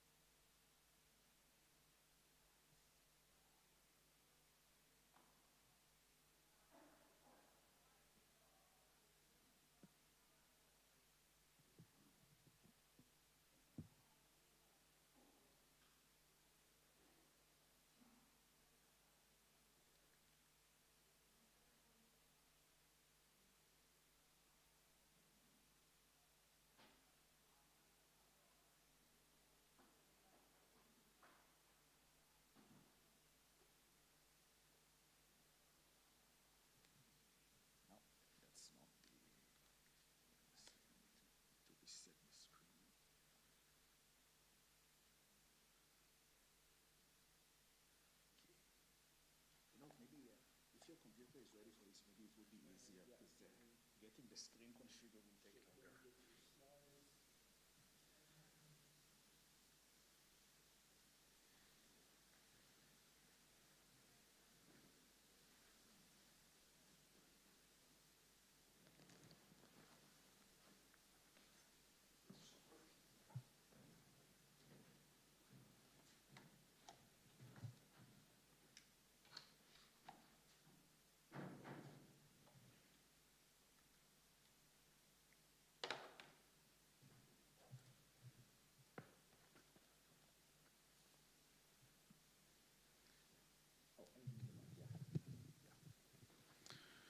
Right. Can you hear me? Yeah. All right. So today I'm going to talk about account abstraction, but not as usual about use cases, but to focus on censorship resistance and why it is harder with account abstraction. So in order to understand this, we need to think what is an account, and one way to look at an account is the entity that can operate on chain directly without any intermediaries. An EOA satisfies this requirement. With an EOA, an externally owned account, you can sign the transaction, you send it to a mempool, and it gets included. A smart contract wallet, unfortunately, doesn't satisfy this requirement, and you cannot use it directly on chain. You need the help of another account, of an EOA, in order to operate it. And this creates a big UX problem, because we are not going to be able to bring the next billion users that we like to talk about if we need them to keep two funded accounts, one for gas, one for everything else, and to sign each transaction twice, once for the gas payment and once for the actual transaction. So what can we do? So the common approach until ERC 4337 was to use a centralized relayer. And chances are that if you are using a non-4337 smart account, that you are using such a centralized relay. The way these relays work is by sending what's called a meta transaction. Basically, the user signs a transaction that cannot be used on chain directly. It sends a transaction to a relay. The relay signs the transaction with an EOA that is funded. It's owned by the relay operator. Puts it on chain.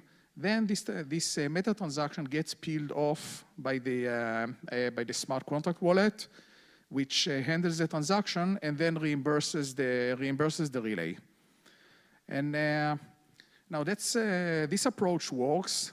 But clearly, it's not great for censorship resistance, because it works as long as it works. But what happens if, for example, the company that runs the relay goes bust? So they stop paying their Amazon bill, and suddenly you're trying to transact with your account, and it doesn't go through. So there may be a liveness issue, or maybe the server gets attacked. Someone attempts to do a denial of service against the server at the worst possible time for you, and that's exactly when it's going to happen because it's not random.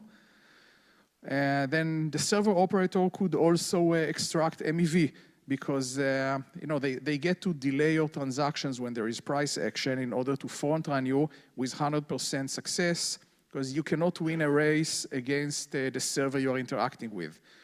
So there's this issue. And of course, the plain old simple censorship, because the server is operated by a human, and humans can be coerced. So someone might get the server to censor you at the worst possible time. Or there's just the privacy issue, where the server keeps logs, so it knows your IP address, which is associated with your real identity, and it sees your transactions, and you don't know who they're sharing it with. So we need a better approach. Now, the naive solution would be, let's have many servers. Let's say run multiple servers, but that's not really decentralized, because if these servers are operated by the same entity, then they are going to censor you together, they are going to go down together. So the next logical step would be, let's make it a decentralized and incentivized network, which is what we did a few years ago with the GSN, the gas station network. So there's a network of relays that get paid to do the work. It's permissionless, anyone can join, and you can use it to send meta transactions. However, there's a catch when using this to manage a smart account. What if the account behaves inconsistently? Maybe, I mean, it's not deterministic. So when the server, when the relay sees the transaction, it looks like it's going to reimburse it and to pay it. But when you put it on chain, it actually doesn't. It detects that it is now running on chain, and it doesn't pay. So the relay can lose money, and we need to mitigate this. We need to mitigate this risk. So there are several mitigations that may seem possible, but each of them actually hurts censorship resistance. For example, we could have we could keep a whitelist of known account implementations. So the server only agrees to serve these accounts that it knows are not going to grief it. But then who gets to decide which account implementations are legitimate and which ones should not be served? So that's not a great approach. Another one is to whitelist users. Let's have the users open a username with a CAPTCHA or something, open a username on the server, and if a user misbehaves and doesn't pay even just once, you stop serving that user. So that works, but it's a permission system, and if you can block a user for not paying, then you can also block the user for other reasons. So we are back to the censorship problem. Or you could just try to keep a reputation for accounts. Don't require users, but if an account doesn't pay, then you stop serving it. That approach doesn't work because of lack of Sybil resistance. Anyone can spin up any number of accounts and keep griefing the server until it's out of funds.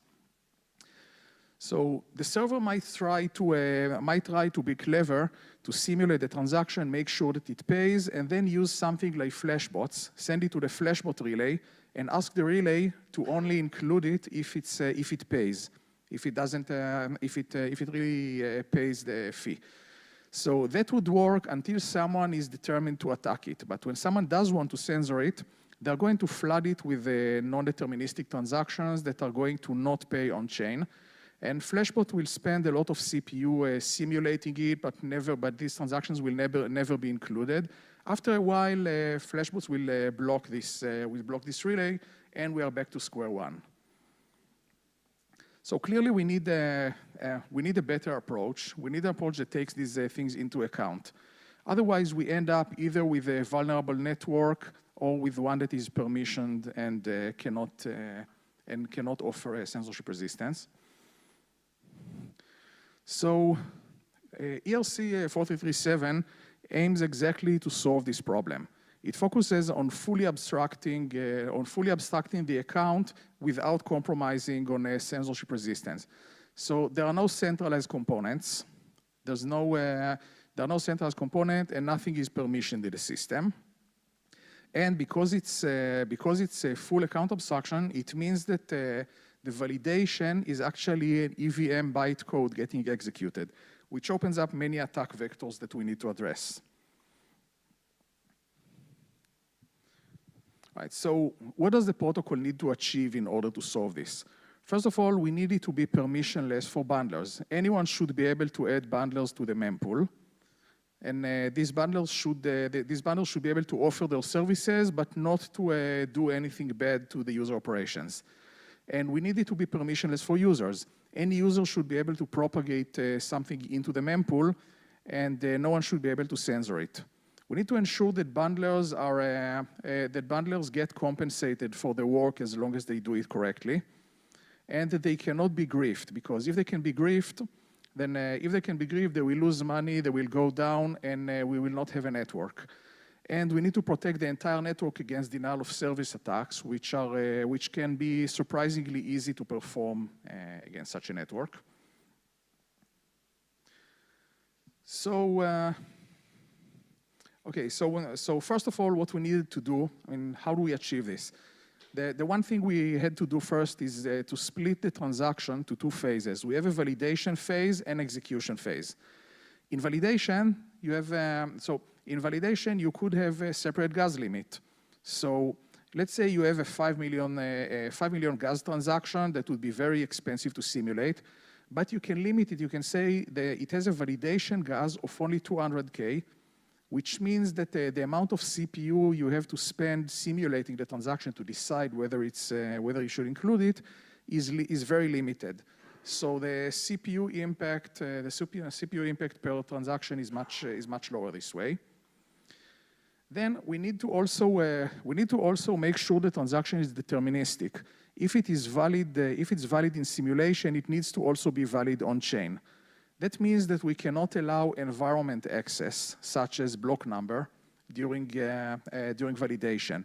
You can use any opcode you like during execution, but certain opcodes should not be used during validation, and you really don't need them. I mean, you don't need to look at a block number to validate your signature. So otherwise, you could have a transaction that you could have an account that is, for example, valid during even blocks and invalid during odd blocks. So now someone could propagate a transaction to the mempool that is currently valid because the last block was an even one. But then when someone tries to include it on chain in the next block, which is odd, it's going to revert.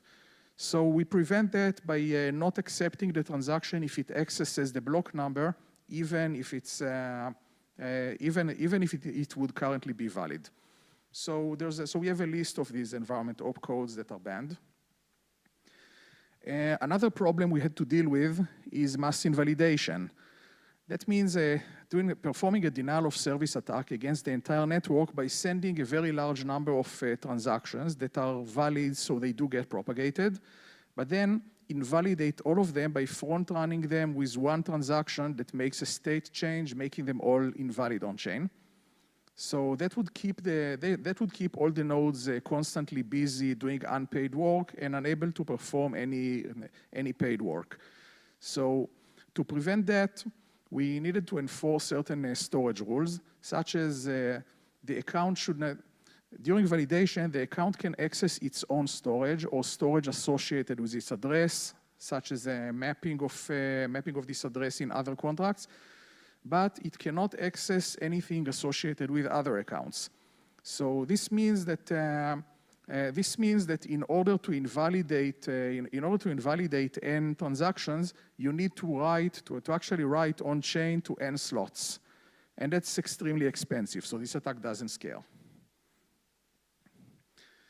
Then we also need to make sure that if a transaction is valid alone, it is also valid on chain together with other transactions in the same bundle, because otherwise someone could produce a transaction that invalidates another transaction. Now we already established in the previous rule that validations cannot, during validation, transactions cannot access the storage associated with another account.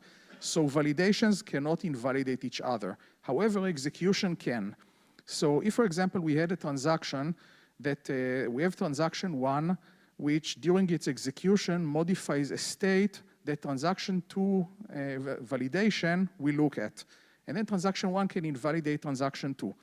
So this would make it very hard to build a valid block or to build a valid bundle. To prevent that, we perform all the validations before any execution. So the validations cannot invalidate each other, and by the time any execution runs, everyone, all the accounts already agreed to pay for the gas. So now if they're going to mess with each other, they could revert each other's transaction, but still they pay the gas. So the network is safe against this denial of service. Now, there are some global entities in the system, such as paymasters. A global entity means that the entity could be used in the context of multiple accounts at the same time. For example, a paymaster sponsoring the transactions of multiple accounts during the same bundle.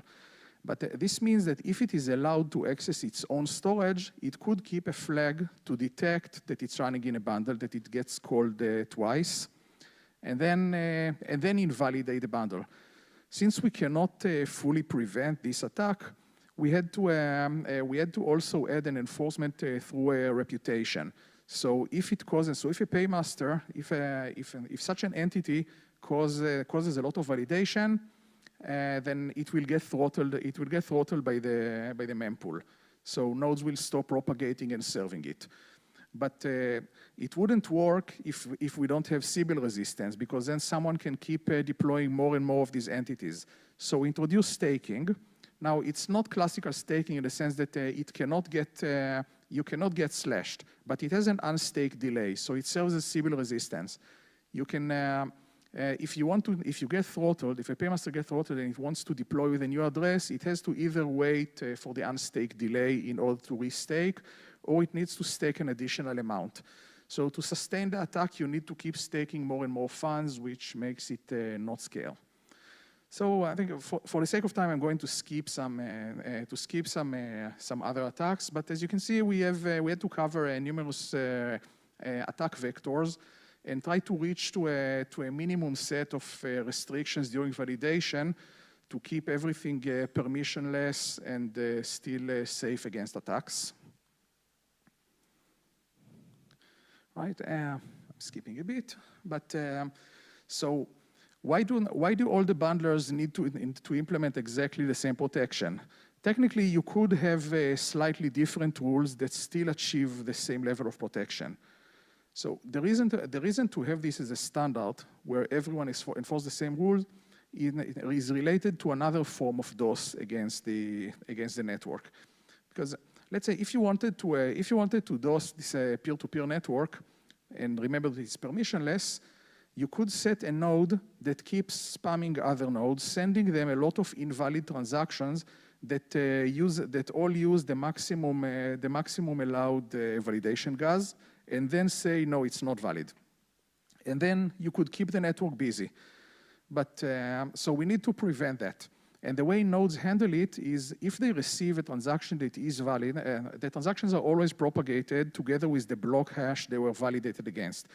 And if as a node you receive a transaction, you see that it's invalid when simulated against the same state, the same block hash, it means that someone is trying to DOS you because there is no legitimate reason for it not to be valid. So in that case, you treat it as a spammer and you block it. Now, what happens if we have slightly different implementations of the rules in different bundlers? What would happen is someone would propagate a transaction that is valid for some but invalid for others. So they would treat each other as spammers, disconnect from each other, and we end up with a lot of small fragmented mempools instead of one big mempool. Is that a problem? So it is, especially if you think about censorship resistance, because each such mempool is small. It has less nodes. So the less nodes you have in the mempool, the easier it is to censor you. It becomes much more centralized. We also lose the robustness of the multi-client approach, because the ERC 4337 took the same approach as Ethereum, where we have multiple clients. We have multiple bundler implementations with different programming languages, so it's unlikely that the same bug will exist everywhere. But if each implementation has its own rules, then we are going to end up with a mempool per implementation. So now a single software bug could take down an entire mempool and the users will not be able to propagate it. And we also lose economic security because now each mempool only has a small subset of all the available transactions.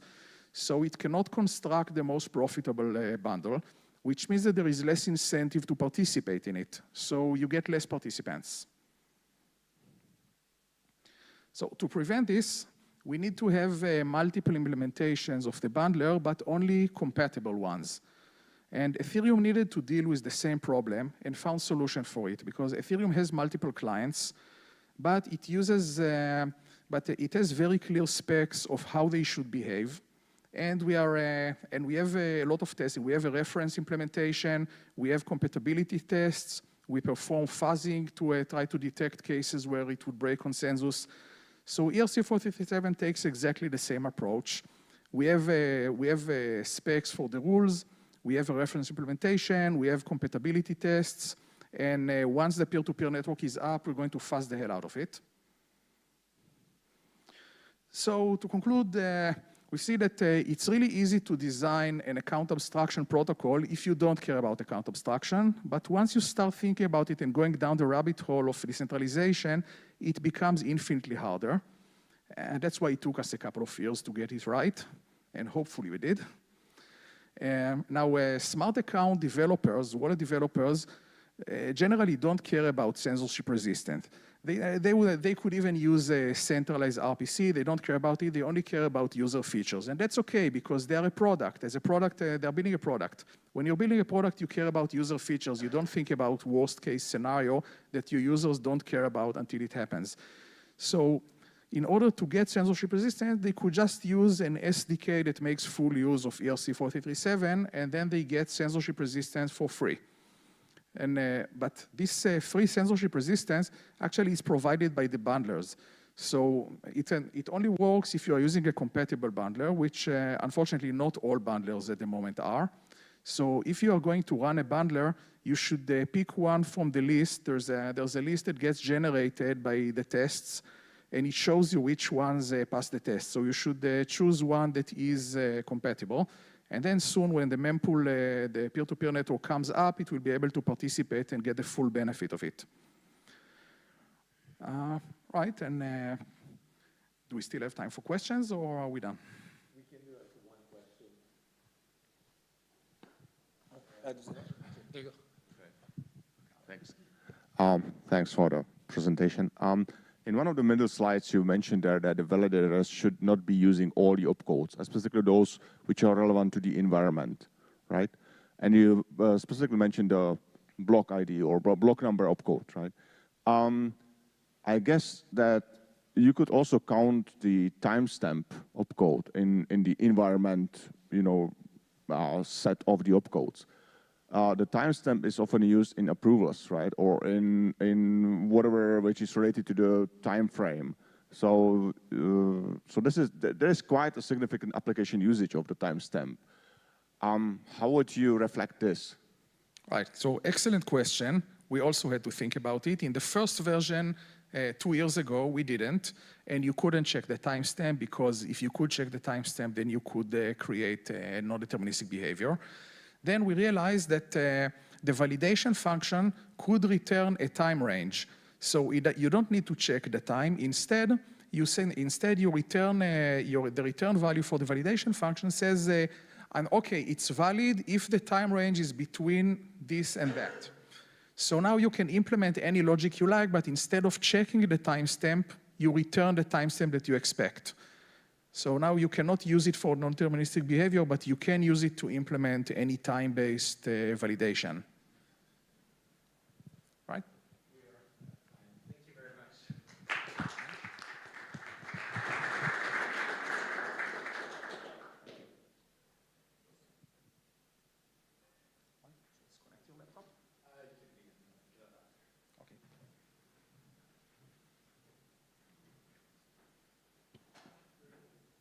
All right, I guess we're back to Istanbul. Next, we have the last of our chapter 2 speaker, Garrett, talking about alternate data transport layers. Yeah, thanks, Tina. Hello, everybody. Yeah, and thanks also to Tim and everyone else who made it happen. Such a great conference today. Yeah, in general, alternate data transport layers have been an interest of mine for many years now, because whether it's interfacing with Ethereum or other networks, most people don't consider the actual lower level than Ethereum of the stack, which first is the internet, and then even lower than that. But whether you're interfacing with the internet or just Ethereum, the RPCs can censor you, ISPs can censor you. And looking at these layers of the stack is really interesting, especially if you care about censorship resistance. So, looking at below the level of Ethereum as L0, you can go at L-1 internet. The internet in general is very decentralized from a physical infrastructure perspective, super resilient to naturally caused outages and so on. But ISPs have a knack for being government regulated and can censor anybody at will like that. So it's mostly a problem of deliberate censorship rather than natural outages. So from one perspective, it is sufficiently decentralized, but not so much on where it actually counts and like the access to it. So if you look at the energy of the universe, that's sufficiently decentralized. You don't have to look about that. Electricity infrastructure is pretty good as well. You can deploy that yourself, and you don't have to worry about that. So the internet is really where it starts to matter. And I encourage everyone to look at the whatever we're building from the entire opening up to that entire perspective. Internet is not decentralized enough. The censorship risk is just conditionally high, just because it depends on your location, the government that's imposing the regulations on you, and so on. It's also, like somebody said earlier as well, it's an economic wall as well. In many developing countries, there's these kind of packages where you can buy only access to just WhatsApp, for example, for a fixed fee per month, and then that is your entire internet reality. So you can't even get access to the whole internet if you just don't have enough money for it in general. So, thinking about how we can solve these problems and give people anywhere in the world access, especially in places where the ISPs are super prohibitively expensive, or in general just restricting certain kinds of transactions and information flow, is a complicated problem. So yeah, one potential solution to that is what we'll talk about. And but first, why? I think this is pretty obvious to everybody who's here. We want to make sure everybody has equal access to communications and can evolve as a part of a collective humanity together. And it's just going to happen way better if everybody has this freedom of communication. So basically, what I've been doing some research on over the past few years is radio. And you can use these radio waves to, people communicate all the time just as hobby as well as military, and there's so many use cases for really long range radio, but it's very low bandwidth. So what you can expect out of systems is very 10 kilobits per second or something like that. And yeah, but that's plenty if you're just sending transaction data. So if you want to make sure that you have a little piece of information, like I want to send a friend of mine some Bitcoins or Ethereum or whatever your favorite cryptocurrency is, you can just do that over radio waves. So the basic steps listed here, which we'll go over. It only requires really one non-internet connected actor to transmit a message out, and it to be received by one actor who is connected to the internet. And then can pass that message along to whatever memory pool there is. So yeah, first there's tons of software out there that you can use to encode data into audio, which then is super compatible with all the existing infrastructure that we have to broadcast radio signals. Most radio is in the form of audio, but this converts it into a digital format. So yeah, there's tons of encoding algorithms, tons of open source software. This is a really good one called FLDigi that has built-in error correction and tolerates a significant amount of loss depending on the encoding algorithm that you use. And then you can just broadcast that. There's there's a lot of people that are known to be very Bitcoiner prepper types that really are into building out self-sufficient infrastructure and have camps in the woods with broadcasting stations and stuff like this. And there's one example from 2019 where people transmitted a Bitcoin transaction across all of the United States completely just peer-to-peer directly wirelessly without going through any intermediaries that could possibly censor it. It's pretty incredible that really long range can be achieved with very low power. There's so with devices that you can build relatively easily, you can transmit across the entire world. You can bounce signals off of the moon and back. There's a repeater on the International Space Station. There's tons of ways to get messages out, even if you're living in a very, very difficult situation. So then, all you have to do is use some relatively inexpensive hardware. Like this radio costs less than $50. to receive the signal. You can attach a hefty antenna to that, which you can build out of basic materials that you can find at any hardware store. And yeah, you just connect that back down to a similar software package to decode the encoded audio stream to get the transaction data out of that. Then yeah, all you have to do is to decode that, and the visual representations of the audio basically is just like little blips on different parts of the frequency bandwidth that you're actually using. And it's really, really fun to look at these signals, to start sending these back and forth to friends and just to see how it works.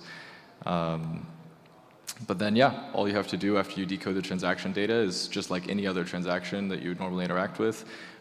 You just send it to the mempool, and it gets in the queue with all the others, just like it originated from somewhere else on the internet. So what you're effectively doing is building a proxy for people who don't have access to whatever part of the internet they actually need, or the internet in general, to submit these transactions. So yeah, the biggest issues around this are coordinating which frequency and which encoding algorithm do we want to use. So creating a standard for that could be something that's really interesting.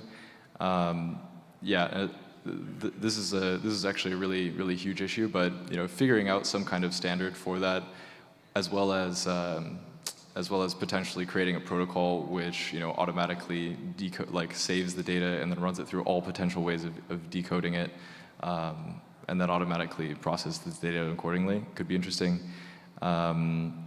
As well as in a lot of jurisdictions, you're limited to a very low wattage of how much you can actually transmit, and this can limit the range. But with, for example, if you're using like a low frequency transmitter with about like 3 watts of power, which is generally legal in most places, you can transmit thousands of kilometers. So this is a really interesting technology for that. But yeah, so in general, the way forward is going to be a big mix. But I think as long as people keep thinking about this layer of the stack and working in that direction, it's looking bright. But yeah, so in addition to just being a dumb transmitter of data and not being sure whether anybody's out there receiving it, a thing that requires a bit more infrastructure, because you have to also be able to receive a signal again, and the receiver has to be able to send. But that's implementation of acknowledgement receipts, so that at least you know that your transmission has been received and transmitted to the blockchain. That would be an obvious thing. And then once you have bidirectional communication set up, you can actually implement IP networking, and then you can have multi-hop networks where instead of just being point-to-point, you're communicating with different users through a whole thing. So you can actually run IP network on radios. It's super low bandwidth, super high latency, but what matters is like getting the data out in a otherwise like a censored situation. It can be super useful. Yeah, otherwise, yeah, standards, guides. I mean, a lot of the hardware that you need for this, you can find, at pawn shops and hardware stores. So just making guides and distributing those to folks who might find them useful is a project that, some people like the M17 project are kind of working on, but it's definitely not like they haven't made it easy yet. And there will also be other alternatives other than this, like, it's a lot more expensive, but, launching our own, DAO-owned net constellation of satellites as an alternative to Starlink, things like that. So in general, if any of you folks are interested in working on, this kind of thing, there's a few discussion groups that are starting as a result of this day. Some of them are focused more on the like libp2p stack. If you're interested in working on the internet level or below, yeah, you can hop in that group. But yeah, happy to take any questions. Thanks.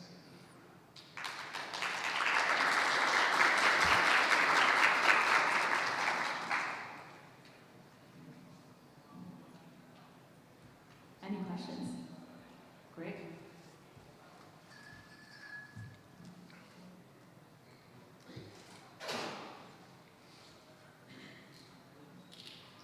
Hi. Hey. Great talk. I'm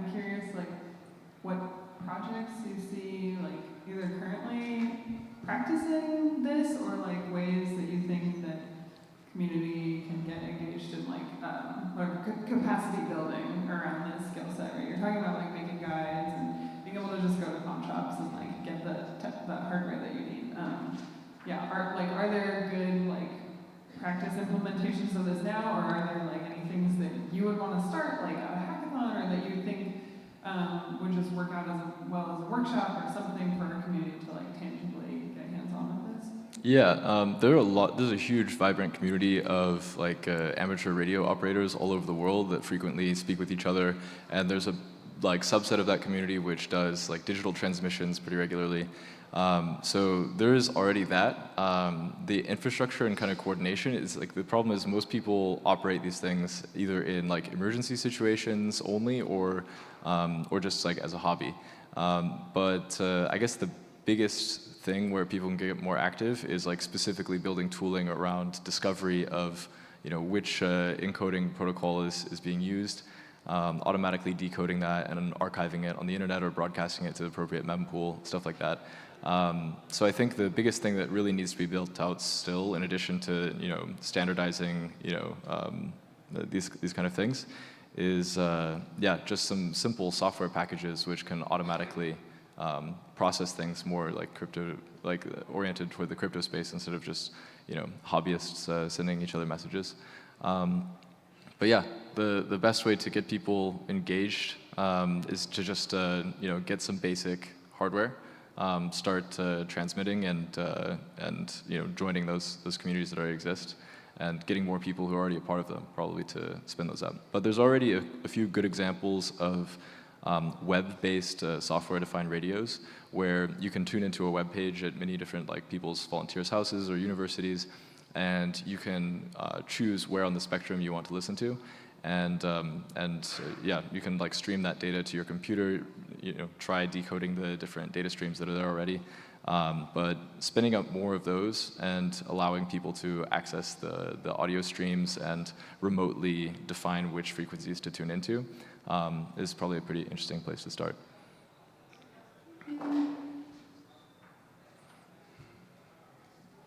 By the way, it's been almost like a year or two since hardware has been offered in AWTF conference. So congratulations for being the first since 1559. Right then emerged. Yeah, Garrett, thank you for your presentation. It's really inspiring, and you know, people have never thought about it. Maybe, for example, like me. So for me, like the question would be like, have you ever think of other applications of such attempts of like radio transmission? Like for example, if you can use it as a payment in terms of like, you know, close range, or like, you know, if you are close by, and yeah, and things like that. Do you think there will be like other chances of application of those kinds of attempts? Like for payment, like, can you elaborate on that? That's interesting. Yeah. For example, like, you know, because you can, you know, just one touch and, you know, with another guy nearby, and you know, you don't even need to use, you know, mobile phone or other things, and then you just make a like Bitcoin payment and transactions or something. Yeah, the cool thing about Bitcoin is with UTXO you can have like a significantly, you know, long off-chain transaction history that you can then audit just by using transaction hash after another. If like, for instance, in Bitcoin, if like replaced by fee is disabled for those transactions, then yeah, you can have like strong assurances that you can have a sequence of offline transactions transmitted potentially, yeah, through radio waves like this, that eventually gets settled to the network. And I'm sure you can have similar solutions through different means for Ethereum and other networks too. But yeah, it's definitely an interesting application. Yeah, are there any people, you know, actually trying to, you know, using that to actually transmit more complicated transactions, like on Ethereum or like other smart contract transactions? You definitely can. I mean, you know, you get, on average, you know, with like a system like this, you can get like 10 kilobits per second. So, you know, even if your transaction is, you know, a couple hundred kilobits, I mean, it only takes a little while to send. You know, it's definitely a different experience from just clicking it and having it be instantly there. But you know, you click transmit and then you wait like 2 or 3 minutes and then and then it's there. But yeah, that's it can totally be used for that. I mean, you can upload really large files if you want. It just takes a long time. Just like, you can think of it like a dial-up speed connection. Yeah, thank you for your answer. Yeah. All right. I guess that Cool. concludes. Thank you.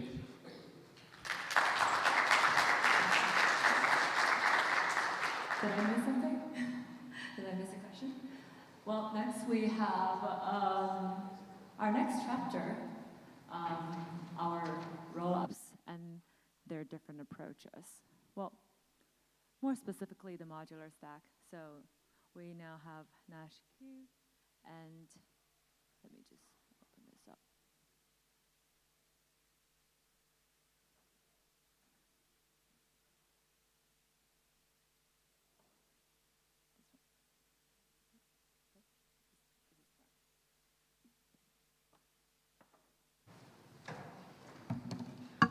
Well, for this section, given that their approaches are quite different, so I'm going to ask every speaker who speaks after the previous speaker to ask them a question. All right, let me start.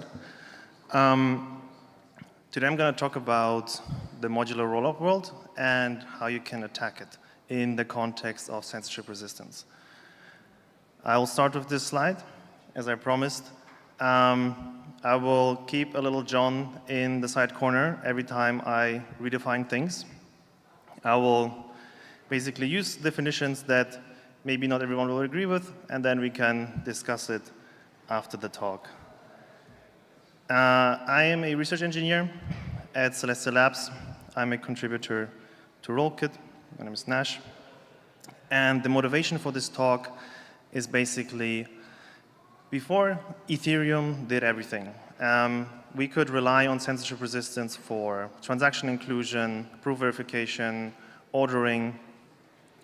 But now we realized, and we have specialized protocols that can do those things, right? We will have DA layers that specialize in data availability.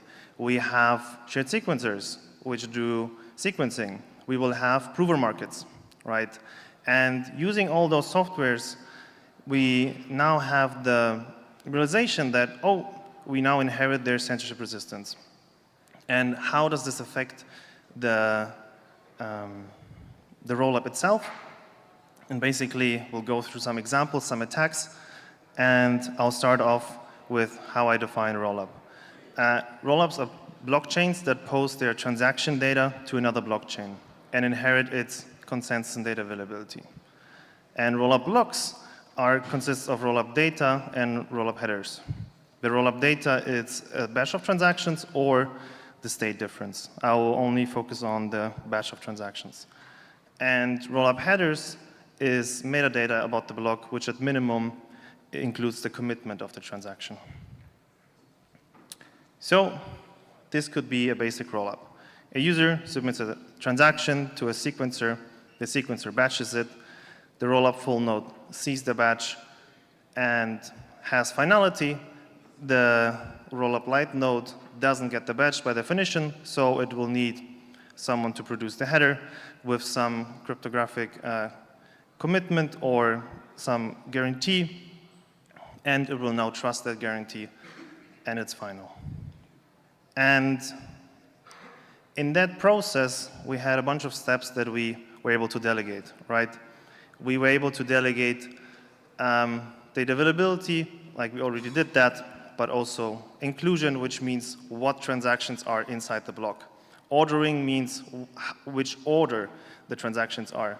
The execution is what the state root will be after I execute the state transition function and basically produce the header.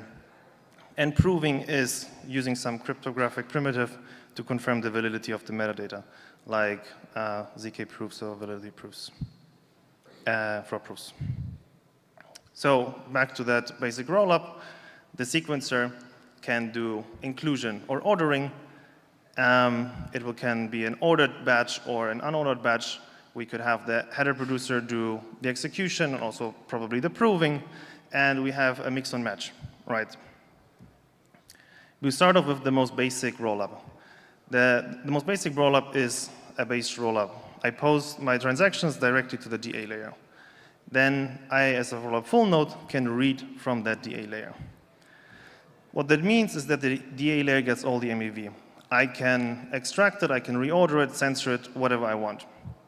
I'm leaking MEV to the base layer. That's the most easy attack. Now maybe I don't want to leak the MEV to the base layer. Maybe I want to leak it to a shared sequencer, right? But the shared sequencer can do the same thing.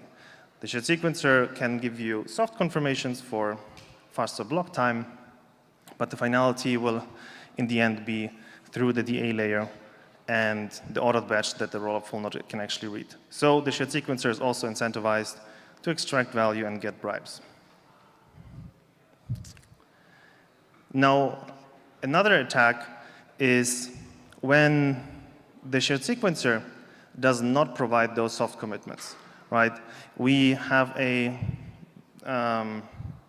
why we read from the DA layer is basically to force them to post it because it won't be final until we get it. And what the DA layer now can do is to collude and censor the sequencer blocks batches on the DA layer, so the rollup full node will not be able to get the canonical chain. It's not that the DA layer can reorder the transactions. The transactions are already fixed, but they're not posted on the DA layer yet. It's now a asymmetry of knowledge between those two full nodes and a delay of finality. Okay, now imagine we have two shared sequencer schemes. One through the shared sequencer, one through the base layer. We have some kind of escape hatch. We have a fork choice rule where we say if in a DA layer block there's a shared sequencer batch and base batch, we always prioritize the shared sequencer batch. Now, we might have, we think we figured it out, we can use both, but the DA layer still has the control now because they can censor the shared sequencer batches, and now, because they're only base batches, they can reorder those, and basically we are back to square one, where we can trigger the fallback and extract the MEV.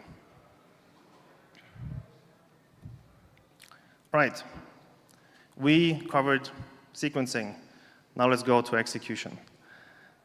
So far, we only had rollup full nodes, which means they were only in pessimistic mode. I need to execute all the transactions to confirm the validity. The rollup light nodes do not execute transactions, they don't get the batches. They need some commitment. The header producer will get the transaction batch from a DA layer and be able to commit over that header and the state root with some economic guarantee. And if the rollup full node sees that there's fraud, it can send a fraud proof to the rollup light node. Now, the difference between this diagram and the diagram before is that we ignore the ordering, right? It's the same transaction batch living on the DA layer, but we say, hey, I don't care, I'm gonna reorder it again, because why not? The centralized header producer can reorder it and then maximize it in some kind of function. But maybe we don't want that this header producer maximizes it for themselves, so let's try to create a competition and have permissionless header production. Now we can reorder transactions to maximize some objective function, the fork choice rule. It could be the most MEV extracted, the most gas burned, the most user welfare, whatever that means, and the most funds transferred to the community pool. But here we have the next attack where if you have more than one header producer per rollup height, then you leak MEV to the DA layer again. Profitable censorship again, where the fork choice rule will be again highest bribe. Because the header producer can bribe the DA layer to say, hey, I produce the biggest MEV, I'll give you a cut, please censor the other ones. Okay, this was the optimistic case. Let's try to do it with the ZK case. We have a ZK rollup, and we now have a decentralized proof of market. This proof of market is basically to incentivize that we can create proofs for the DA layer. The DA layer does ordering and inclusion again, and the header producer does execution. This attack is where we censor proof generation and propagation, where, because the light node finality depends on the correctness of the validity proof, and we can imagine an end game where an end user will run the light node, does the availability sampling, creates a, gets a validity proof and gets the whole correction. The end user will wait and basically have a delay. It's a censorship method to delay light nodes. But light nodes are off-chain, at the user, subjective. And I do think with good proof of market incentives, and because we propagate it through P2P, and we assume no eclipse attack, this can be solved. The problem comes here when it's not an off-chain light node, but an on-chain light node, right? If I want to have bridging, and we have to realize, currently we talked about sovereign rollups, we talked about rollup designs that didn't bridge yet. But we want to have a bridge, and a bridge equals a on-chain light client. To execute, to basically create that transaction, initialize that bridge, I have to create a transaction which includes the ZK proof. So me creating a transaction with the ZK proof will go through the whole pipeline of the second rollup or the second blockchain. And now maybe something controversial. If this rollup, imagine this is Ethereum, did we now create a sovereign rollup that bridges to Ethereum? Is it now an L2? Are those two the same thing? Maybe. Okay, and this attack basically now says that because we're dependent on the censorship resistance of the other blockchain, and maybe the relay, but he can probably get abstracted away, we have the attacks that I previously mentioned, again, but for that blockchain. And controlling the funds and message unlock might give you access to MEV. You could imagine that a person is trying to bridge collateral to save themselves from a liquidity.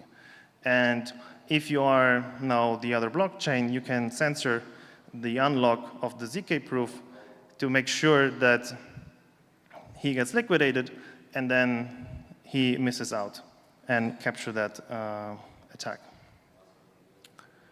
All right.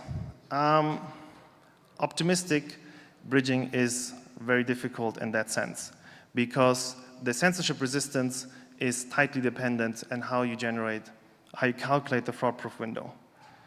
If you go here and look at the bridge, depending on what kind of censorship properties there are, you need to increase or decrease the fraud-proof window. And depending on which kind of stack you're using, you might have different kind of properties going through the whole pipeline. So you need to now be careful, how do you even calculate that fraud-proof window? And so far, those 7 days, if I remember correctly, were just set arbitrarily. If we now have more protocols in between, it will be more difficult to set those fraud-proof windows correctly. So there needs to be more research on that topic. Okay, so now let's see all of the things together in a big mesh. A user submitting to a shared sequencer, the shared sequencer publishing the ordered block to the DA layer, the header producer getting the ordered batch and basically executing it, creating a ZK proof, propagating that, And then we're also going to bridge with that ZK proof. And in all of those little things, we have possible attack vectors of censorship resistance. So what is the solution here? Basically have strong censorship resistance at each layer, especially the DA layer. It's very important to realize that because there are so many protocols now, we really have to make sure that we try to maybe mitigate some things, right? If I enforce a shared sequencer batch and I ignore all base batches, I am mitigating the extraction of the base layer, and the only thing that the DA layer can do is delay finality. But maybe that's also bad. So we want to have very strong censorship resistance at the DA layer. And maybe you can achieve that through threshold encryption, where the proposer doesn't even know what they are putting. Or what's also very interesting, an idea I think from Elijah, have multiple proposers per block, where you could imagine that having multiple proposals for the DA layer can be very additive. And depending on who proposed what, you can basically split censorship resistance and have much higher guarantees to get included. And if you have those guarantees for the DA layer, you don't have to worry about a lot of the things building on top of that. If you want to research more about this, I recommend you 2 talks. One is about exploring MEV capture in modular systems. It was at the Modular Summit, which is talking about multiple proposers per block. And the other talk is Profitable Censorship MEV, which talks about different kind of sequencer schemes and how those sequencer schemes could extract or mitigate MEV leak. And I left some time, so I'm happy to answer some questions.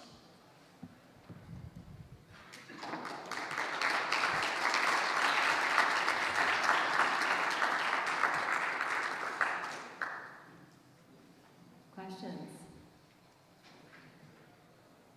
Maybe we'll start the question with the last, the next speakers. Hey, thanks for the talk. I got a question that's super relevant to the network we're building at Aztec, in which we face a similar situation to networks that do compression, in the sense that they remove signatures from transactions. So in that sense, what gets posted to the DA is not enough for the full rollup node to be able to verify that the chains are running properly. How do you see that interacting with the attacks that you mentioned today? So if you cannot fully verify the, you basically should be able to verify all the data, like run a rollup full node. If you're not only posting to the DA layer, but also to Ethereum mainnet, that means that you have 2 DA layers, and one of the DA layer is call data or Ethereum mainnet, so you have to run an Ethereum full node to be able to get the same DA guarantees. Gotcha.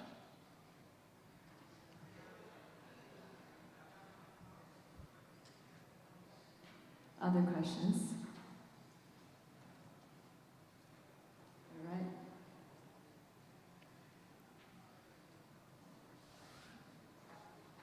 Do you think there will be a convergence on non-Ethereum DA layers? And are there any network effects associated with that?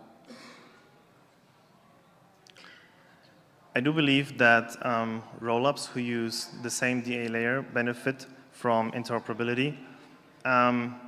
You can imagine that using the same file system, you can abstract away a bunch of things, right? For example, imagine a real layer. In the Cosmos ecosystem, you have to read the transaction and post the transaction on another blockchain. But because the DA layer is shared, you can now read the namespaces or the parts where the rollup posts are, cross, and be able to, define your fork choice rule that you have to accept those bridge transactions. So in terms of interoperability, there's, I think, a huge network effect of using the same DA layer.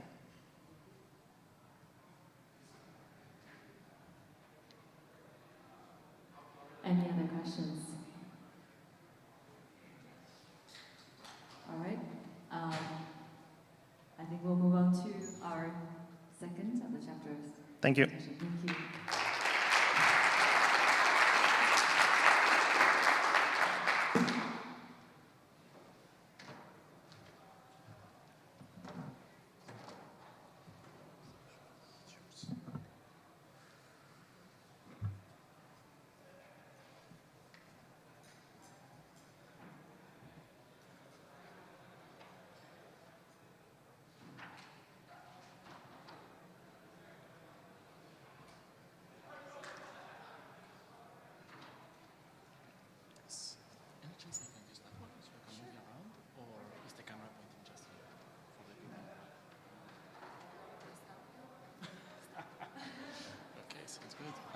See if I can set up a clicker. Just one sec.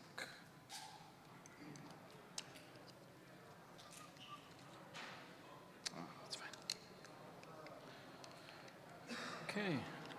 Testing. Hello. Okay, awesome. Hey everyone, welcome. Today we'll be talking about a little bit about Aztec Network and how we're building private state and private execution for fully programmable privacy. I'm Santiago, I'm an engineer at Aztec Labs. And well, today's talk will be split into three. We'll start with a very high level discussion, then we'll go very, very low level into technical details, and then something in between. So hopefully there'll be content for everyone, and also no one that will enjoy the whole talk. Let's start on privacy and censorship resistance and the link between the two, also known as how I convinced Tim and Tina to get me on stage today. So, first of all, why privacy? We have said a million times that privacy is a human right, and it's not just that, it's that the whole world around us is private.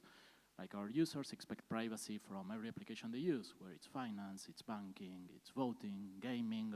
It's not that if I don't need privacy if I got nothing to hide. It's that everything is and should be private by default. But the actual question is not why privacy, but why privacy at this event, right? And the catch is that privacy is one of the means, one of many, to guarantee censorship resistance. If I cannot discriminate something, I cannot censor it. In particular, I really liked a quote by Jordi during a panel a couple of days ago when discussing the privacy aspect of zero-knowledge proofs, that CKPs are not a means of hiding, but of revealing exactly what is meant to be revealed and nothing else. Like that goes back to a typical example, right? If I'm opening a bank account, I shouldn't be revealing my age, my race, my gender, where I live, etc. Should be just revealing the exact information needed. And I really like the analogy because with smart contracts, we are used at having code that is low when it comes to execution. And with zero-knowledge proofs and privacy, we're defining the rules of what exactly gets revealed for each application.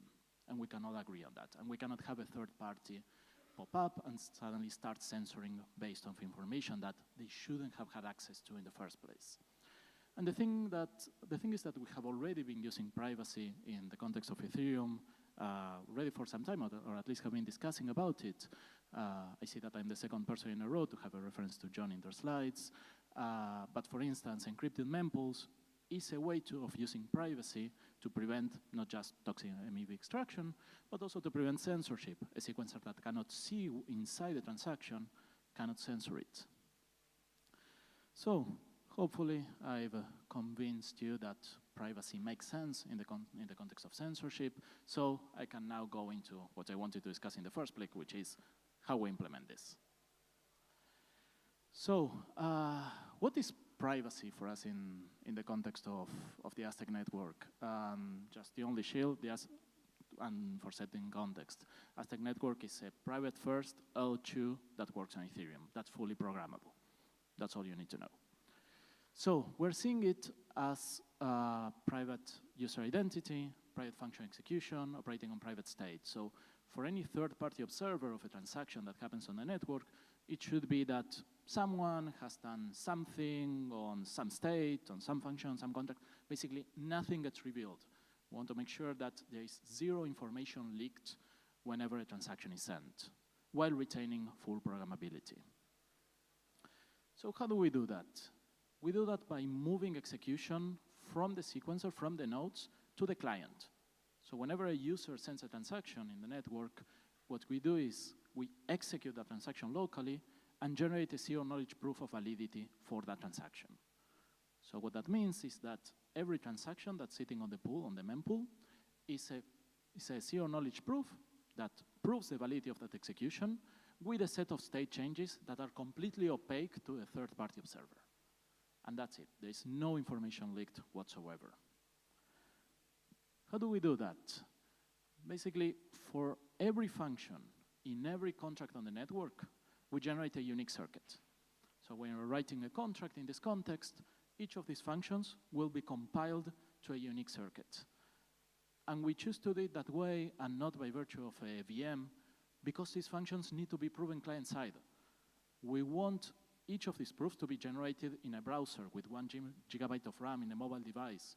We cannot ask for half a terabyte of RAM in order to generate a proof for a user. Not given that we want the user to keep privacy by running everything locally. So how does it look like? Basically, each function, each call within the stack generates a zero-knowledge proof of correct execution, and that gets aggregated recursively with another circuit, which we call the kernel circuit, taking terminology from Zigzee. And that circuit takes care of basically gluing together the entire call stack, hiding any sort of information. The kernel circuit also is going to hide exactly which function and which contract got executed and produce a single zero-knowledge proof for the entire transaction. So this means that each of these individual proofs is small enough to be run in consumer-grade hardware, in a mobile phone, and then gets aggregated and broadcasted to the network. But if we're running private execution client-side on each user, we need a representation of state that's amenable to this kind of execution, right? Like in the EVM, we have account-based state that works wonderfully because we can have multiple transactions all operating simultaneously on the same state. Here, if different users are working together, it's a bit more difficult to map that to account-based storage. Not just that, we will also end up leaking information if we have subsequent updates to the same storage slot. So for private execution, we use a different representation of state. We take a page out of Zcash, out of Bitcoin, and use a UTXO-like model in which we have custom nodes representing state. And I want to highlight here custom, like every smart contract, every dev can define the shape of the nodes for representing their own state.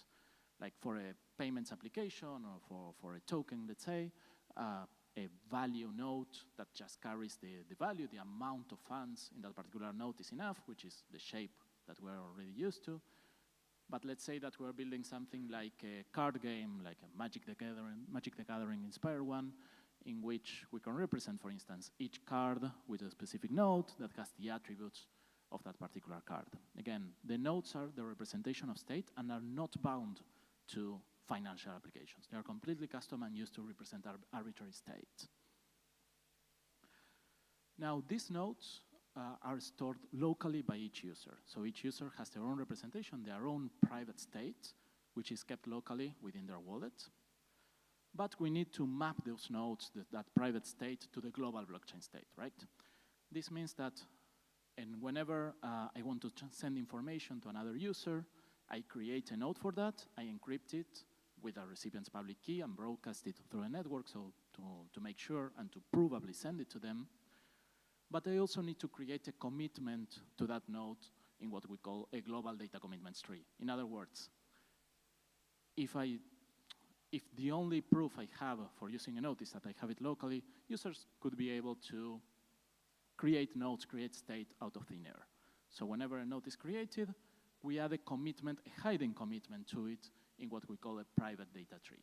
So whenever a user needs to generate a proof that uses this particular piece of state, they need to prove membership of that node in this Merkle tree. Consuming a node, basically deleting a node, render it outdated, is done by nullifying the node. Node is nullified by emitting what we call a nullifier, which is a hash of the node mixed with a secret generated by the user in a deterministic way, such that the nullifier cannot be linked to the node commitment. In other words, when we create a node, we add it to an append-only tree. When we want to consume a node, we just register that it was used without any observable link back to the node. This allows us to update nodes, to change state, without having any link between the transactions. How does this look in code? We are using Neuder, which is a Rust-like DSL for writing circuits, augmented with a framework for writing contracts and having easy interaction with private state. Here in particular, we have an implementation of a very simple counter contract that keeps a counter for different users and allows incrementing them. And what's interesting is how this is implemented with nodes under the hood. So what ends up happening is that we have one node representing state, in this case, one node for each counter of each user, and when we want to update it, we consume the node with the old value, again by emitting a nullifier, and create the new one. So basically, updating state is deleting the node that represents the old state and creating a new one. And by virtue of nullifiers, there is no link between the two operations. So we're effectively updating the same slot without revealing any linkage between the two. It's also worth mentioning that whenever a user needs to read a value of a node, needs to create a proof by using a value of a node, we need to destroy the node and recreate it with the same value. Why? Because if execution happens in the user device, it needs to happen on an old version of state. Like the user doesn't know when their transaction will land in a block. They don't know what's the exact state that their transaction is going to operate in. That means that the only way to ensure that they have a fresh version of state is by consuming it and generating it again. If they happen to be using an old version of state, they would be emitting a nullifier associated to that piece of state. It will already be in the tree, and it will be registered as a double spend, which is the only other condition we have for validity for transactions. Transactions are a zero-knowledge proof and are valid as long as that proof is valid and there are no duplicate nullifiers. So, bottom line here is we have a state representation that allows us for each user to run functions privately, generate a proof of them, and broadcast those changes in an opaque way. However, it's worth mentioning that if every time we need to read a value, we need to invalidate it and recreate it, which implicitly invalidates all other transactions in the pool that we're referring to it, this doesn't align well with composition, right? Like it's known that CK snarks are maybe not the best tool when it comes to concurrent updates to the same shared private state. So for instance, this model is great for implementing a private order-based DEX, but not so good when we want to do an AMM, where we have a single shared, constantly updated piece of data, such as the liquidity, the amount of each token in the pool, that gets constantly updated. So to address that, the network actually runs a hybrid model, private and public. What does it mean? This means that every transaction, along with a set of opaque state changes, can also emit a set of execution requests. And here we are in the land that we're familiar with. Basically, the transaction asks the sequencer to run a series of public executions on their behalf. And here, public functions map to an account-based state, similar to the one from the EVM, and can concurrently operate on the same state. However, having this duplicity of both private and public state in the same chain makes it easy to run operations such as gathering and unlocking funds based on some sort of private condition, then swapping them in public state, and then shielding them back into private state. The idea is that every private transaction can enqueue a set of requests to be executed in public. But how the developer manages this difference allows for this duplicity of, okay, what needs to be run in private, what needs to be run in public. What's the problem here? Even though we have made composability easier, now we're introducing a censorship vector. We're starting to reveal actions that transactions do. And with that, let's go into the third and last part of the talk, which is about decentralization. Given that we're building a network, private first, in which censorship is of the utmost importance, we want to make sure that transactions cannot be censored, cannot be stopped.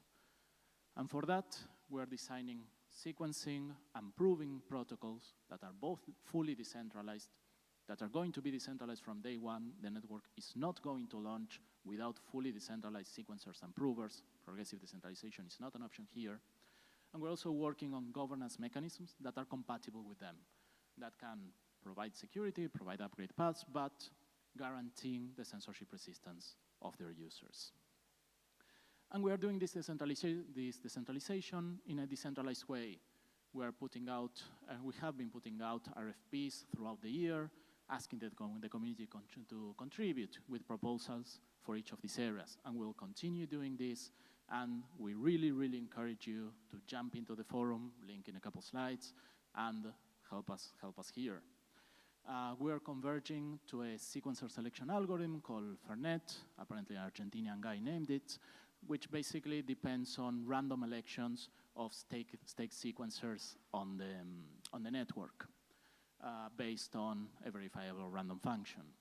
The idea behind this is promoting decentralization among the set of sequencers. And we're currently evaluating different options for proving that pair well with the sequencer proposal, both cooperative and competitive networks. In competitive networks, we know that we can foster innovation, competition between the different providers in researching better techniques for faster and cheaper proving. And in cooperative networks, we know that we can foster a higher diversity, which should lead to lower censorship. In particular, in Aztec, we have designed a rollup topology that, if we want to, allows us to parallelize the proving across many, many different machines that can run in consumer-grade hardware. Like each of these small nodes within the massive proof tree should take no more than around 32 gigabytes of RAM, give or take. So again, we can completely parallelize and decentralize the proving activities. So, to sum up, we have a lot of problems to figure out, a lot of challenges ahead, and I encourage you to please join the forum, join the discussion, help us build strong, robust, healthy, private and censorship resistance protocols, not just for the network that we're building, but also to generate open source knowledge that can ideally help all other networks in the Ethereum ecosystem. Thanks.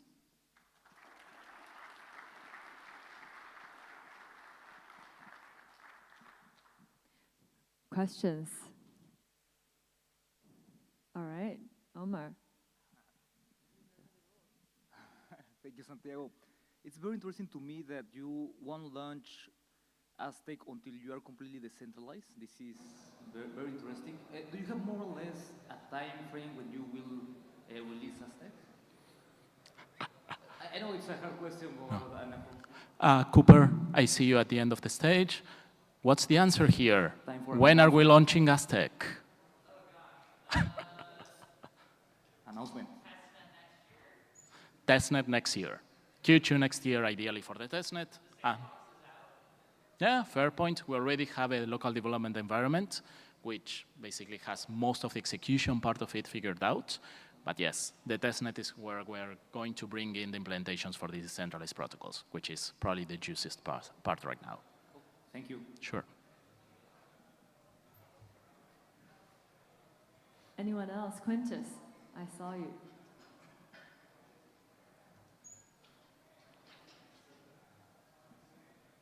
Hi, thanks for the talk.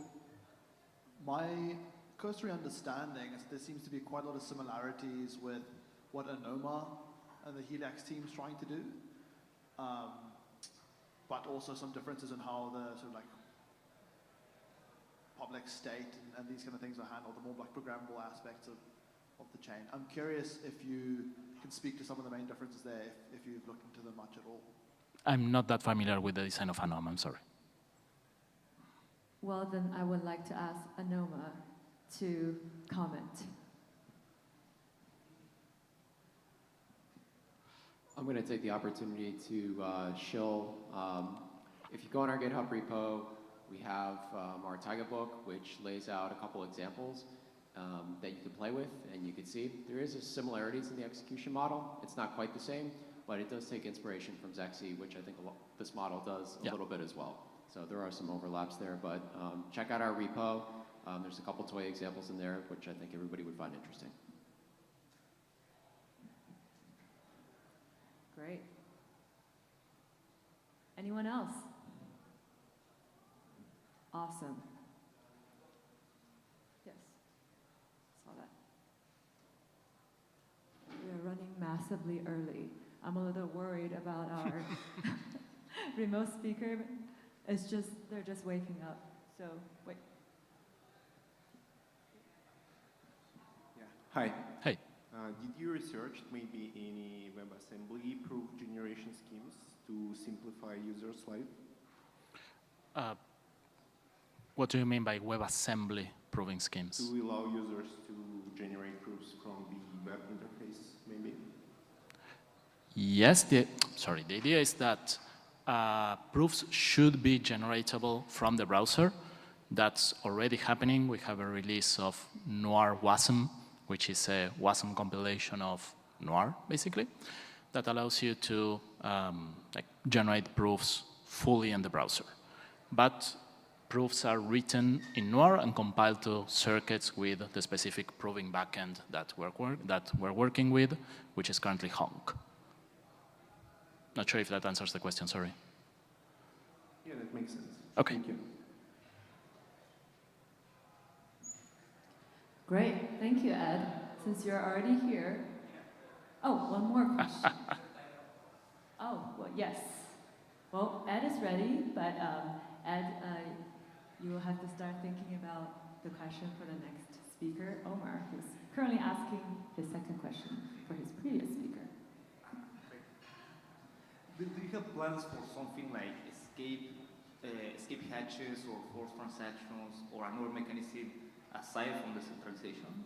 Yeah, there are a couple of proposals in the forum by one of the engineers around sort of forced inclusion of transactions. Still, I think it's relevant to go back to the earlier discussions today on the timeliness aspect of censorship resistance as well. Like forced inclusion usually doesn't pair well with the timeliness when it comes to forcing an exit or forcing a transaction inclusion. Still, yes, it's something that we're exploring, and ideally we would be able to ship with both. If not possible, for sure we're going with decentralization. Thank you.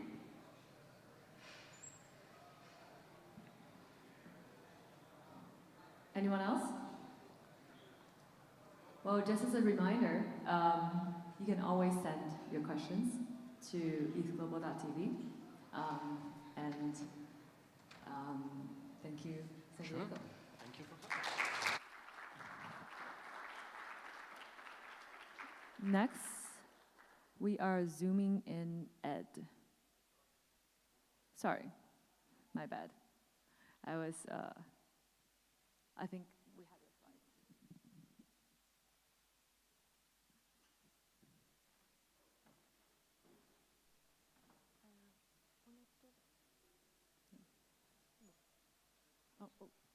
Do you need your laptop or? Well, I can use the link, yes. I can use the box.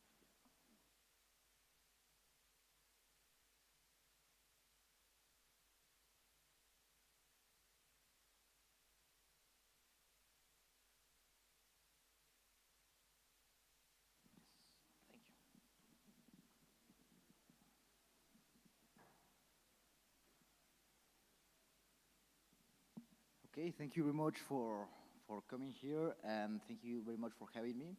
It's a pleasure to be talking here. Thank you to organizers for making this possible. It's an amazing conference with a lot of caveats along the way, but well, we are here and amazing speakers, and thank you very much for having time for me. So I'm going to be talking about escape hatches as an urgent anti-censorship solution for specific types of transactions. So we don't want to talk about universal transactions, that means every transaction, but just specific transactions. Just a quick disclaimer, my talk does not necessarily reflect the opinion of Starware, the Starnet Foundation, or the Starnet community overall. This is my own opinion, and if there's any mistake, any stupid thing that I might say, it's on me. So the hypothesis here is that it is fine, it's okay if not all businesses want to implement decentralization right at that moment, like immediate decentralization. That is okay. But they might want to implement self-custody and anti-censorship in a different way. In this case, the escape hatches. I think this is okay, and we need to think that, or think about that decentralization is not the end, it's a mean to an end, that in this case is self-custody and anti-censorship. And there might be another paths, there might be another ways for specific applications to be able to apply anti-censorship and also self-custody to applications. Now, decentralization, of course, is the goal. Decentralization is the best thing that we can, I think, that we can go for. However, we know that decentralization is very, very, very hard to attain. It's not simple, and if we think as a business, they might not want to immediately decentralize, but they want to create a profitable business that is also self-custodial. And for that, we might have another option that are the escape hatches. And businesses and entrepreneurs needs to know this. They need to know that there's a possible way for them to legally, and this is an important word, legally claim that they provide self-custody to their clients. This is very important in order for us as an industry to get more entrepreneurs to build on top of our networks. Now, let's think about, let's put our heads in the head of a business owner, an entrepreneur. This person is not a crypto native. They might be a Web2 company, and let's call the company Trading FinTech A. So for this Trading FinTech A, the main priority, of course, is profitability. They want to earn money, they want to earn resources, they want to be able to pay the families of the employees, they want profitability. And self-custody could be an add-on, could be a value, an added value for their clients. Maybe this company heard about the crazy FTX story, and they heard about the crazy founder of FTX and how they rob millions of persons, millions of dollars, and they want to be able to tell their clients, hey, this is not going to happen with me, because whenever you want, you will be able to withdraw your money. So I promise you this, you will be able to withdraw your money whenever you want. So this FTX case won't be happening. But notice again that the priority is profitability, and this is another value that they can add to their clients. Now, non-censorship for them, and actually legally, would mean that users should be able to withdraw their funds independently, that is, without third parties. So they can withdraw the money permissionless. They don't need to ask permission to nobody. So this is the escape hatch. And for this, we need to define what escape hatch and what the powers of the escape hatches will have. Escape hatches, and we will review it later, need to be very precisely defined. They need to be as minimalistic as possible. And in this case, we will have only two transactions that we care about, that we care for them not to be non-censorable, not to be censorable, or for them to be self-custodial. And these are the full withdrawal and the forced trade. Basically, whenever you want, you can have your money back, and whenever you want, you can make a trade that you want to do. This is for them being self-custodial and non-censorable. Now, what is the moral of the story? And I think that you can agree with me that there are a lot of business like this. I am not saying like something crazy. This is an actual business case that we have seen several times already. Of course, I won't say names, but this is common. Companies might not want to decentralize immediately. Maybe they want to decentralize later. Or maybe they don't want to decentralize at all. But they want to provide self-custody, and it's okay, and we want them. Okay, we want that. But we need to make it as easy as possible for them to do this.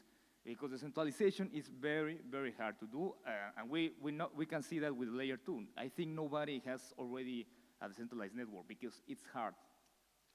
So the moral of the story is that self-custody is a selling point for companies. Like, I don't know, I like to think of myself, and maybe, I don't know what you think, but we are kind of middlemen creating tooling for entrepreneurs to actually build the services that will bring self-custody and non-censorship applications to the whole world, to millions of people. So for them, for the entrepreneurs, they care about profitability, and for them, self-custody is a selling point. We are not FTX, basically. And also, entrepreneurs care about the regulatory scope. And for them, in order to be legally self-custodial, you need to be able to claim and also prove that the users can withdraw all the funds. And this is not a theoretical case, this is the actual case. You can say that you are non-custodial if you show and prove that users are able to withdraw the funds whenever they want. Now let's imagine that this trading fintech company A is very good. They have a lot of business acumen and everything went right. So they were successful on this, so they boost profits and user satisfaction. It's great for them, but at the same time, they also boost security and autonomy. And we as a crypto industry with our own values, we care about that. We want security and autonomy for everybody, as long as possible. We want to bring it to everybody, right? So it's a win for them, but also a win for us with our own values that might be different from theirs. So in this case, we could say that blockchain delivered on its promise of self-custody. And I am saying delivered, because escape hatches, of course, are not perfect.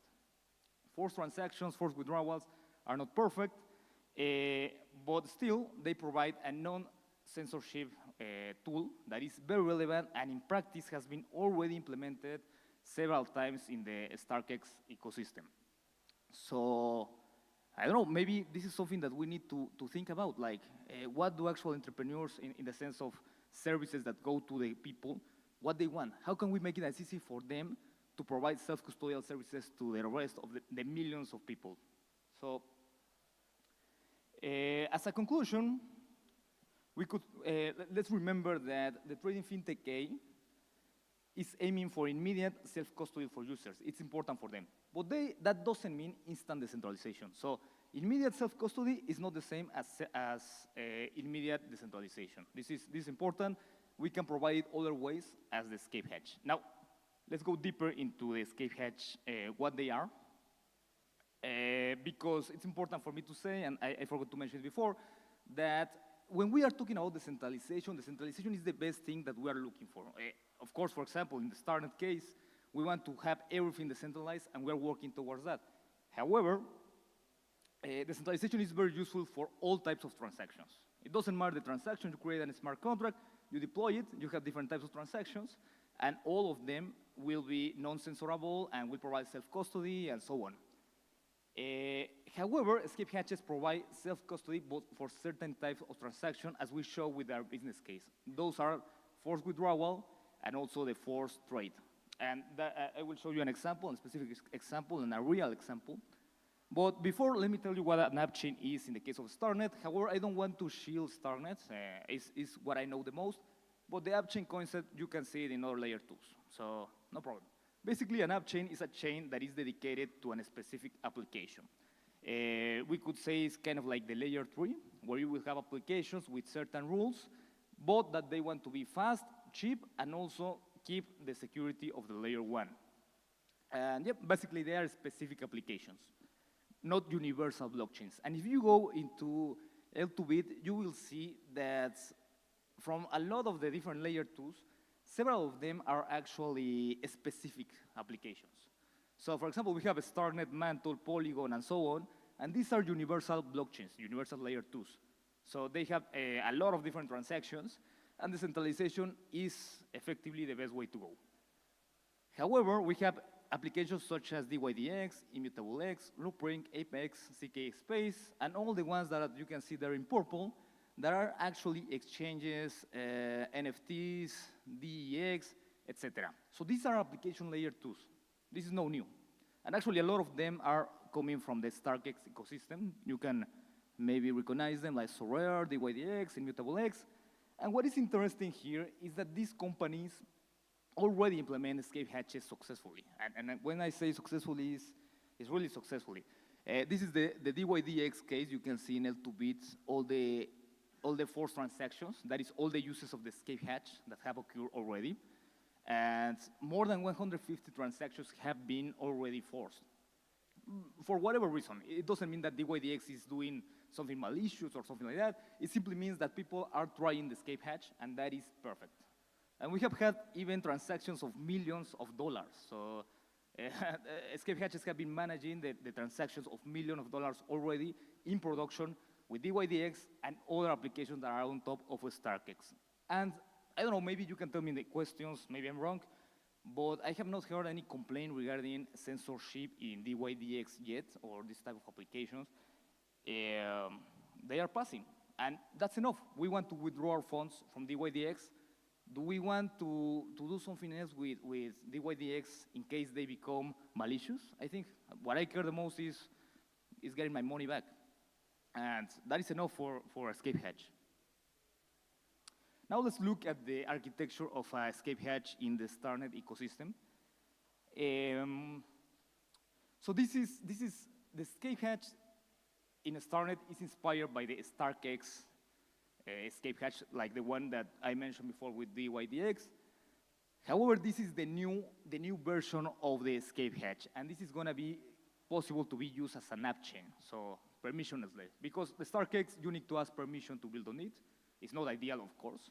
So that's why we have StarNet, and we will allow people in app chains that we could call the layer 3 to build whatever app chain that they want, such as DYDX, for example. We can imagine it as a layer 3, as an app chain. So where we can imagine them as an app chain. I am not telling you that they will become app chains, but they could. And this is the new implementation of the escape hatch. So basically what we have at the bottom is the layer 1, the Ethereum layer 1.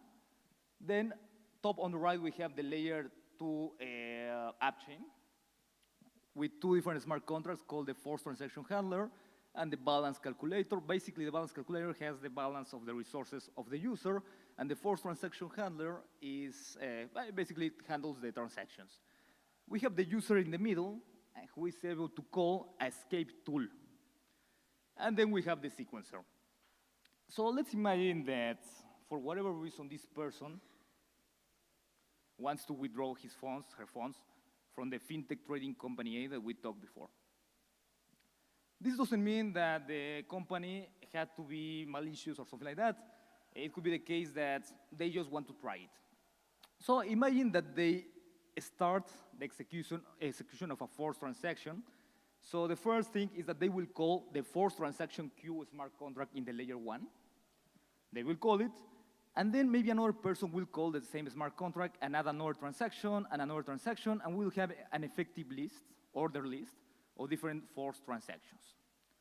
Then these transactions will be sent to the StarNet core contract in layer 1, which handles the L1 to L2 messaging, and they will notify the app chain that indeed we have already a queue of forced transactions that we need to revise.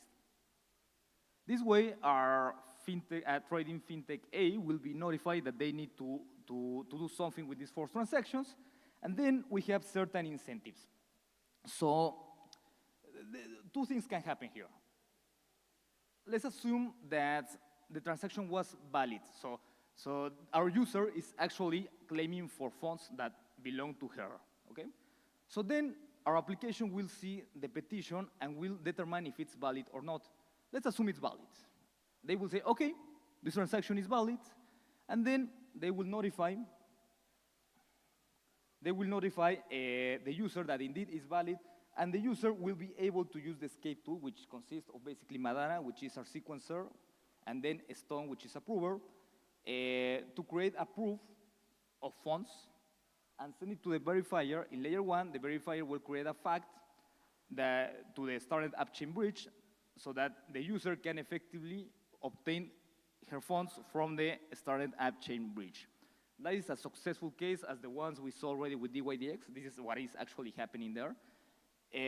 But could be the case that the transaction is invalid. So we can think that the person that is asking for the resources is actually malicious, and she is trying to spam the network, and then she sends an invalid transaction, and in this case, the company will say, okay, this is invalid, they will notify, and nothing happens. Now, let's think that everybody in our company die. Everybody die, or they turn malicious, or something like that. Then they have 7 days. They have 7 days to tell if the transaction was valid or not. The forced transaction is valid or not. 7 days.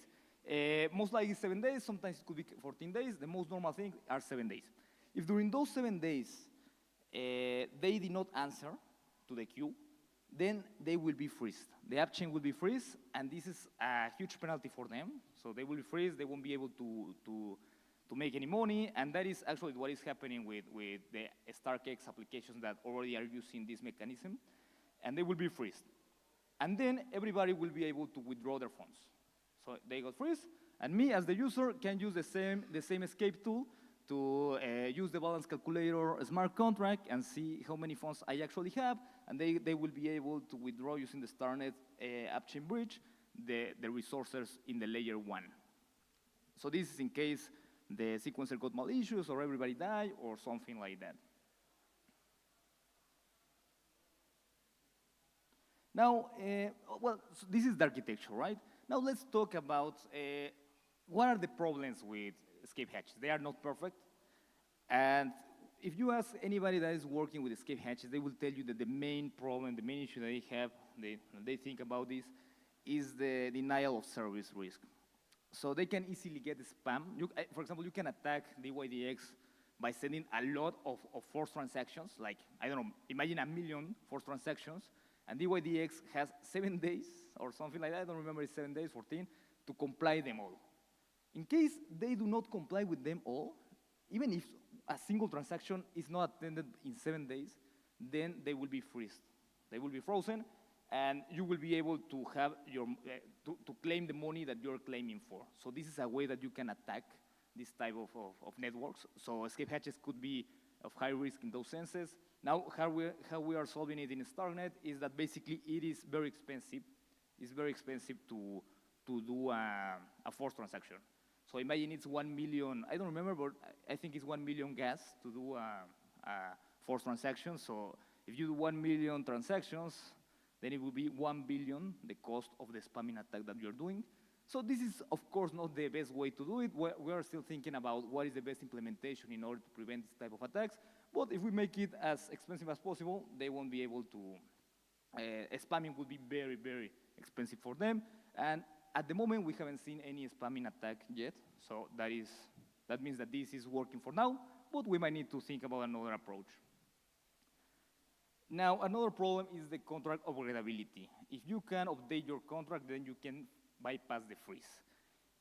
This is another problem that we need to think when we're talking about escape hatches. So maybe the two most important ones is the spamming risk and also the upgradability. Yes, basically in StarkX, to the best of my knowledge, you cannot update your smart contract as easy as possible. So this is something that we have to take in mind when we implement it in the StarNet app chains. So basically, what are our next steps in StarNet? And I want to finish with this. We will implement escape hatches for app chains. And this is completely new. It was announced yesterday. We will have escape hatches for the app chains.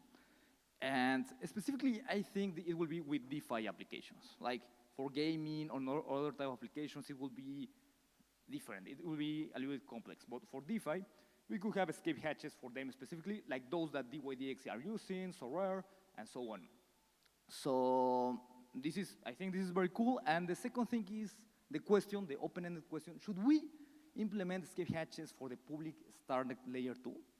I don't know. It's a technical challenge. It's a big technical challenge because as I told you before, escape hatches need to be very, very minimal. They need to be as small as possible with as minimum transactions as possible. Otherwise, their attack vector is much, much bigger. So yes, to finish, I want to tell you that All this is relevant because, again, I like to think of myself as a middleman creating services for entrepreneurs to actually build I am a middleman creating tools for those that are building services that can take self-custody and anti-censorship to the millions of people that are in the world. So we need to make them as easy as possible for them to be able to claim, to legally claim, and prove that they are self-custodial. If not, these entrepreneurs, maybe they won't care.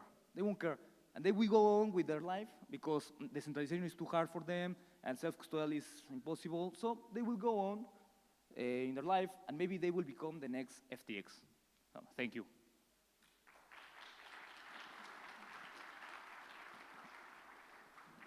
I think I went over the 20 minutes. Do we have time for questions? Or?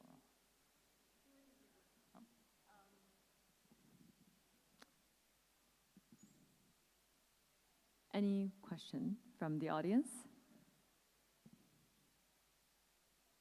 3, 2, 1. All right.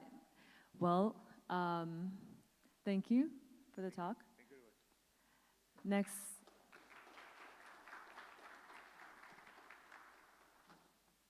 Great. I see Ed here, so let's zoom Ed in.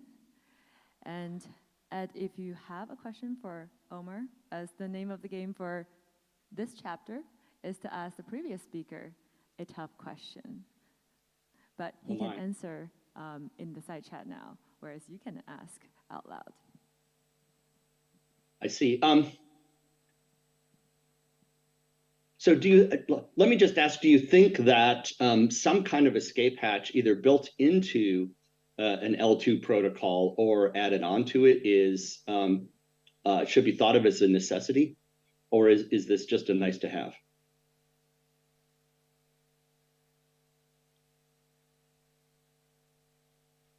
But now I can't hear the room.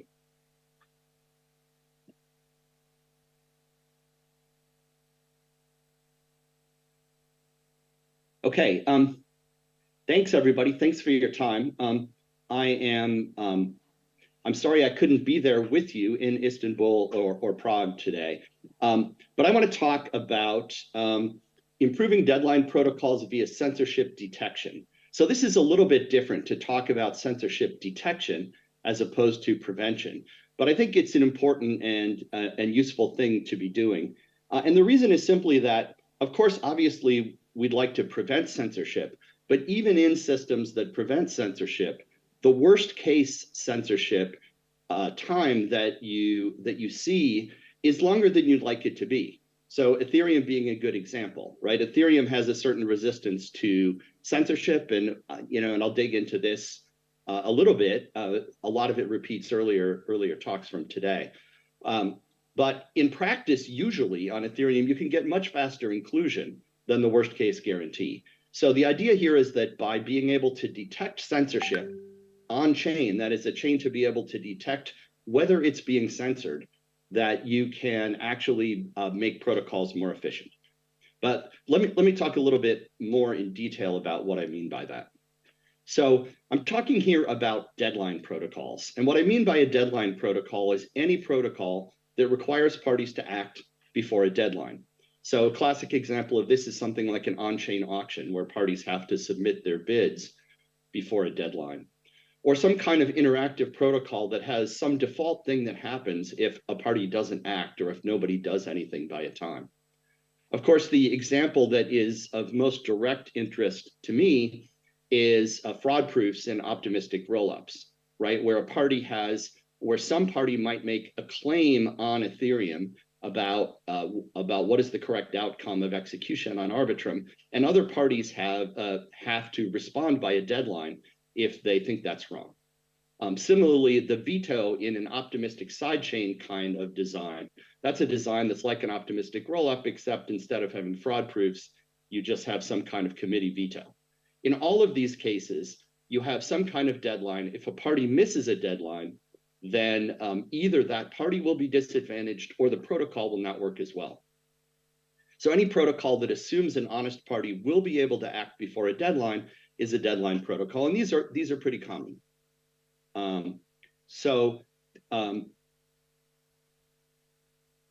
Sure. Okay, so that's what we're trying to protect.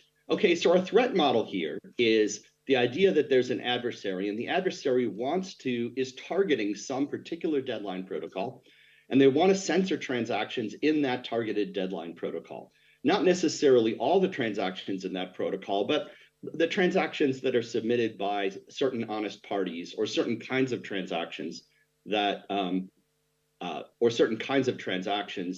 will advance the protocol in a way that the adversary doesn't like.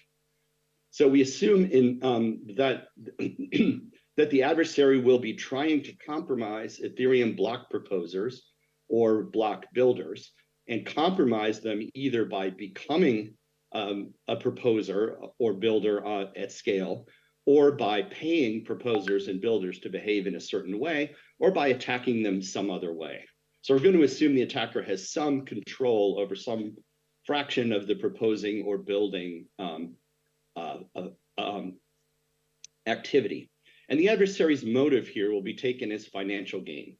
That is, the adversary has the idea that they can corrupt the operation of the deadline protocol by using their proposing and building power. And if they can do that, they can get some financial gain within the protocol, or that they can discredit the protocol in order to get financial gain. So in an online auction, they might bid low and then try to keep other bids from getting in. In some kind of an optimistic L2 protocol, they might try to put in a false claim about the execution and then try to censor any attempts to disagree with that, and so on. So that's our basic threat model. Okay, common responses to this are basically two things. In a low stakes protocol, or in a protocol that's not carefully designed, you might just ignore the issue or make deadlines a little bit longer. Now, that might be a rational thing to do if the stakes in your protocol are low. You might figure either A, that no attacker is likely to find it worthwhile to attack your protocol in this way, that an attack would be too cumbersome or expensive to do given the low value in a particular protocol. You might also decide that, well, there is a risk of an attack, but we would choose to make our protocol more responsive by having faster deadlines, and that's a good trade-off. But in a high-stakes protocol, that's really not going to cut it. And the usual approach in a high-stakes protocol is to make the deadline longer than the worst-case assumed censorship. And of course, the extreme case of this is something like an optimistic rollup, where on Arbitrum and other similar protocols, the deadline for action in the rollup or dispute protocol is conventionally set to 7 days. Because 7 days is the worst case assumed censorship attack on Ethereum that would not trigger some kind of a social response. Why 7 days? Well, it's basically a social consensus, and it's kind of thing that Vitalik and other people say is safe to do in public. And so the worst case assumed censorship there is 7 days. Obviously, we would like that to be shorter. But in a protocol like Arbitrum, where an attacker could plausibly steal billions of dollars by carrying out a successful attack of this sort, we really do need to work with the worst case assumed censorship time. Okay, so the key idea in this talk, as I hinted earlier, is that we're going to design an on-chain test for censorship on Ethereum with one-sided error. And what I mean by that is that the test will say one of two things. It will say either that there has not been significant censorship since some time t0 that's in the recent past, or that maybe there has been censorship, we don't know, right? So and the test is designed to be correct when it says no significant censorship. Correct in its statistical sense, that we have extremely high statistical confidence that the result is correct. And then the idea is that in a deadline protocol, we can shorten the deadline if and only if the test says no censorship. So we might say, for example, that the deadline in some optimistic rollup is 7 days, but if the test says that there's been 3 hours with no significant censorship, then we can declare that 3 hours to be enough, right? And so we're going to, it's a sort of another form of optimistic protocol. Now, of course, the challenge is, how do we do that? How do we build an on-chain test for censorship? It seems, it might seem a little paradoxical. How can a chain know that its input has been censored? In fact, I don't know of any way, of any example where it's possible to build a test with one-sided error in the other direction, where the chain can know it's been censored. But it turns out it is possible in many cases to build a test that allows a chain to know that it is not being censored. So let me talk about how to do that in Ethereum. So just by way of review, because I know earlier speakers have talked about this, and to establish the terminology I'm going to use, we can talk in censorship attacks on Ethereum. There are basically two different levels or strengths. What I'll call weak censorship is an attack against a particular transaction where some block proposers refuse to include the unwanted transactions in their blocks. Strong censorship, which typically, by the way, is applied on top of weak censorship. The idea is not only to attack particular transactions to try to keep them out, but to attack blocks. So if an unwanted transaction, unwanted by the censor, is included in a block, then the attacker either refuses to attest to the block with their proposers to try to prevent that block from getting accepted, or if the block does get enough attestations, the attacker will reorg the chain to exclude that block. So weak censorship, as is pretty well known, as long as you can avoid, as long as some block proposers are not participating in the censorship. But strong censorship has the undesirable feature that if the attacker does control enough of the proposer or builder power, they can sustain a strong censorship attack for a long time. Okay, so defeating weak censorship, and this is just well known, again, review and setting up terminology for later. If we suppose that some fraction F of proposers are honest, which means that they build blocks that are not deliberately excluding, or the blocks they propose are not deliberately excluding a transaction. And we're assuming here that the transaction that is the target of censorship is has gas parameters and other characteristics that make the transaction valid, so it could be included, and also that it includes a generous tip, so that a rational proposer or builder who's not trying to censor would include it. But suppose some fraction F of proposers are honest in the sense that they're going to build blocks that are not deliberately censoring this targeted transaction.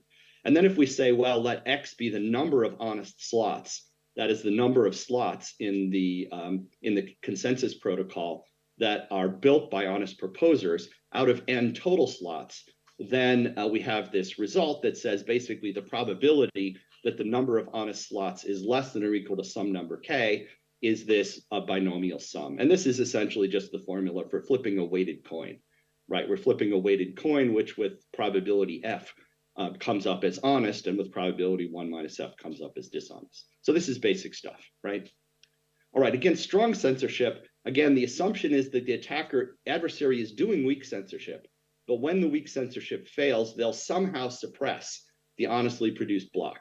And we'll assume we have to assume the adversary controls enough proposers to do this. So the key observation here that makes the test possible is that the attacker, if they're going to carry out a successful attack, they have to turn every honest slot in the consensus protocol into an empty slot, a slot that does not include a block in the canonical chain, right? So they can do that either by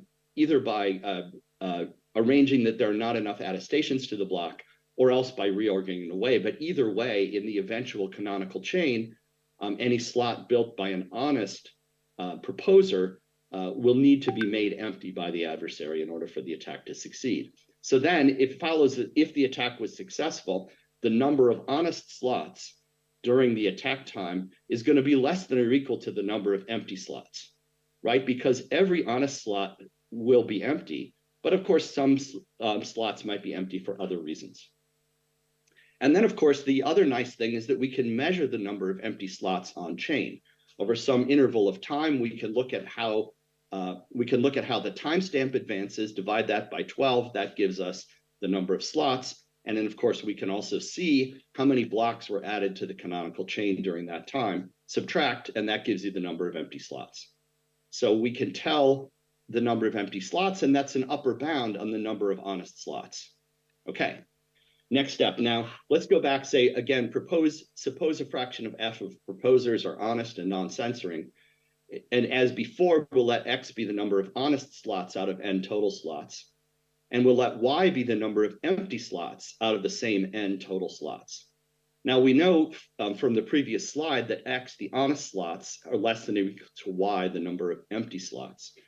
And so this bound on probabilities follows that the probability that y, the number of empty slots, is less than some bound, can't be bigger than the probability that the number of honest slots was less than that bound.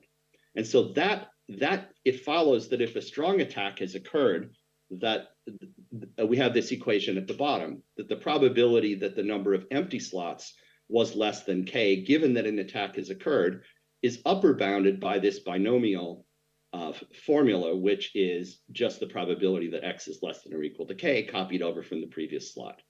So now we have a statistical property that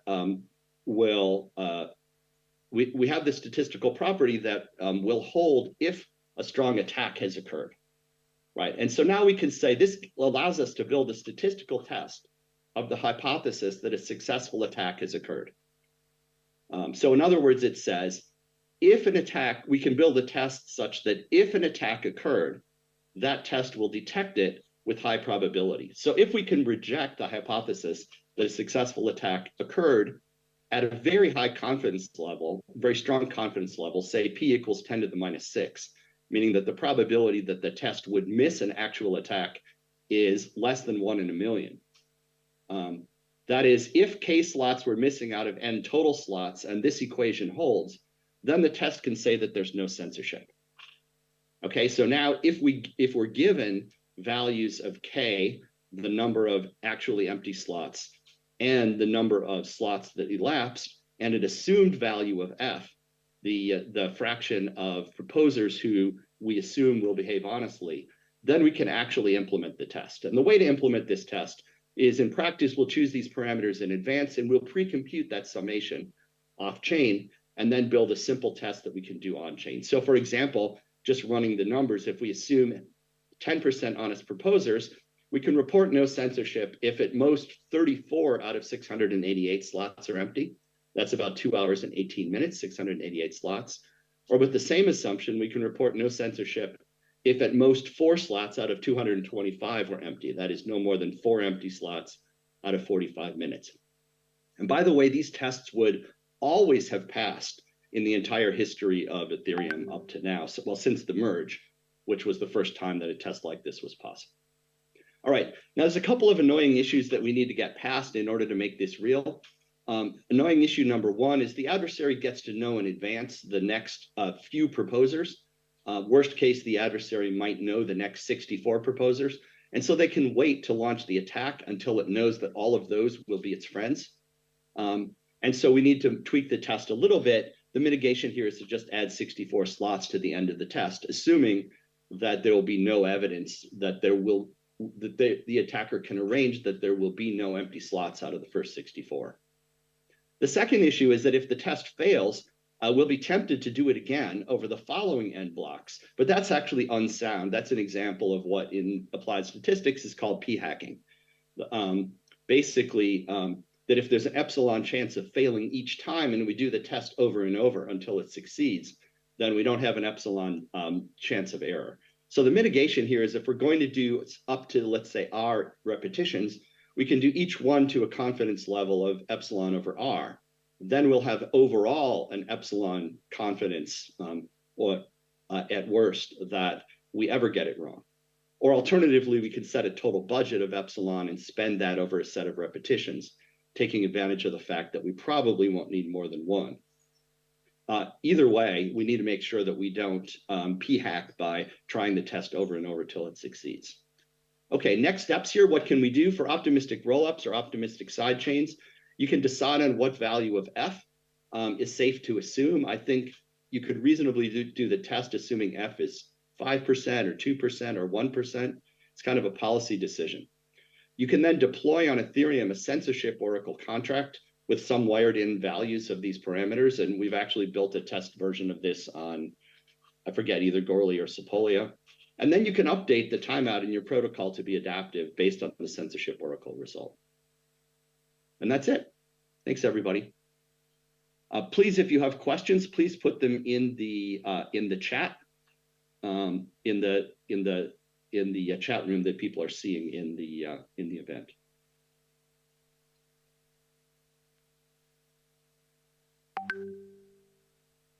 Thanks, Ed. I was told that he may not be able to hear me anyways. I can hear you now. Oh, all right. It worked. But anyways, so please chat with Ed, any questions about his presentation? But now we're going to switch to another remote speaker for chapter 4, the last one of the day. We're at hour 7 of the 8-hour marathon. And here, we're going to actually zoom back out into the real world. So, but we're going to start with theory with Mallesh.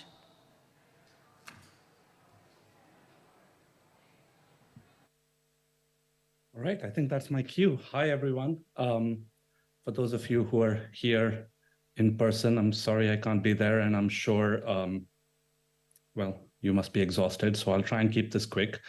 So I'm Mallesh Pai. I'm a professor of economics at Rice University and also a researcher at Special Mechanisms Group. Let me just try and get my slides on. Clearly not doing this right.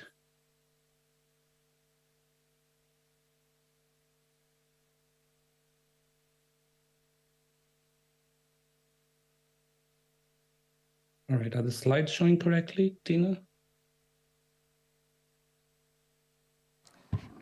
I believe that you're going to share screen, and should be sharing. No. That seems to be correct. Okay, awesome. All right, so this is obviously yet another talk on censorship resistance. It's in the same vein as some of the earlier talks you saw today by Sreeram, for example.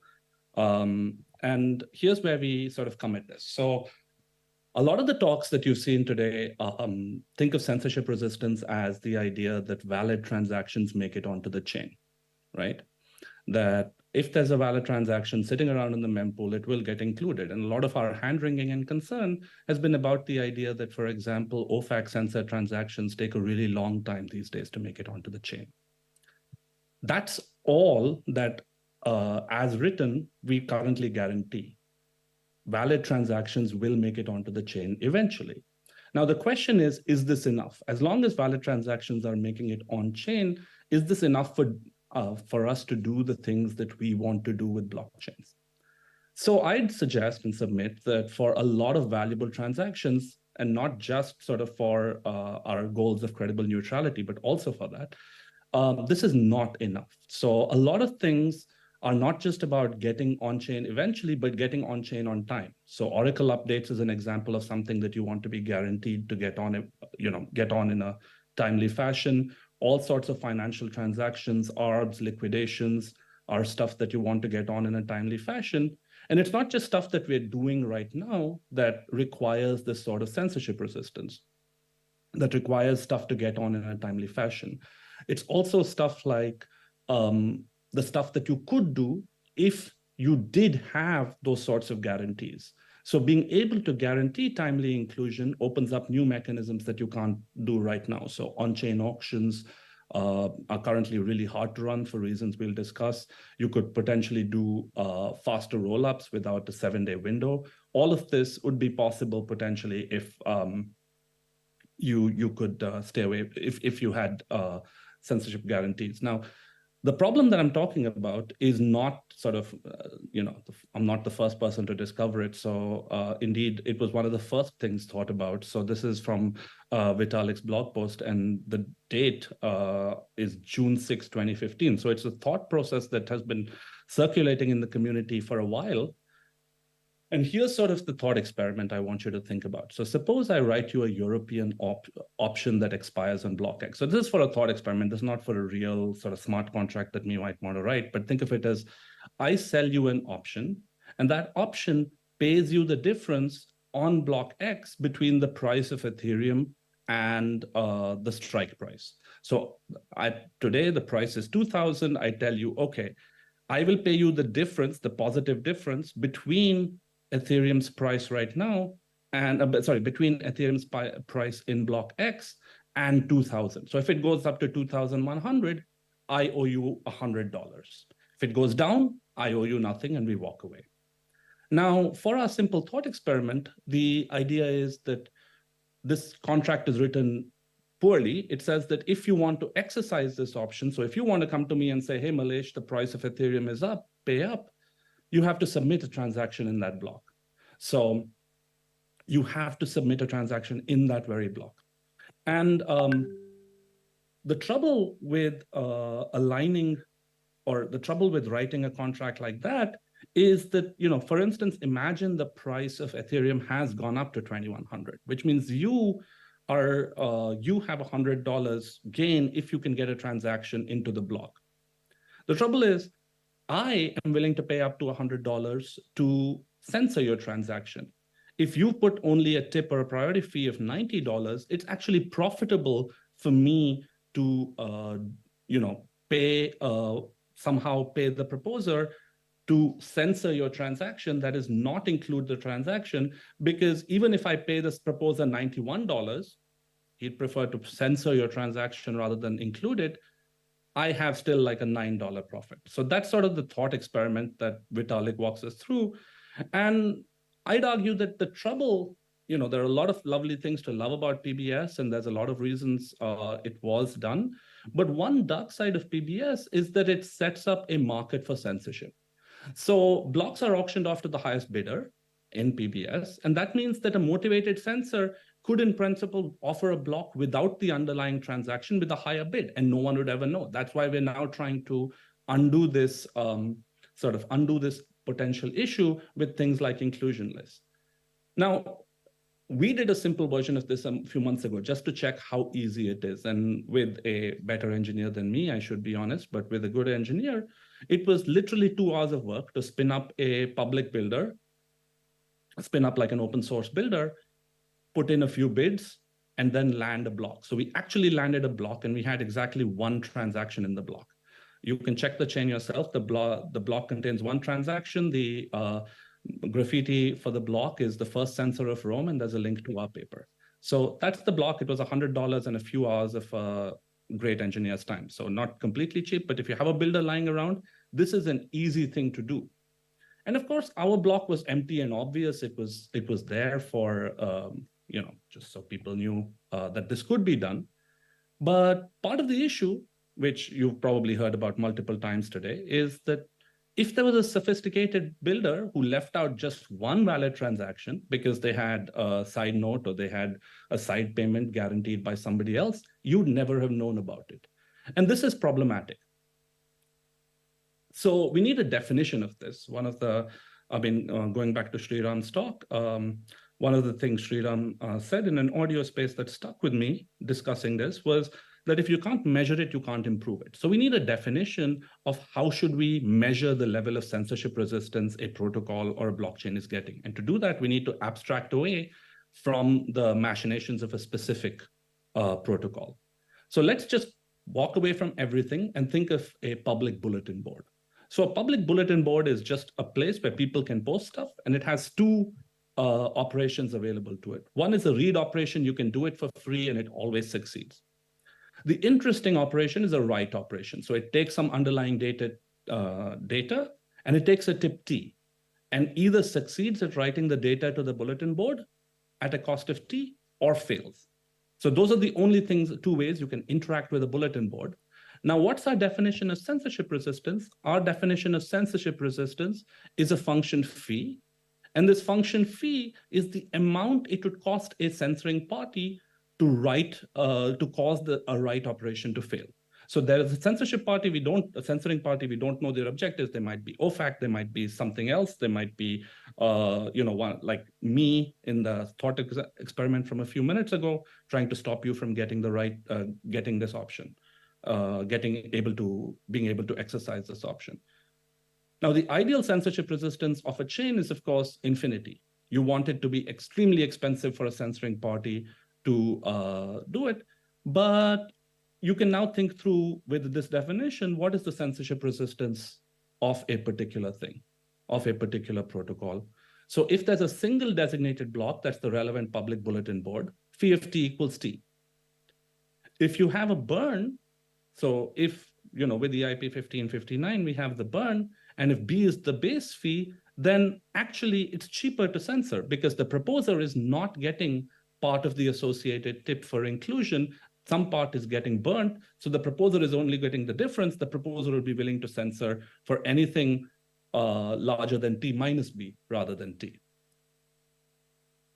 A bulletin board that consists of k consecutive slots has higher censorship resistance. So if you think of k independent proposers, then given a tip t, it would cost k times t for the censorship to fail. And for k large, this gives excellent censorship resistance, but it does it at a cost. What is the cost? Any read operation, any operation that you want to do with the data, for instance, run an auction, would have to wait the length of time of the k blocks to make sure all the relevant data is in. So what do we do in the paper? It's late, and you guys have been doing this for 7 hours. So in the paper, we study how on-chain auctions perform as a function of the censorship resistance. We have a model of a bunch of bidders who can submit private bids and public tips. And there's one more bidder who's a censoring bidder who can enter the auction, or they can bribe the proposer to leave some competitive bids out, or both. The summary of the findings, which I'll tell you is I'll link it in the last slide, is that if the censorship resistance is low, the auction is going to perform poorly. So the revenue of the auction is going to be low. The majority of the surplus, that is the profits that are made from this auction, don't actually go to the seller of the good. They are split between the censoring bidder and the proposer. Meanwhile, if you have high censorship resistance, you restore proper functioning of the auction. Okay, so far all I've told you is that censorship resistance is a good property, woohoo, and some ways to write a public bulletin board or set up a public bulletin board restore high censorship resistance. But of course, the only solution we've told you so far is to have k consecutive blocks. And of course, that's a time issue. So if you're doing something time sensitive, a liquidation, an Oracle update, you might not want to wait k blocks to get the degree of time. Our solution, well, is to end the proposer monopoly. So as an economist, a lot of the issues that we are seeing here is because even though there are a lot of proposers, a lot of potential validators in the Ethereum system or in any blockchain, for any given instant, for any 12 seconds, there's only one of them. And that monopoly power is what's causing this distortion. So our solution is to have multiple concurrent block proposers. It's more of a wireframe solution. It's not a working engineering solution yet, but some people are working on it. And essentially, k concurrent block proposers, any write operation is sent to all of them. So the block is the union of the blocks proposed by these multiple concurrent block proposer, and we allow for conditional tipping. So for instance, you can submit 2 tips, a little tip, small t, and a capital tip, large tip, capital T.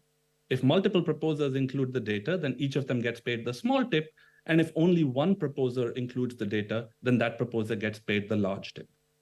Now, what's the idea? Why does this work? The reason it works is that conditional tipping sets up a prisoner's dilemma among the block producers. So every block producer is thinking, should I include this tip or not? Should I include this transaction or not? If every proposer is thinking about this, they're thinking, well, look, if the other proposers are not including it, then I can make a large tip, capital T, from including it. So it's very strongly incentivized for me to include it. But of course, if everyone is including it, then I own, or if at least one other person is including it, I only get paid little t.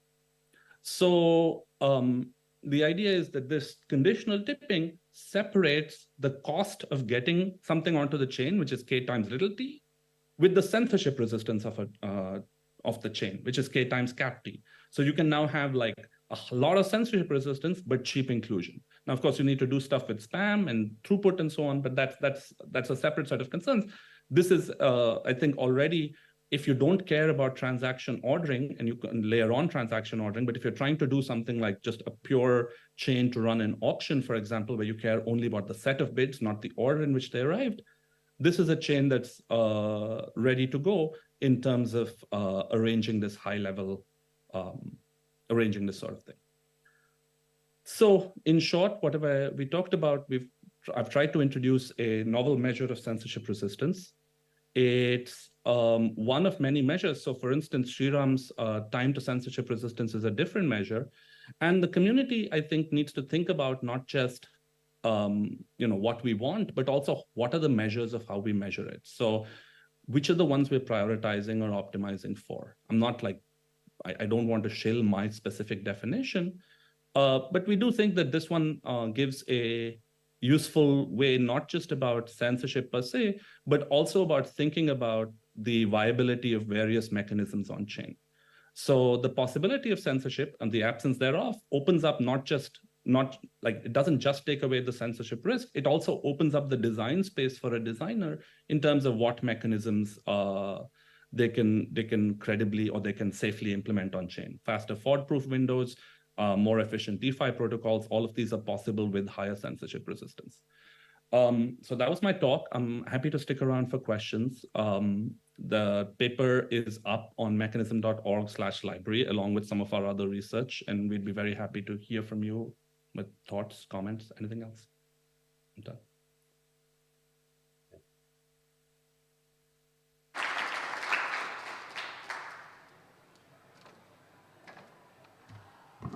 I assume no questions, but in side check, is that still the case, or can we have audience questions? Okay, well, side chat. See you there, Mallesh. Well, we do have. Thank you. Thank you.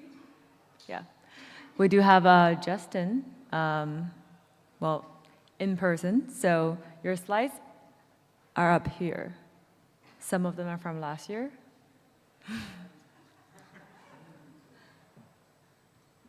It is okay. All you need to do is to do the slide karaoke, but completely differently. So you have to tell us the delta. Okay. Oh, and you need to tie as many talks as possible from today, which you were not here. So good luck.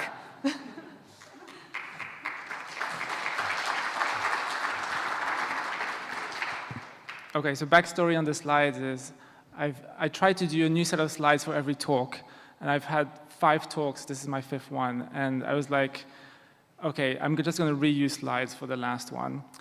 And then I looked back on my old slides from, I don't know, 18 months ago, and the state of the art has changed so much that I had to do new slides from scratch. So now this is my 5th new slide deck from scratch. So I'm going to be talking about weak censorship. And it's going to be in 3 parts. One, I'm going to talk about definitions of censorship and weak censorship, and then talk about the problems with weak censorship, and then finally talk about solutions to weak censorship. So my definition of censorship is to invoke this test, which I call the append test. It's a very simple test. If you have a transaction which is publicly available but didn't make it in a specific block, you need to ask yourself, could it have been appended at the very end of the block? And if the answer is yes, it was appendable, then the transaction was censored. If the answer is no, then that's fine. The transaction was not censored in that specific block. And there's multiple reasons why a transaction might not be appendable is because it might have been invalid, or maybe the block was full, right? If the block is completely full, you can't append more transactions. Or if the validator was offline and the slot is empty, well, there's no block, so you can't append the transaction. So that's my append test for censorship. Now, there's two types of censorship. There's weak censorship and strong censorship. Weak censorship is when the censorship is temporary. So the transaction actually makes it on-chain, but it's delayed. It could be a delay of a few seconds or a few minutes, generally. And then there's this other notion called strong censorship, where the transaction just never makes it on-chain. It's kind of this permanent censorship. And this is really bad because it's effectively a 51% attack on Ethereum, and we have some really, really big issues if permanent censorship happens. And so this talk is going to be about weak censorship, which is the censorship we've seen so far on Ethereum. We've never seen strong censorship. So yeah, we're all familiar with the MEV pipeline, which starts with the user and ends with the attester. And there's kind of this travel, right, from intent to proposal. And the reason why I show here the MEV pipeline is to try and tell you, where weak censorship lives, where it comes from. So at the very top here, we have, I guess, what I label the private domain, right? The user and the wallet is kind of stuff happening off-chain, and so there's not much we can do. It's in the private domain. And then at the very bottom, you have strong censorship, which originates from attesters, right? If you have a 51% attack, it's the validators, the attesters, that are doing this attack and leading to strong censorship. And so the weak censorship is the stuff in between, from searcher to proposer. Okay, so what are some of the problems with weak censorship? And there's at least 3 of them, and they all have to do with inclusion. One is inclusion latency, meaning that transactions take longer to come on chain. There's something I mentioned. It could be a few seconds of delay or a few minutes. But there's another problem, which is inclusion bandwidth, and I'll give more details about that. And then finally, there's inclusion mimetics. And roughly speaking, the less important problem is actually latency. It's the one that people think about immediately, but it's the less important one. The most important one is the inclusion mimetics, at least in my opinion.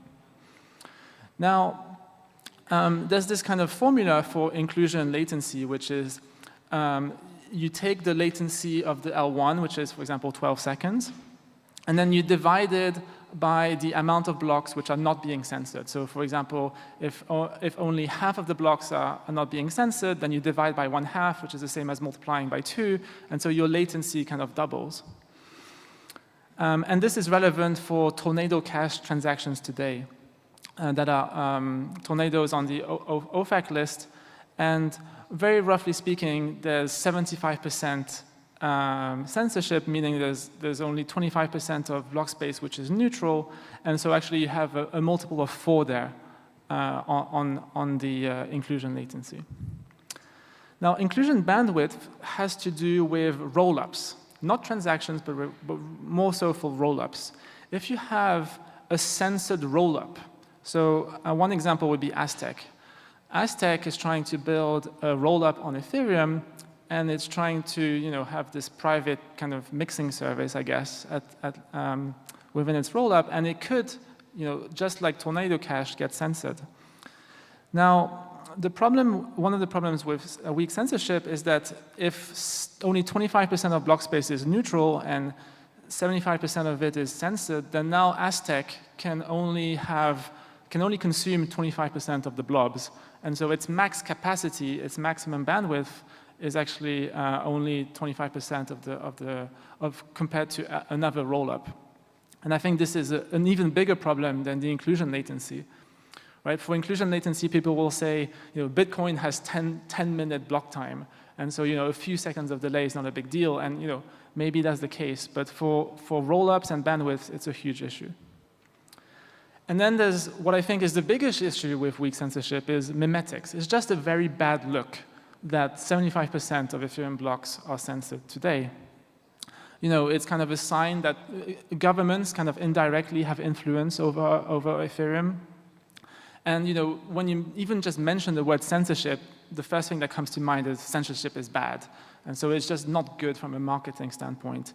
And it's also been used by journalists as a way to criticize Ethereum, and it's also been used by Bitcoiners and various other critics of Ethereum. And so I think it is something that we need to fix. And the reason I think we need to fix it is because there's this mimetic chain going on, right? Censorship resistance is at the very beginning of a chain which ends with monetary premium.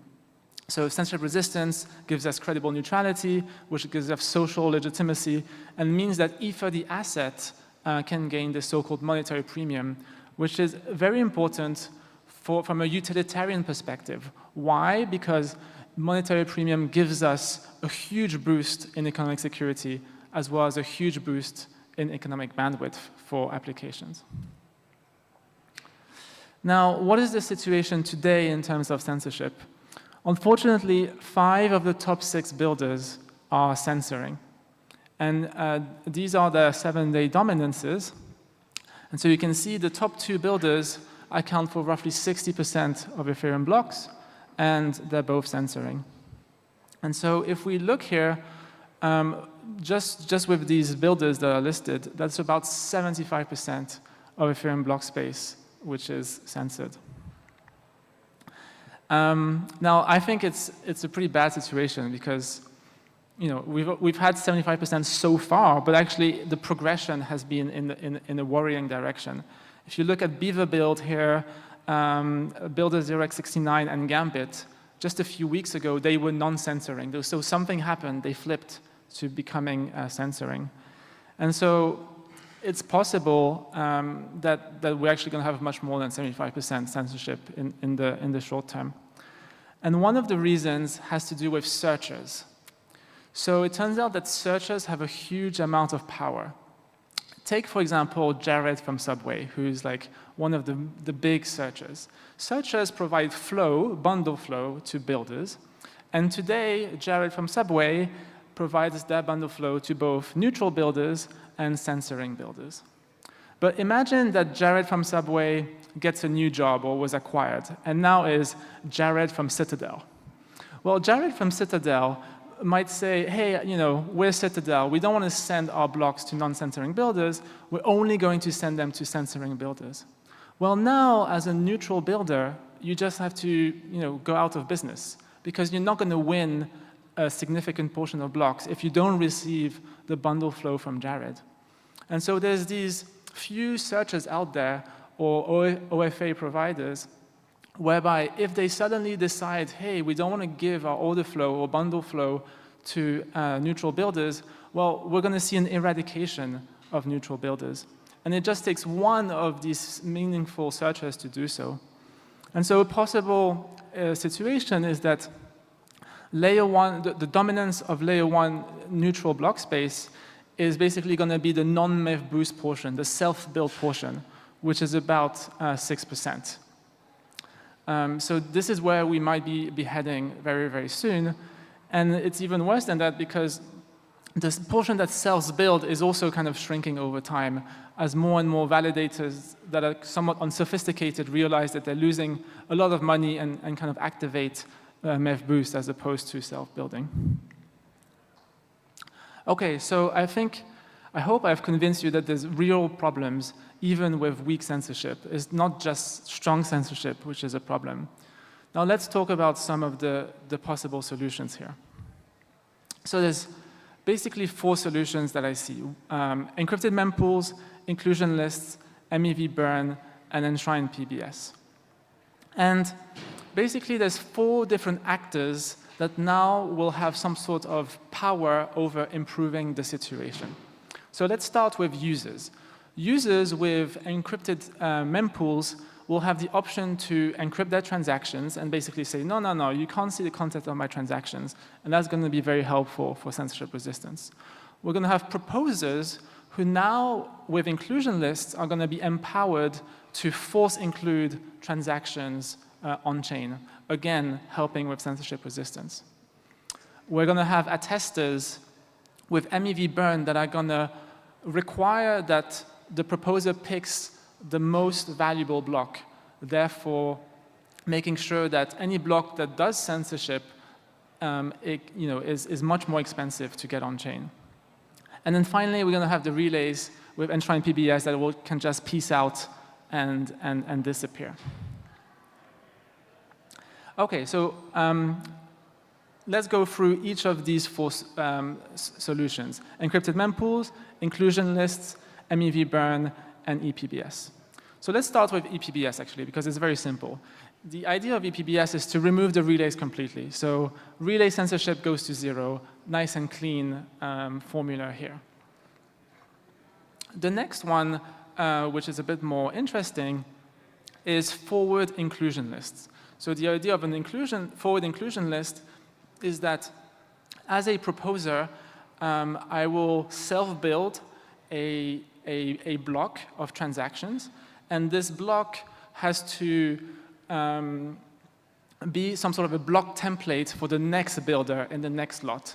And this next builder has the option to reorder transactions and insert transactions, but cannot delete transactions from that list when they're building their block. So this is where we are today before inclusion list. The neutral block space on Ethereum corresponds to the block space built by neutral builders. But with inclusion lists, we're going to have this additional component, the plus inclusion list percentage. So just to give you an example, let's say half of the builders are censoring, half of it is neutral, and half of the proposers are forcing transactions on-chain. Then basically we're going to have half plus half is 1, but then there needs to be a corrective factor when they overlap. So 1/2 times 1/2 is 1/4, so you subtract 1/4, and basically we'd be up to 75% of neutral block space on Ethereum. So with inclusion lists, we can significantly improve the layer 1 neutral block space dominance. Another really, really powerful technology is encrypted mempools. And there's various flavors of mempools, and there's various talks online that you can find on that. But here, I really want to look at the economic consequences of mempools. So today, before we have encrypted mempools, the cost of censorship is absolutely minuscule. It's basically just the sum of the tips of censored transactions. Now, there's very, very few censored transactions out there, and they each pay a very, very small tip, on the order of 1 gwei per gas. So in terms of revenue that's sacrificed from the builders is very, very small. But what the encrypted mempools do is that they basically transform the costs to the sum of all the tips from all the encrypted transactions.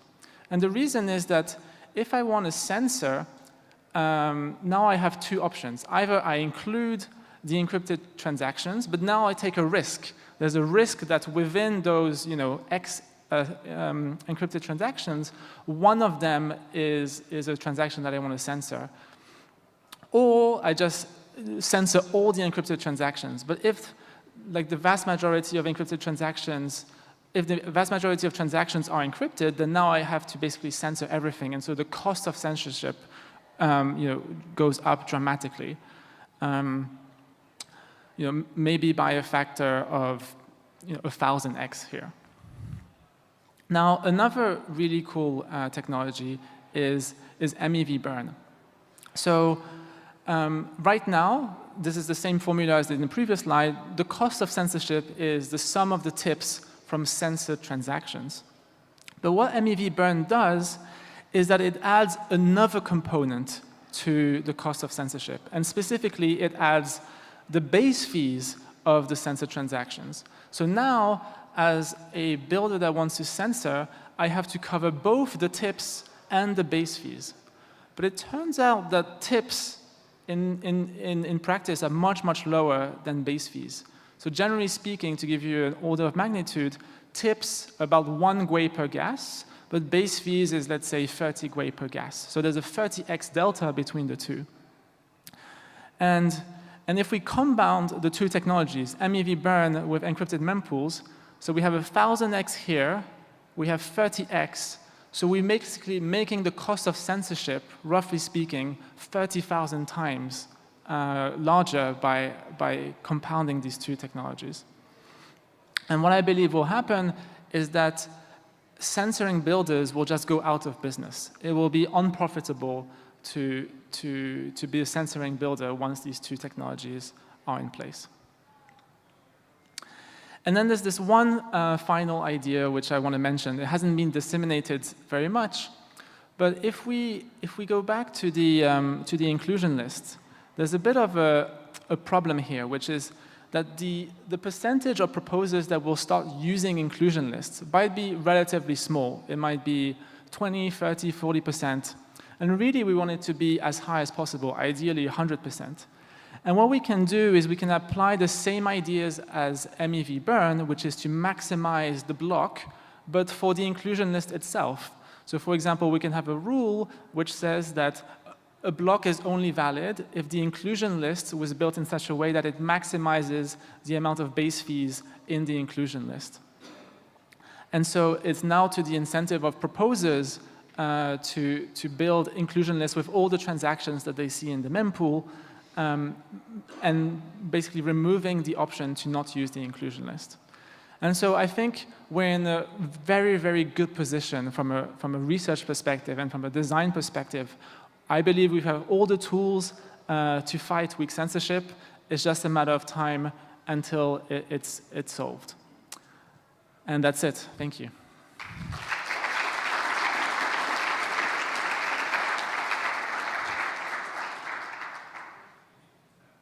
Yeah. Question.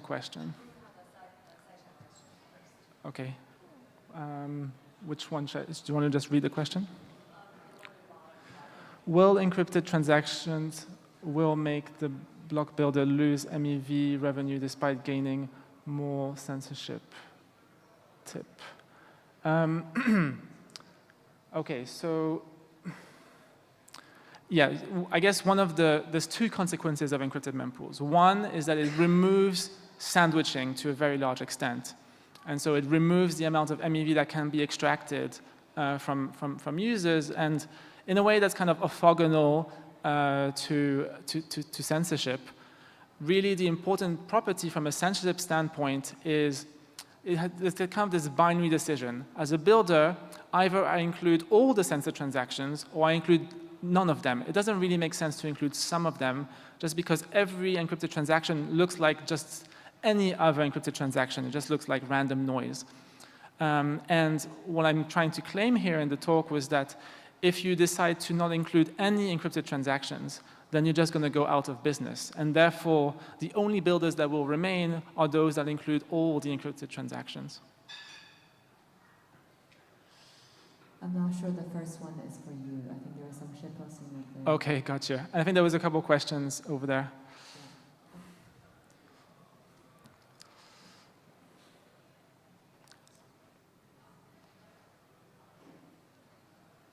Great presentation, Justin.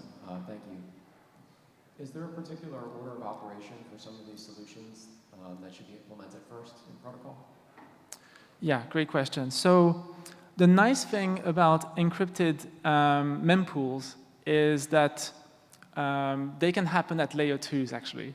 And so I believe that Arbitrum is pushing an encrypted mempool. And also, they can happen at layer 1, kind of off-chain. So you can think of Suave or even MEV Protect as being a centralized encrypted mempool. So encrypted mempools, we're starting to make progress already. I guess an important one that I think should be done soon is the inclusion lists. Mike has been doing a great job pushing the design forward, and I believe we even have an EIP. And it's not a difficult one, so I would advocate for doing that one soon. ePBS, is more involved because it adds one additional round of attestations. So I expect that will take, at least a couple years. And MEV burn depends on ePBS. So MEV burn would have to happen after ePBS. So just to recap, the way that I see it is lots of experimentation with encrypted mempools, no hard fork required, and then inclusion lists that we should prioritize as an easy upgrade and a powerful one, and then enshrine PBS, and then MEV burn.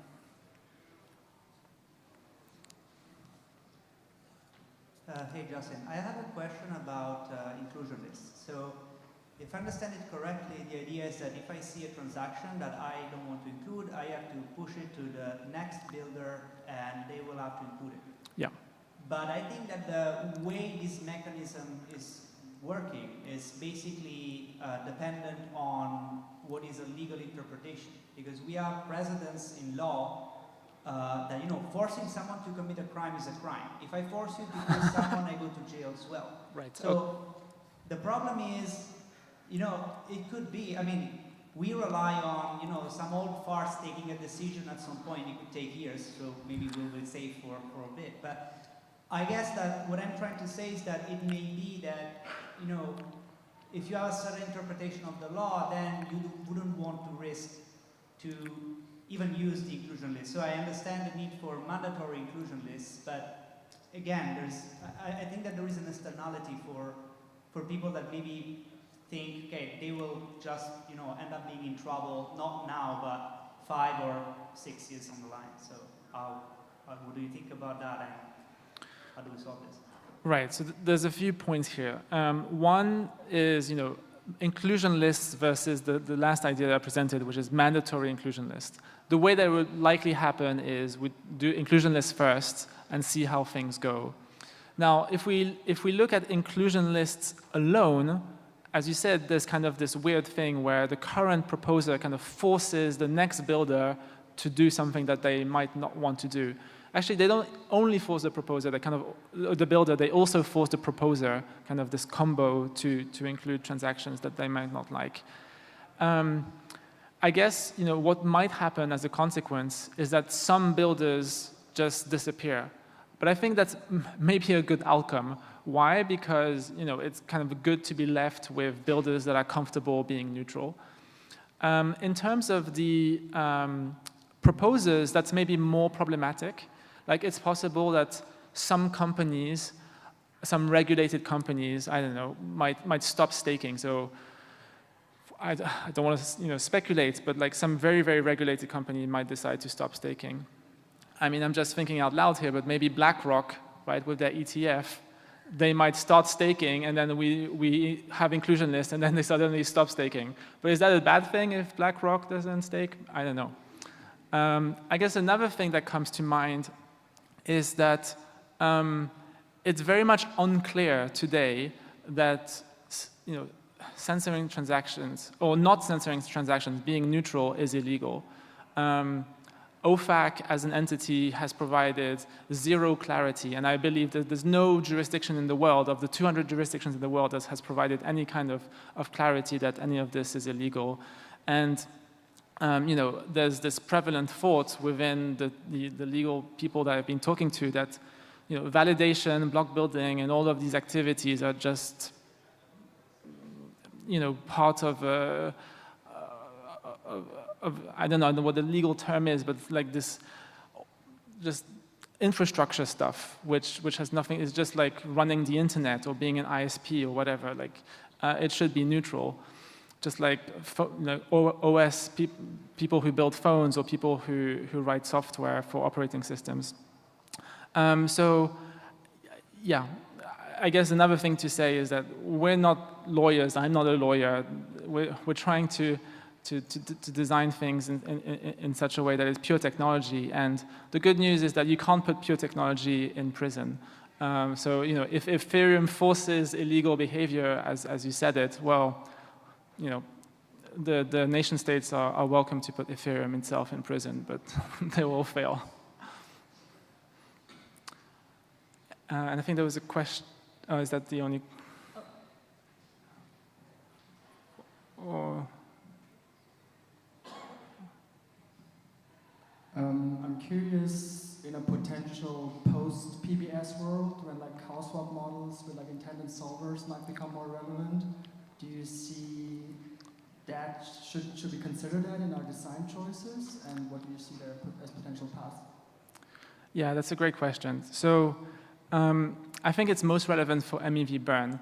So I have this new thesis that MEV will tend to 0, or at least MEV that leaks to the proposer. And so it's possible that MEV burn will have no impact, or very little impact, if there's just no MEV to be burned in the first place. And there's several reasons why MEV might go to 0. If you look at the total amount of MEV that goes to proposers today, it's about 800 ETH per day. And a very significant portion is from sandwiching, which should go away with encrypted mempools. And then the other portion is from centralized exchange, decentralized exchange, arbitrage. And there's like these better designs, as you said, inspired by CalSwap, but like even better, where there's no MEV that leaks to the proposer. Instead, MEV is kind of re-internalized and given back to the LPs.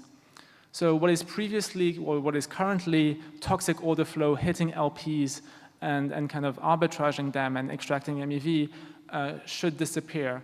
And now if you look at all the MEV and you remove sandwiches and you remove sexdex arbitrage, well, you're not left with much. And so it is definitely a possibility that MEV burn, might not be a priority in 2-3 years. Did your model account for the off-chain actors capture? Right. So there's also another class of MEV, which is just degens, just posting transactions on the mempool and not getting any protection, or degens using wallets and bots, these new bots. And I think what will happen is that like some of the MEV will also be extracted by these off-chain wallets. Like it's kind of very surprising to me that that MetaMask hasn't added a button when you send a transaction, which is, so there's two buttons. There could be send a transaction now or send a transaction and give me $100, right? Because for a lot of the time, you can actually get money back from making the transaction. And actually, maybe this is a startup idea. Just build MetaMask with two buttons. One which says send transaction, and the one says send transaction and give me free money. Any further questions? There seems to be some strong opinion in the side chat. Don't look.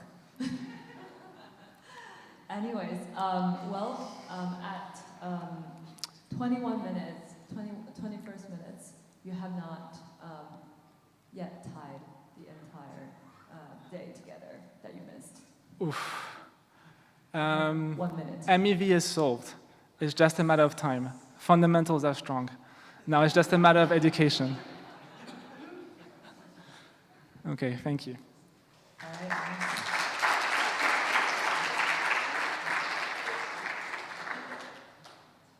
Great. Now we have our final speaker, who I was informed decided to give up the rest of the second half of his talk to improvise because the game rule got harder and harder.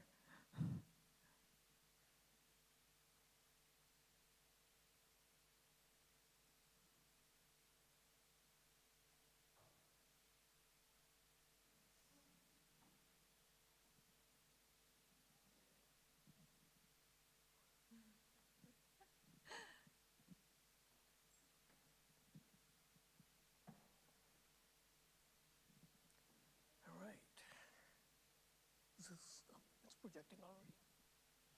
All right. So I think Tim put me last because this last session is supposed to bring the conversation back to the level of abstraction we started with. And I think Tim knows that I'm not capable of diving below about 5 meters in these waters. And these guys, I don't think, have come up above 100 meters in the last hour. There were like combinatorics formulas in the last 3 talks. Wow. 7 hours, and I'm impressed you guys were able to keep up. So this talk, I decided I'm going to make it about foundational design principles, because one thing I've learned in like over a decade of consulting in different technical industries, most of which are such that I can't go very deep, I've noticed that strong technical people who come up to high levels of technical leadership, invariably they have like really strong foundational design principles guiding their entire work. And what tends to happen is, if that foundational design principle is a good one, all these masses of like intricate detail that you have to like deal with, they tend to go mostly right, and luck kind of favors you in dealing with them.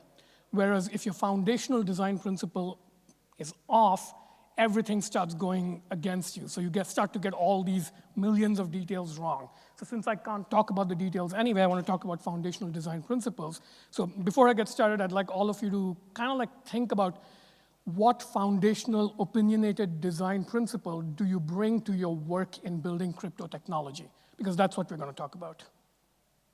Okay, so this is a famous quote that's about a century old. You can do some digging to see who started that. People attribute it to George Orwell, but that's apparently apocryphal. Journalism is printing something someone does not want printed. Everything else is public relationships. I was trying to find a way to port it to crypto, and this is what I came up with. Censorship resistance is completing a transaction someone does not want completed. Everything else is yield farming. I am not technical enough to know whether this is an accurate idea or even like in the ballpark, but it sounds kind of right to me based on what I've heard today. So I'm kind of like 50% confident in it. Okay, so this is going to be a very easy talk as far as technical comprehension goes, but it might be a challenging talk as far as like, introspecting on your moral beliefs goes. So this is a picture I took on a walking tour yesterday of Istanbul, and the guide pointed out this stone. It's on the side of Topkapi Palace. Most people miss it. It's near a fountain, and tired tourists might sit on it. And he told us that this is actually the chopping block used by the executioners of the Ottoman Empire. And he told me something very interesting, that for executioners, the Ottoman Empire always picked deaf and mute. So they could not hear what the condemned person might be pleading, might be like saying in their defense, asking for like mercy. They could not hear and they could not speak. So it's kind of like, not quite censorship resistance, but flip it around. This is like dissent resistance from the Sultan's point of view. So, and there's a fountain nearby for the executioner to wash the sword. And the other thing he told us was that anything the condemned man had, it was usually a man, anything the condemned man had on him when he was being executed, like jewelry, personal possessions, it all went to the executioner as a tip. And since we've been talking a lot about tips and blocks today, here's a block. You get tips for like doing things on that block. All right, so this is one anecdote I wanted to bring up. Here's another one. Another part of the tour was the Hagia Sophia. It's everything it's reputed to be, so if you've been spending all week here and have any time left and you haven't been, please do go. But actually, I found a few interesting sites of censorship here.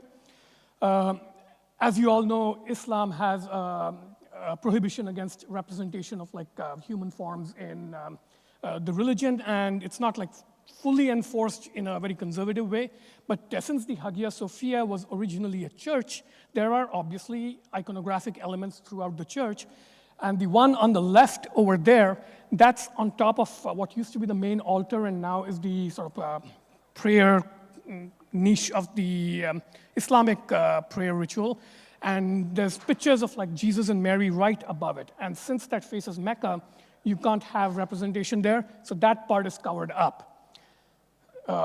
That's the middle one. So the middle one is just above the altar, so that's Jesus and Mary covered up. The one on the left, this is in the entrance to the main chamber, and this is, I think, Justinian offering Constantinople to Jesus or something like that, so that image is visible, but there is a little curtain there that's attached to a rope, so you can pull it up and cover that up if necessary, if there are people praying right outside. So there's an option to censor over there.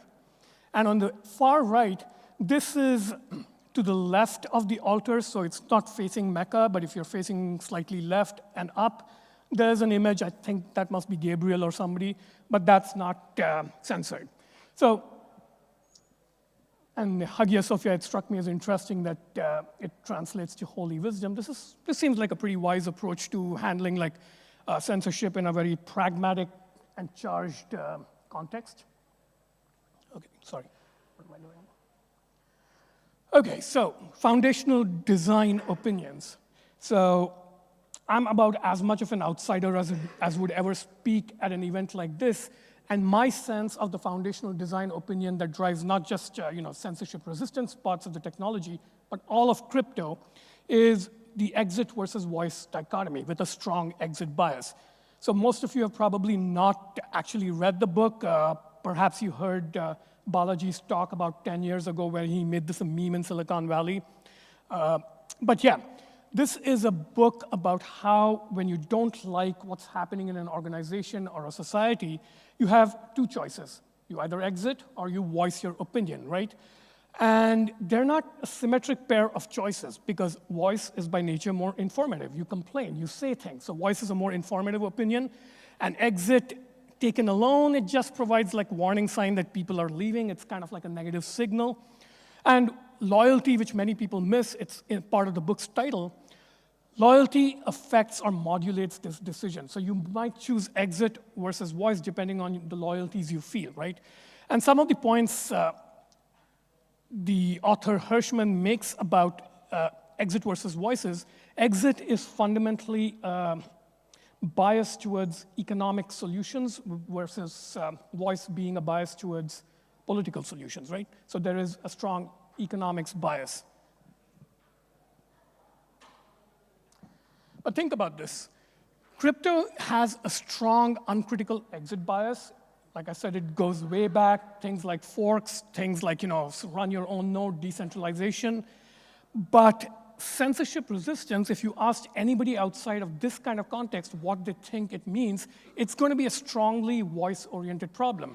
You use the word censorship in normal conversation, you're going to hear about newspapers being censored, journalists being jailed. So it's a strongly voice-oriented problem. It's not about people leaving, it's about people staying in and fighting, right? So it's not that you're being censored in one medium, so you go off to another medium. It's not that, you're deplatformed of one social medium and you go pick another one. It's not that kind of choice. Voice is typically a choice that has to do with, censorship resistance is typically a voice problem.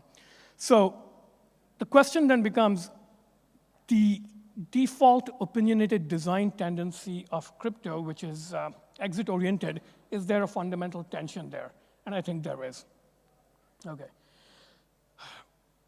So exit, if you think about like a reductio ad absurdum analysis of what that leads to, if every time you enter into a conflict with somebody and you choose between exit and voice and you constantly keep choosing exit, and you keep going to smaller and smaller contexts, what's going to happen? You're going to like keep fragmenting. You're going to like be unconstrained. This is an approach that frames censorship resistance as being unconstrained. So you're going to go more and more sort of like forking away, and you will remain more and more unconstrained, but with fewer and fewer relationships until you're perfectly unconstrained with zero relationships. This I think of as the libertarian endgame of you are alone on your island, nobody can censor you, but nobody's listening to you anyway. So there's a fundamental problem with this line of thinking, right? And this is typically what libertarians celebrate as sovereignty. And the philosopher to read about what sovereignty means is Hannah Arendt, and she made like a really powerful point that's really stuck with me. This is from her book, The Human Condition. She points out that sovereignty is not freedom. You alone on your desert island is not freedom. That's sovereignty. The difference is that you need other people around you to experience true freedom. So freedom, by definition, is something that only exists in a plurality of other people. It does not mean you're assimilated into a Borg where you have no individual identity. In fact, she explicitly rejects that.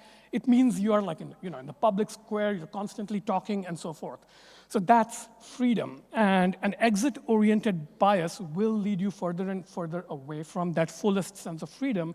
And from the point of view of Hannah Arendt, sovereignty is a kind of degenerate human condition. You're less than human, you're subhuman. And this is like a strong statement, I know, but I honestly believe this about most card-carrying libertarians.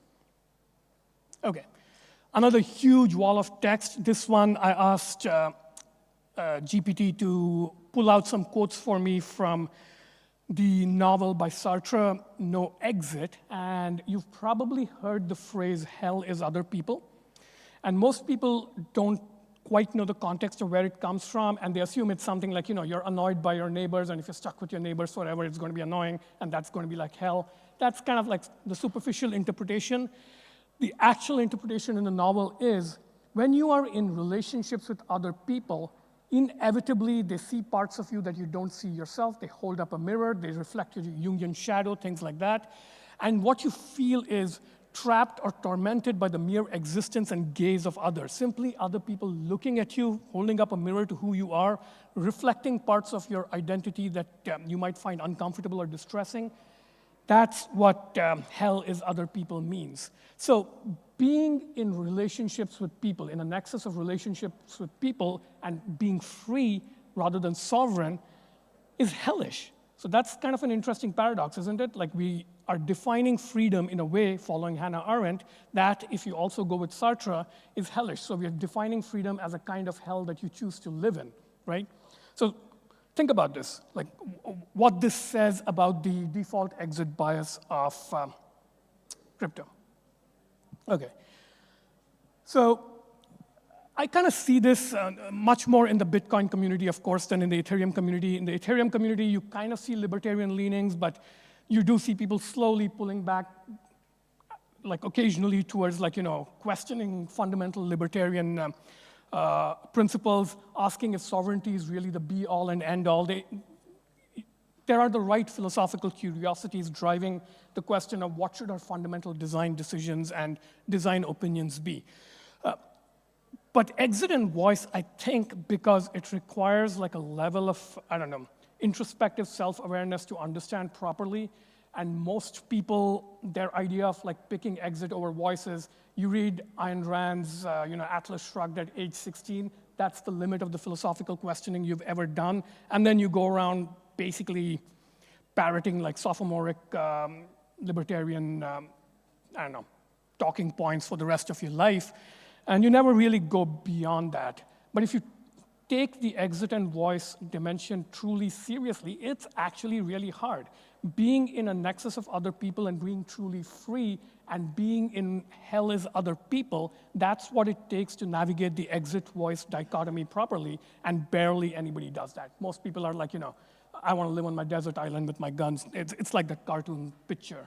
So, and I think it's kind of like unnecessary to tie the design of complex technologies like Ethereum to, self-growth and self-awareness. You don't have to do that. Is there a way to approach the fundamental design question of something like Ethereum without having to be, an enlightened philosopher and processing these questions? So I think there is. So I want to offer you another alternative spectrum that has been really useful for me over the last few years. This is Professor Emeritus of safety and accident investigation research. He studied nuclear reactors, air crashes, things like that for decades, Eric Hallnagel. And he came up with this principle he calls the ETO principle, efficiency, thoroughness, trade-off, which basically says that you have to choose between being efficient and being thorough. And this can be hard to get if you don't have a bunch of varied examples in your mind, but think about nuclear reactor safety.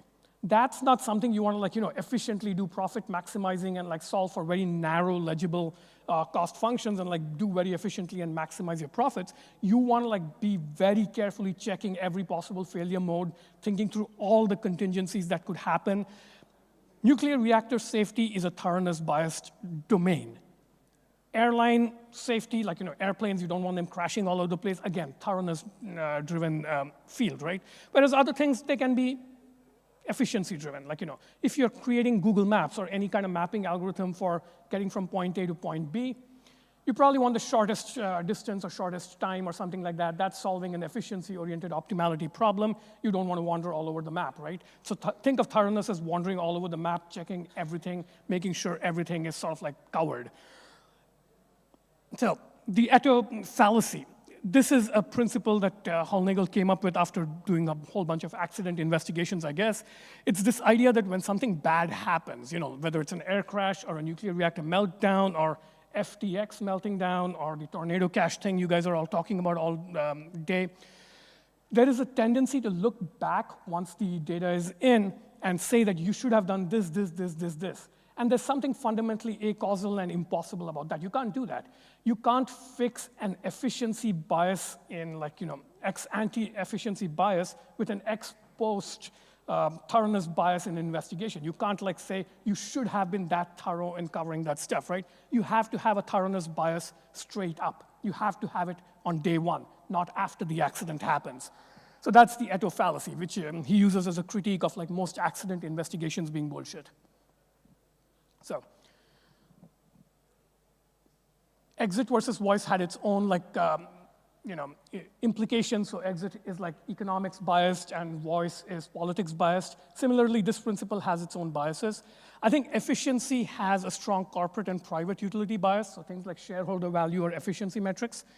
And it creates atomized customers, people who are naturally primed to become like libertarian pilled and like become completely isolated and atomized, whereas thoroughness has a commons and public utility bias, so citizen values. And it tends to create peoples, so peoples as in like, in a town square, for example, all interacting, who are bound in webs of mutualism. So efficiency versus thoroughness also has implications just as exit over voice, but I think they're less ideologically loaded. Yes, there's to some extent, it's a similar spectrum here, but I think it's a little bit more orthogonal. And it's important, I want to reemphasize that webs of people is not being part of a Borg. It means finding your freedom in relationships with others, where I think Ursula Le Guin had a really good quote about this, which is, to be whole is to be part. So until you're part of something, you can't be fully whole, fully human. So think of that as thoroughness. This is my last slide, and I did have like improv stuff that I had in mind, but I'm actually not going to go there. I'm just going to stop here and let the discussion take over. But yeah, I am a consultant. I have to include a 2x2 in every presentation I do. I think currently the crypto world is strongly exit biased and strongly efficiency biased, because it does have like, equivalence of shareholder value maximization and so forth. And I think it needs to get to a slight voice bias, at least in the Ethereum corner. Let Bitcoin explore the space of like, strong exit bias. Somebody needs to do it. But Ethereum, I think, can be more voice biased, and it can be much more heavily thoroughness biased, which means it's going to start looking like a public commons way more than private. And I want to make a point about, so there's a meta thing going on here. I earlier used the example of exploring a map and the shortest path as, by the way, by training, I'm a aerospace controls guy, and I did a lot of research in path planning and robotics back in the day. So these are natural metaphors for me. But yeah, you don't want to go from where we are to where we need to be in an efficient straight line. That would be both ironic and defeat the purpose. If you try to go efficiently towards thoroughness, you can kind of see the problems that might occur. So I think the trajectory in green is kind of what you need to do, like explore the design space a little bit more inefficiently, lazily, wander around, see what the implications of exit versus voice and thoroughness versus efficiency are. And maybe that's the right place to land, maybe it's not. Yeah, I think I'll stop here, and yeah.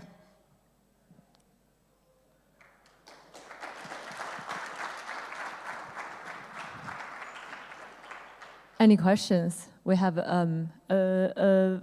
Justin's twin, who's very opinionated, as usual. And if the AV crew can help scroll up a little bit, there was a few walls of text, or shrink the fonts. Anyways, well, at the same time, questions? I guess I deserve walls of text in return for walls of text I threw up. Yes, okay. I'll read that later. Yeah. Definitely get a chance to respond to your questions. Yeah, thanks a lot for the speech. It's very interesting, intelligently challenging to understand this new concept. But that fills into a very interesting concept of the principle versus result as well, in the last slide. I'm curious on how you comment on, there's a lot of things happening in the crypto space, or even the financial world, right? People follow the sound principle, but not necessarily achieving the most effective and efficient result.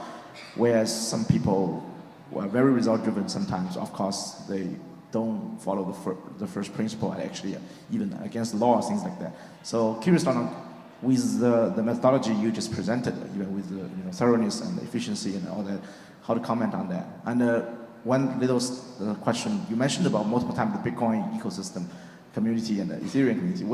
Can you articulate a bit more on the difference? Thank you. That's a lot to respond to. Yeah, to say a little bit more about like principles and like actually living and embodying them in how you, can everybody hear me through this mic? Yes. Okay. A simpler way to understand it might be in traditional startups, you've got the lean startup versus fat startup notion, right? So lean means you're like being very cost efficient, very efficient. You're experimenting, but in a very efficient way, testing your hypothesis in a very agile way and trying to get to product market fit very fast. Whereas fat is much more like you're in a fundamental R&D mode, you're like exploring very lazily. And I think that's actually a good way to understand the efficiency thoroughness distinction. And a faculty member I met like a couple of decades ago put it in a very interesting way, which is, he said something like, when you take money from NSF or any funding agency, your job is to do the research in the least efficient way possible. And that was like mind-blowing for me. And what he meant was, the point of the research university and being a faculty member and mentoring students doing their PhDs and so forth is to make sure that you're not like so focused on the goal that you go straight at it and like efficiently solve it without wandering in all the unknown territory that you're exploring, right? Because think of that as like fat execution. You're like wandering, learning a lot more, and your proportion of like exploration to outcome is like really high. So I think that's kind of how, and I think these are natural personality types as well. So it's not that efficiency and thoroughness, just like one is good, one is bad. In certain contexts, efficiency is good. In other contexts, thoroughness is good, right? So it's like people self-select into contexts that I think suit their personalities, and sometimes the field itself needs to undergo a change. Like, you know, a very efficient field, if a series of accidents happened, then maybe efficiency-oriented people need to leave and thoroughness-oriented people need to come in and like, you know, clean house. So it's kind of like a self-correcting cycle is how I would put it. And your second question, Ethereum versus Bitcoin, I think honestly the cartoon view that outsiders tend to believe that Bitcoiners are like, you know, much more libertarian in Ayn Rand sense, and Ethereum people are more open to, you know, pragmatic mixes of like more mutualist versus libertarian philosophies. Some are even outright socialist. That's roughly correct, I think. So that's why I wouldn't give this talk at a Bitcoin forum. I think I would get stoned. But in an Ethereum forum, I think some people might agree with me. Questions?